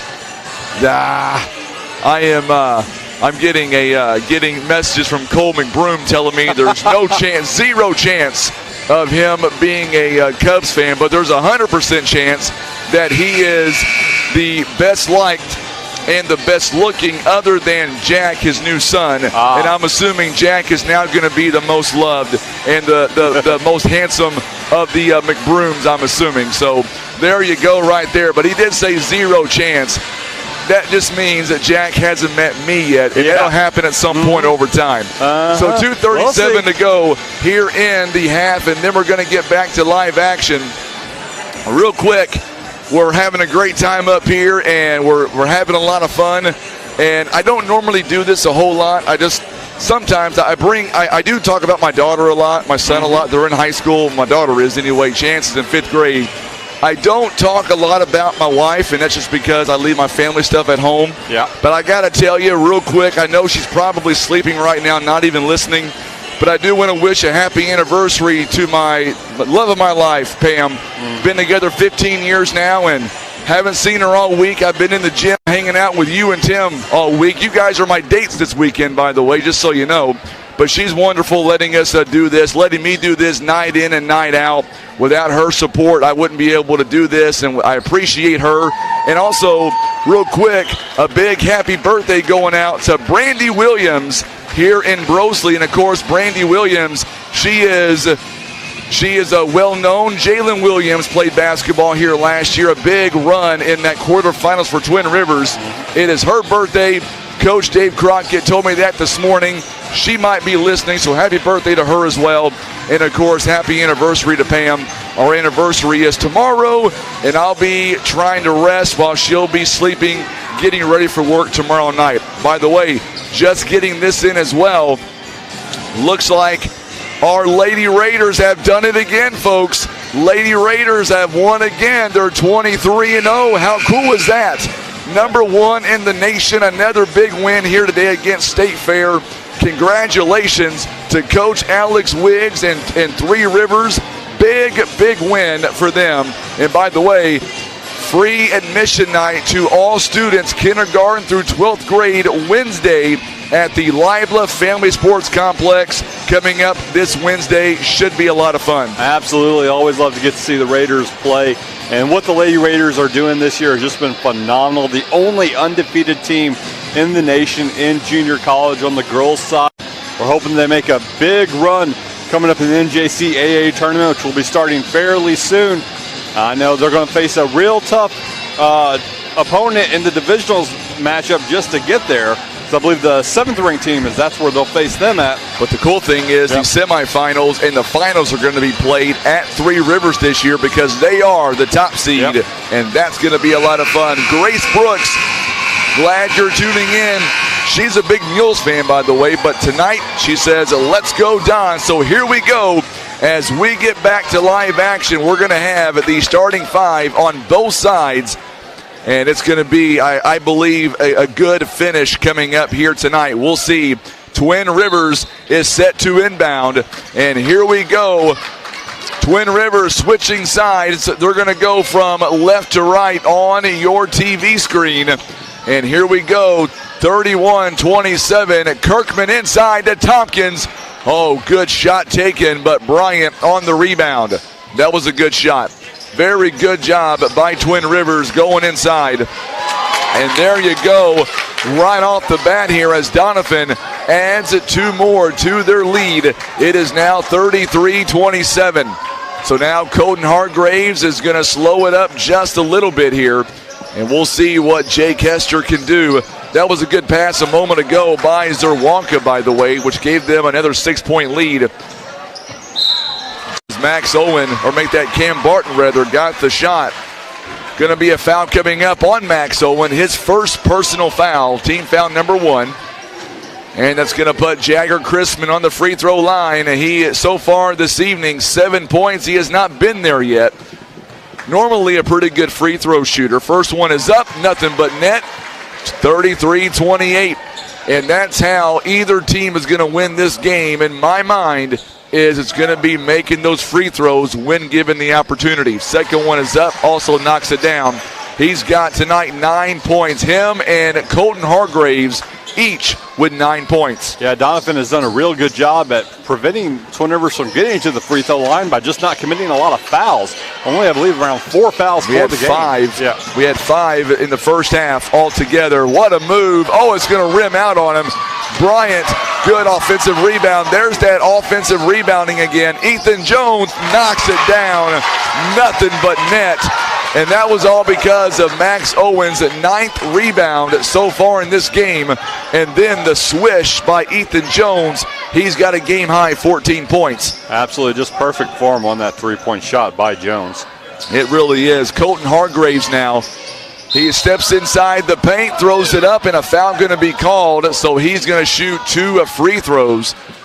Good job by Colton Hargraves. I feel like he is being more aggressive in this game, and it's really giving Twin Rivers a chance here. It'll be a foul on number 14, Ethan Jones. So now Colton Hargraves is going to have a chance for 2 free throws. He is 0 of 1 tonight so far. First one, knocks it down. You think Tim would get mad if I took that camera and just knocked it off the beam? There's only one way to find out. Tim, are you listening over there, buddy? No, he gave me a thumbs up on that. Why would you give me a thumbs up for? The free throw is off. Good job by Ryan Tompkins on the offensive rebound. Colton Hargraves could not get the shot to go down, but that lengthy rebounding. Max Owen for 3, it's no good. Colton Hargraves on the rebound in the lane. What a shot by Colton Hargraves. He's got a dozen. It is back to a 4-point lead.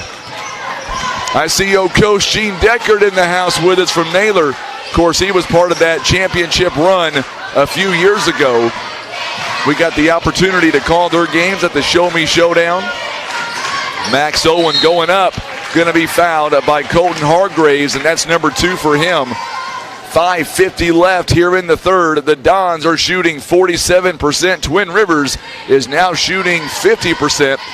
Scott Goins is on here, says, let's go Dons. Glad to have you alongside, my friend. First one is up, and it's no good by Max Owen. Oh, I didn't know that. Glad you shared that. Grace is a Poplar Bluff alumni. I knew that, but she is a Doniphan teacher now. Of course, we love all of our teachers, of course. You guys have been rock stars as Max Owen misses the free throw.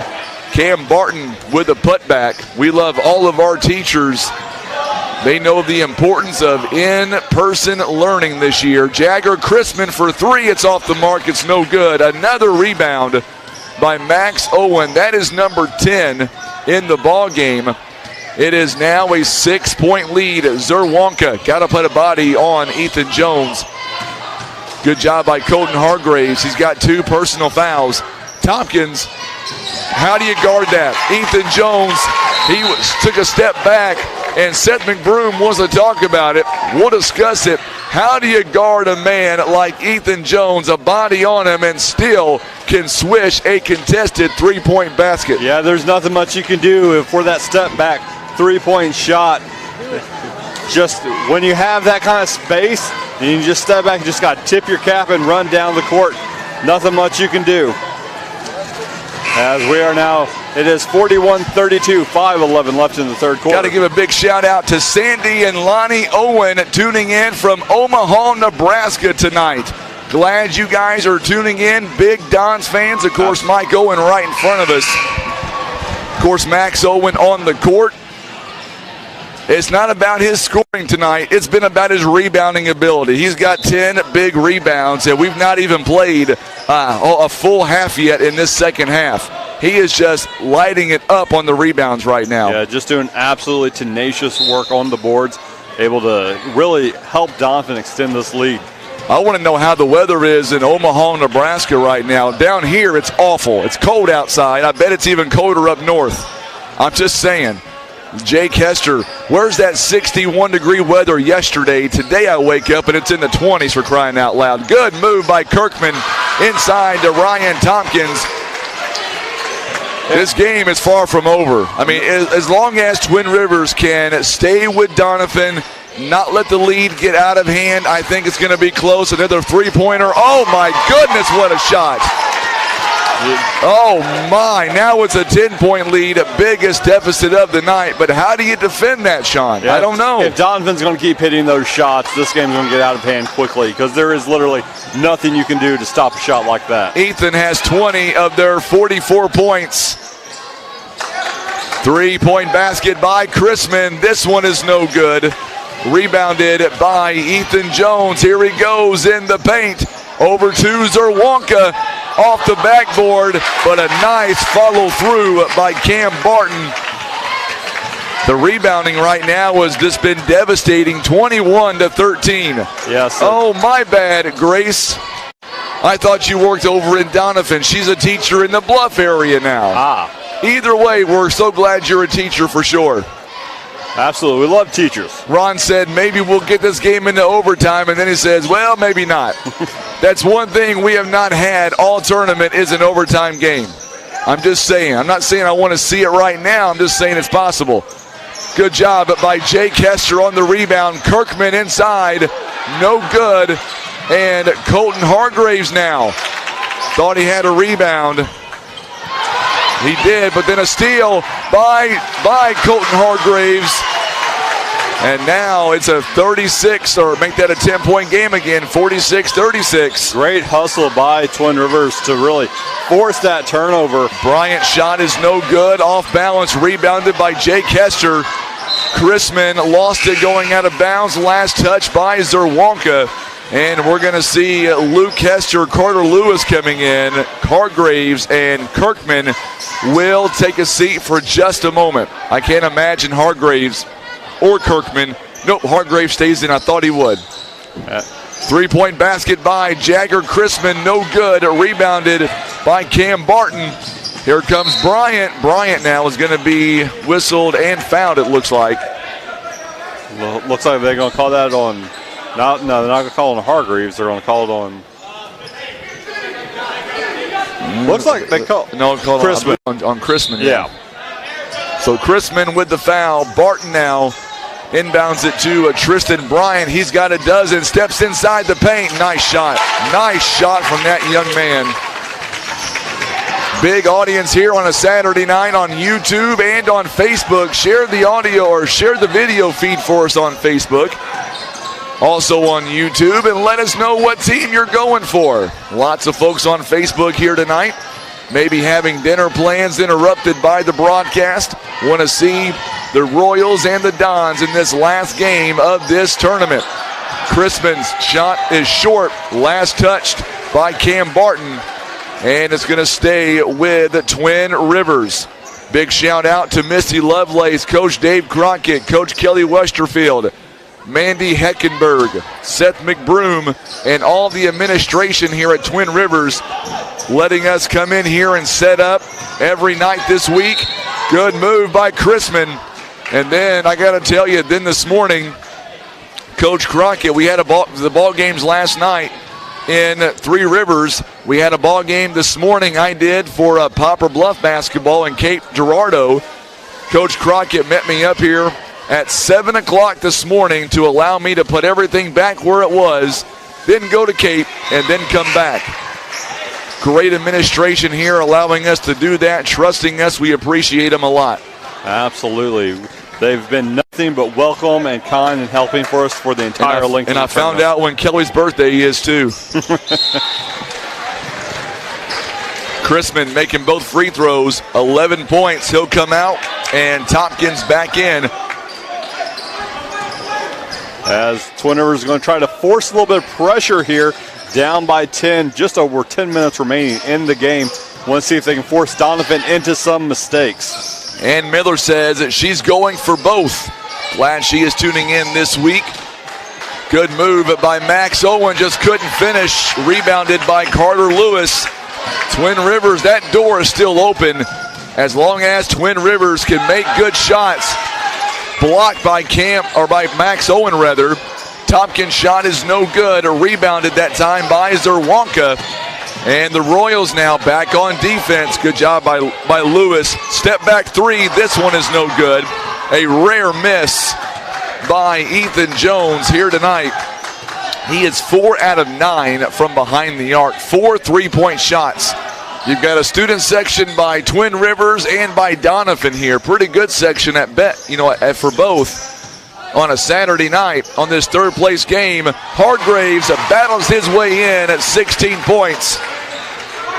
I bet mom and dad are real proud of Hargraves right now. It is back to an 8-point lead. So now Cam Barton now. I think he stepped out of bounds, or is the timeout first? Timeout called by the Donovan Dons. He'll take a 30-second break. And if I'm correct, Joanne is still watching, or Joanne rather is still watching. Glad you are. Did you say that if the Royals come back and win this game, everybody watching gets free Lost Moss courtesy of Sean Mannon? Is that what you said? I don't remember me saying Wait a minute. Hold up. Tim, is that what he said, Tim? Give me thumbs up over there. I think he's ignoring me. Oh, there's a thumbs up. See, you're 0 for 2. Everyone has my invitation to go to Lost Moss for some fantastic food. Oh, okay. I thought you said it was free Lost Moss and Maya's if Twin Rivers comes back and wins. My bad. As much as I would like to see Twin Rivers come back and win, that might cause me to have to run for the hills. Clay Barton tuning in tonight from Dallas, Texas. He says, let's go Dons. Terry Hackworth is also watching from West Plains, Missouri. He says, let's go Dons. So the Dons now going to inbound. Good. And he throws it across the court. Oh, good job. Good hustle by Cam Barton. He tried to save it. He tried to use those long arms. His wingspan is probably, what would you think on his wingspan? He's got a huge wingspan, but he still couldn't save it, but still. I would guess super long. Yeah, absolutely. Is that going to be guess A or B? 8 points difference here between the two. Twin Rivers, Aaron says, come on Dons. And Missy Jackson says, let's go Royals.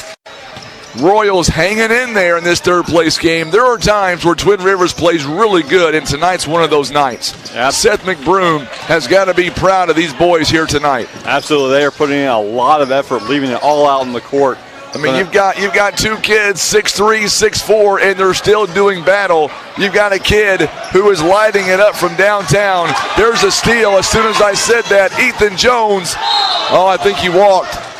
Yes, he did. He got the steal. Coach Cagle thought maybe it was going to be a foul beforehand. Yeah, I think Coach Cagle was saying that Jones got a little bit of Hargreaves' hip and was wanting a foul called for that, but the referees disagreed. 10 seconds, here come the Royals. Royals here, big possession if they put points on the board. Heckenberg for three. A little bit short offensive rebound, though, by Colton Hargreaves, and he is going to be fouled, I believe, by Zerwanka. It is going to be on Zerwanka with 1.7 seconds left. Fourth foul of the half for the Dons. Colton Hargreaves has a chance to get this lead to 6 with just 1.7 seconds remaining here in the third quarter. Suzanne McGowan says, let's go Royals. My good buddy Travis Huddleston says, keep battling Royals. 1.7 seconds left. 8-point lead. First free throw, money.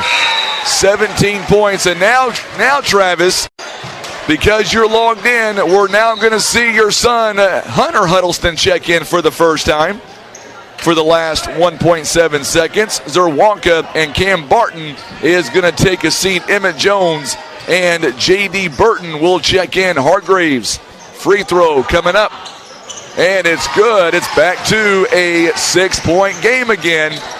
Max Owen at the buzzer, and not going to fall at the end of three quarters. Oh boy, 48-42. Something tells me this next quarter is going to be special. Come on back, live from the OFC tournament presented by PB Realty and Legacy Farm and Land Specialists. Yes, we want to thank some of our great sponsors allowing us to bring the OFC tournament this year, including Baldwin Ford Lincoln Toyota. Why do you want to shop at Baldwin Ford Lincoln Toyota? Well, I'll tell you why. Because of selection, low payments, guaranteed credit acceptance, and the lifetime warranty.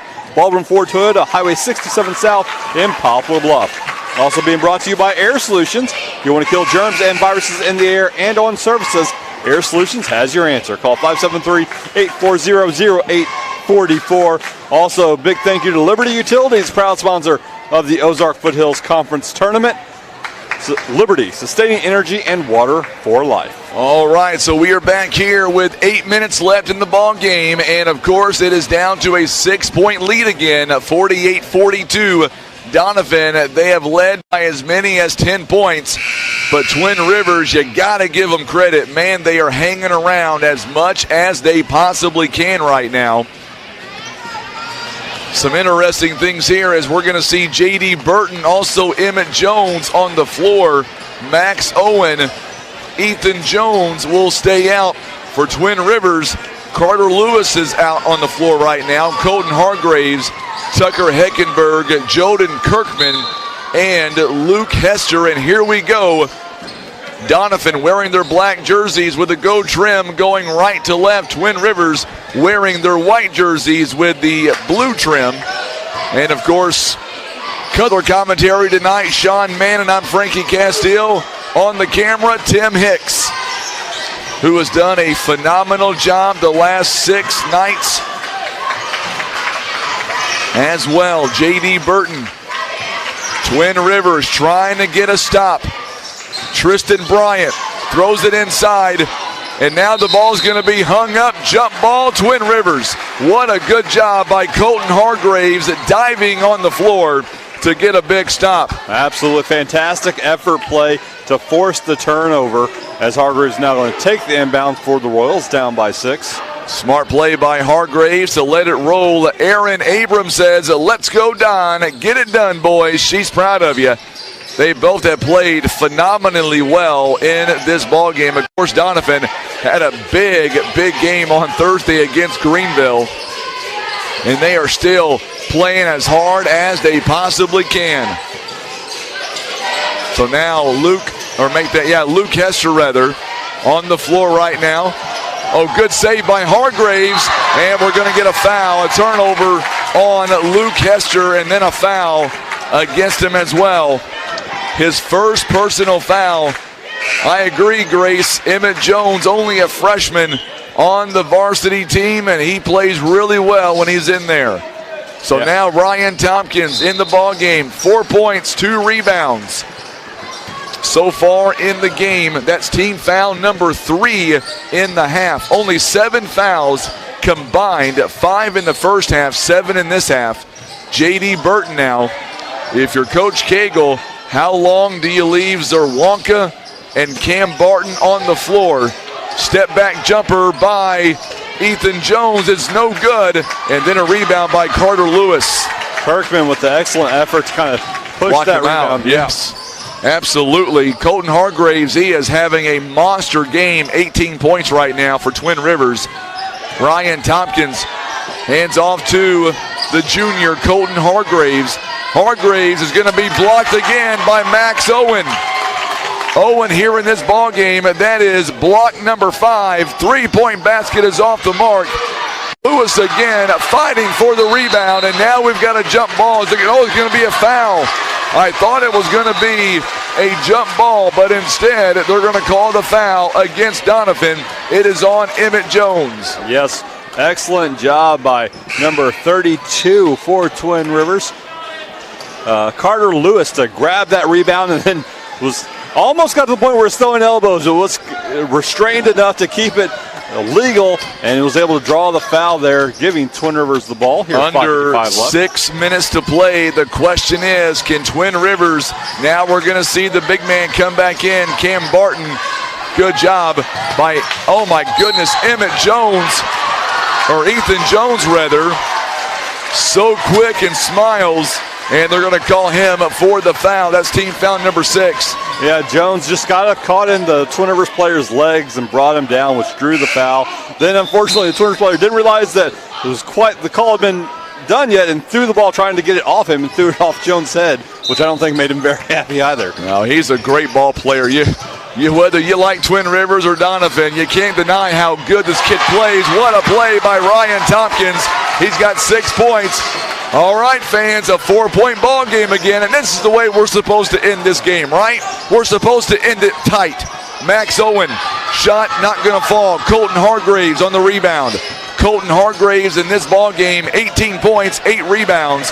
He is 2 rebounds away from a double-double tonight. 5:15 to go. Heckenberg back out to Hargraves for 3. It's no good. Ball is on the floor, and we've got a foul, I believe, on Tucker Heckenberg, I believe. I think you are correct. That foul is going to be Twin Rivers' 4th foul of the half. Now we're going to see Zerwanka coming in now for J.D. Burton. So bottom line for Doniphan, all their starters right now is on the floor. For Twin Rivers, they've got most of their starters on the floor right now. Kirkman on the bench. Carter Lewis is in right now. 48-44 the score. Plenty of time. Good double team, but how do you defend Cam Barton? He is showing you why he is a hard matchup for anybody. And when you do that double team, you got to make sure you seal the transition between the 2 players. So oh boy. First thing I thought of when I seen Ryan Tompkins trip over the ball, I'm more concerned about his well-being than a turnover. Yeah. Thank goodness he is okay. That could have been disastrous. He slipped on the ball and rode with the ball. Thankfully, he's okay. Yeah, very easy to turn an ankle doing something like that. We're all glad that he got off fine. It'll be Doniphan's ball. Turnover by Twin Rivers. Still a 6-point lead right now. Coach McBroom almost midway through this 4th quarter. McBroom going to the playbook now, trying to figure out how you stop Zerwanka and the Dons. Zerwanka double dribble and a turnover. That'll be number 8 for the Dons. Doniphan has gotten very turnover happy here in the 4th quarter. I know their coach is going to really be stressing them to kind of limit that and maybe get a little bit under more control. The door is still open, and Jody Lilly says, let's go Royals. Marley Kennan says, let's go Don from Emily and Marley. Norma says, go Dons, all the way in St. Charles, Missouri. Glad to have you guys alongside on YouTube, and there's a big steal. And then there's the foul by Hargraves, and that'll be number 3 on him. That's a foul you take. That foul stopped the fast break. And we've got a timeout called by Twin Rivers. I believe it's going to be a full timeout. So Twin Rivers are going to take a break, as are we. You are listening to exclusive coverage of the OFC tournament. It is presented by PB Realty and Legacy Farm and Land Specialist. Now, whether you need home, auto, farm, or any kind of insurance, Keith Parker and Farm Bureau Insurance is the place to go. Just give them a call, 573-785-4629. Whenever you need them, they're here for you. That's Keith Parker and Farm Bureau Insurance. Turn your scrap metal into cash at J.W. Walker & Sons Recycling. Receive top dollar with up-to-the-minute market pricing available at jwscrap.com. We're located just east of the Poplar Bluff Airport on Highway B. Give them a call, 573-686-7840. All right, so I've neglected to ask this. We're talking about basketball. 4 minutes to go here in the ball game, so let's ask it right now. Tomorrow night, big game on the line, Super Bowl. Facebook and YouTube, let's talk about it. Who do you have? Do you have the Rams or do you have the Bengals? I've got the Bengals. Sean doesn't get a vote because he is neglecting to watch the game because the Rams moved out of Missouri 6 years ago, I might add. No offense, Sean, it's fine. You can be mad. But who you going for? You're going for the Rams or the Bengals? And then also, what's going to be served at your house at the big game if you're watching it? Here we go now as Donovan inbounds the ball with under 4 minutes to play. Big possession going both ways right now for the Dons on offense. And then, of course, the defense of Twin Rivers. Can it hold in the last 4 minutes? Hargraves nearly had a steal. Bryant now. Cam Barton, anytime he has the ball, it's a dangerous play. Ethan Jones down low over Tucker Heckenberg. It's a mismatch there. Ethan Jones knows it. So does McBroom. He's bringing back in Jordan Kirkman here on the next stoppage of play. Donovan playing keep away right now. Jones has the ball from the elbow. In and out, no good. Lets it go as Colton Hargraves, and that was a good shot taken by Ethan Jones. Yeah. Good block out by Colton Hargraves, not letting Max Owen get near the ball. Yeah, that shot was halfway down the rim before it came back out. Unlucky break for the Dons here, up by 6. So Kirkman back in. McBroom seeing that mismatch. Oh, a big block again by Max Owen. That's number 6. Zerwanka can't finish. And we're going to get a whistle and a foul coming up. It's either going to be on Tompkins. It is going to be on Tompkins. That is number 3. Quick turnover. Are they going to? You know what? That's what my daughter's going for, Grace, is the halftime show. She's not going to really watch the game per se, but she's going to. What do we have? All right, we got a stoppage of play here. So for Doniphan, or I should say Twin Rivers, Heckenberg comes out. Jake Hester is back in. Yeah, only the 6th foul for the Royals, so it would be an inbound pass. They initially thought it was a 1-and-1. 3-point basket again. Ethan Jones on the inbound. Travis Huddleston, I'm going to his house tomorrow. Go Bengals, anti-Rams, deer tenderloin, and wings. Yes, I'll be at your house tomorrow, Travis, no doubt. Win supper. That's what I want to know. That sounds real good. It does. Bring that deer to the radio tenderloin, station. Absolutely. Forget the radio station. I'm going to your house. We'll Facebook Live the event if we have to. What a move by Jagger Chrisman to keep it a 7-point game. Coach McBroom telling his team to hold firm. Hargraves tries to save it, and he does. You got to be kidding. What a great shot, and now we get a foul. I believe it's on Ethan Jones. It is. Coach Cagle, all he can do is bite his tongue right now. That's all he can do at this point. Excellent shot by Chrisman on the other end. Then great play by Hargraves. I was going to say Hargraves able to save that somehow. I don't know how he did it, but he did it.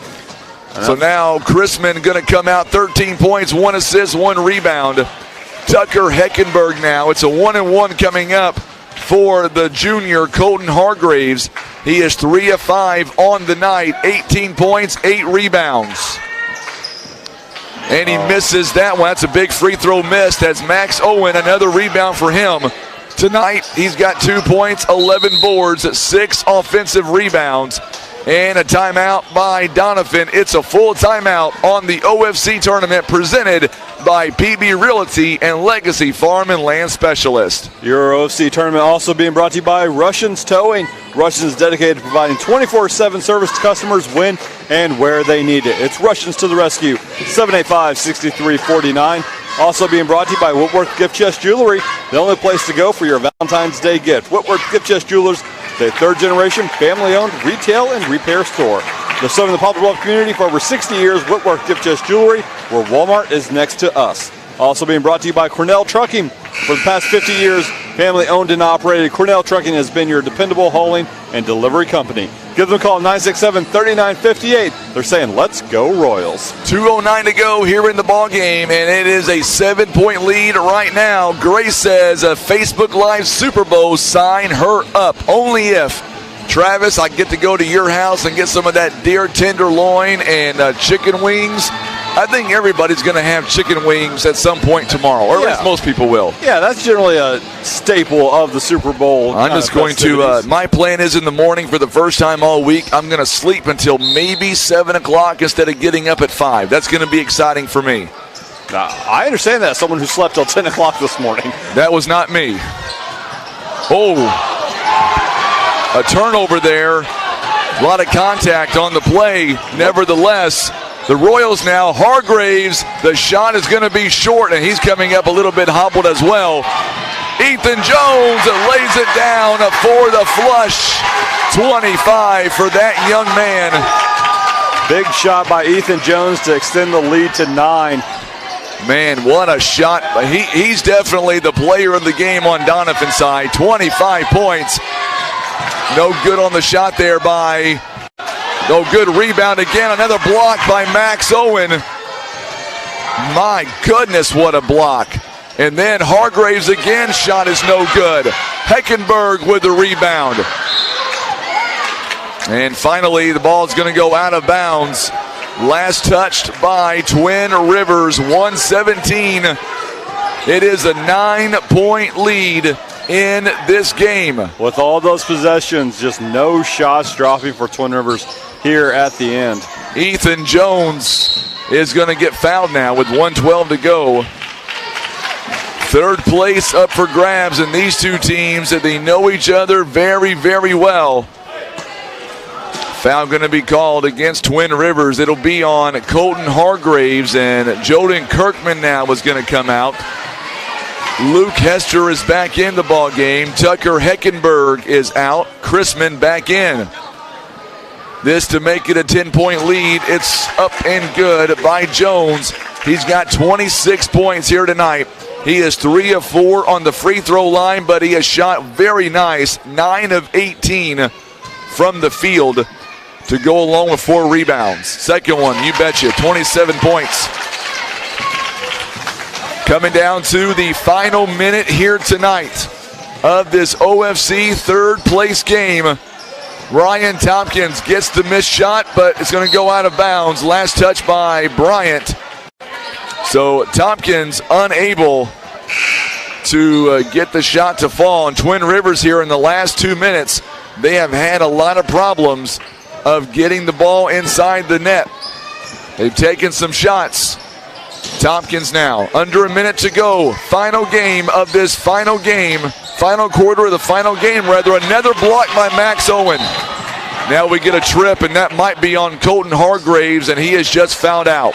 Yep, Hargraves has just fouled out of the ball game. 18 points, 10 rebounds, a double-double, 3 assists, 30 minutes he has played in this game. And I've got to tell you, he deserves a standing ovation. He has played tremendous here tonight. Yes, he has been absolutely fantastic. Getting some words from Coach Seth McBroom right now. I know he's disappointed, but nothing to be ashamed about. He played hard here tonight. Ethan Jones, 28 points. You got a guy like Ethan Jones that can have 2 in your face and knock down a three-pointer. And we're going to get a timeout called, this one by Twin Rivers. It is a 58-46 lead. It is It has taken literally all game to get the security there of getting some space between you and Twin Rivers. All in all, a great night of high school basketball. Twin Rivers may not get the result they're looking for, but they should be proud here tonight. Absolutely. And while we have this chance, let's thank current River Ford and Doniphan. They're saying, let's go Dons and Donettes, helping bring you the OFC tournament here tonight. Also, Little Bears Kids College, give Amy a call at 573-624-1086. They're open 5:30 a.m. to 5:30 p.m.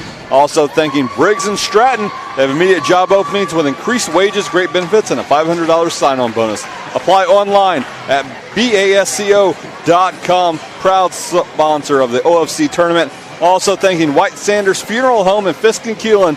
Jim and Kathy are proud to be a supporter of the community and the Twin Rivers Royals. They're saying, let's go Royals. John Rose that thinks he's funny just sent me a text and said, I'll be calling you at 6 a.m. I better answer. So that tells me right there, I'll just turn the old phone on silent tonight before I go to bed. Sounds like a plan to me. Ethan Jones at second free throw, 29 points.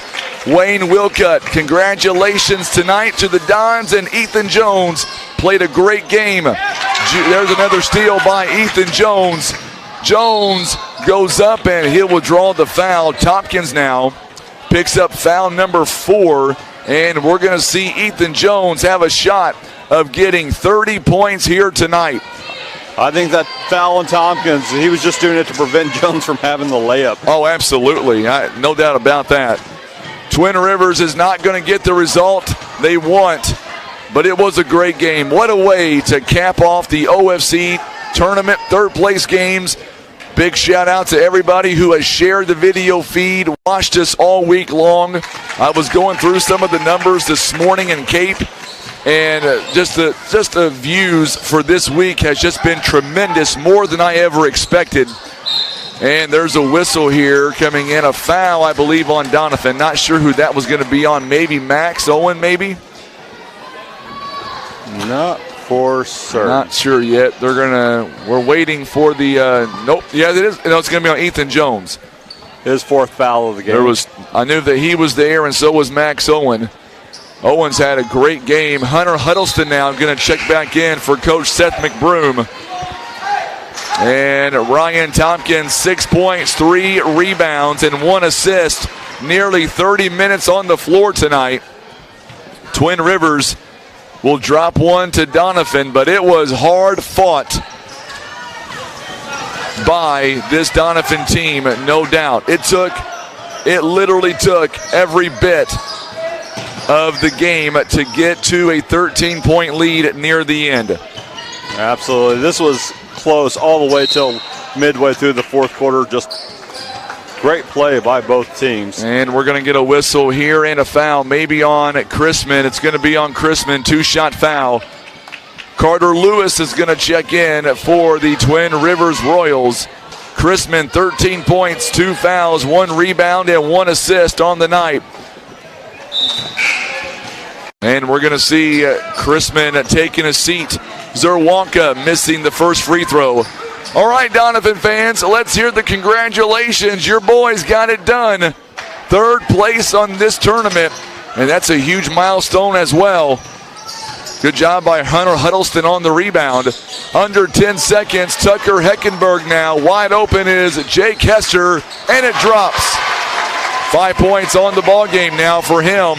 10-point lead, and the ball game comes to an end as Doniphan will take 3rd place here tonight.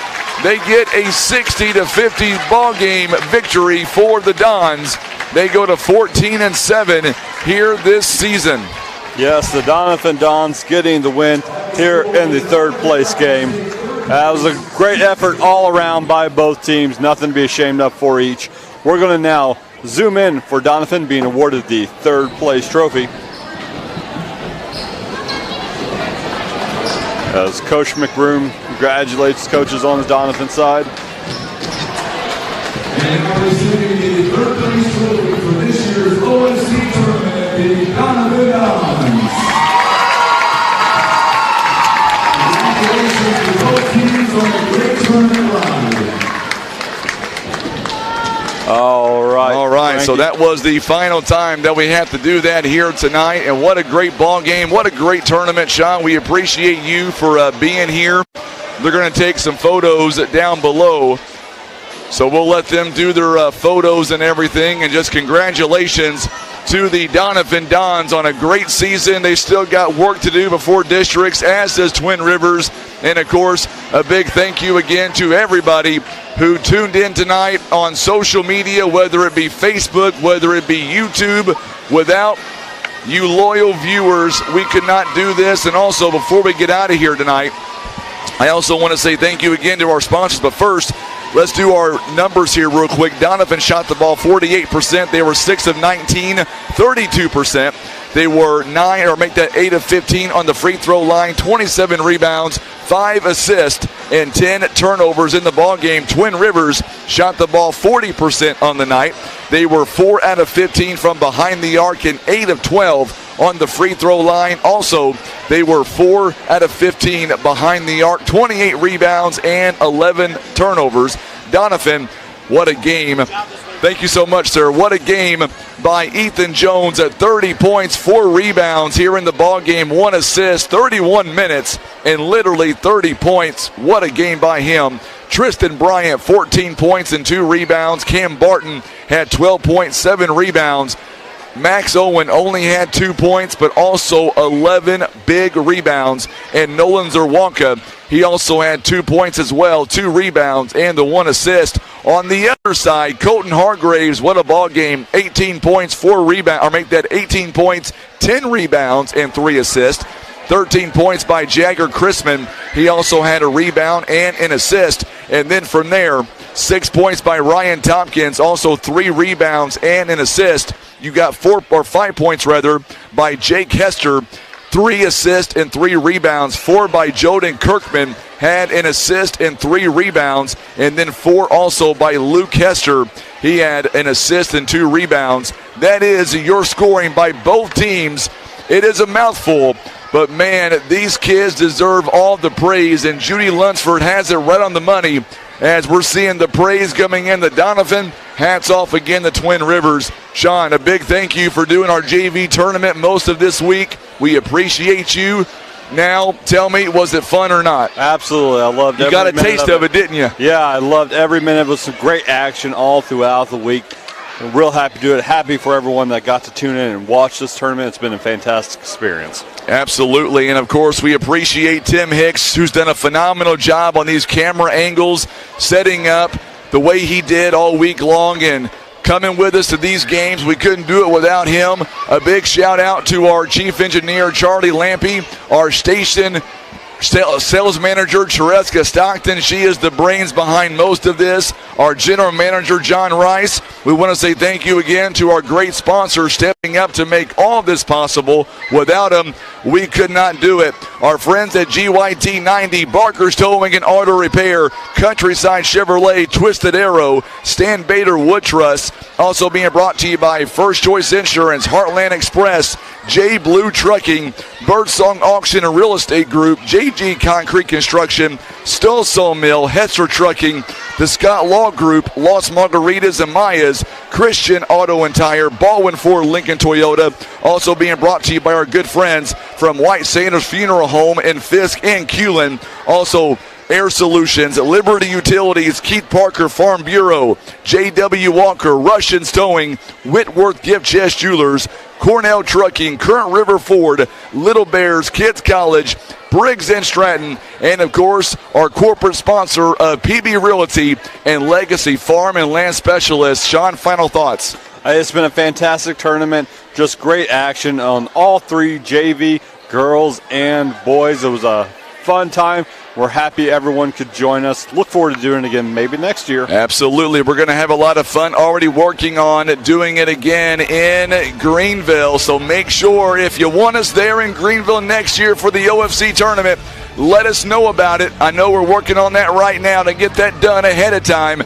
Thank you again for tuning in. A big shout out to Coach Cagle, Coach Dilbeck from the Doniphan Dons as well, taking 3rd place, and to all the coaches, Nathan Walk, Jordan Penn, Zach Moore, Chris Moody out of Naylor, and then, of course, our girls coaches as well.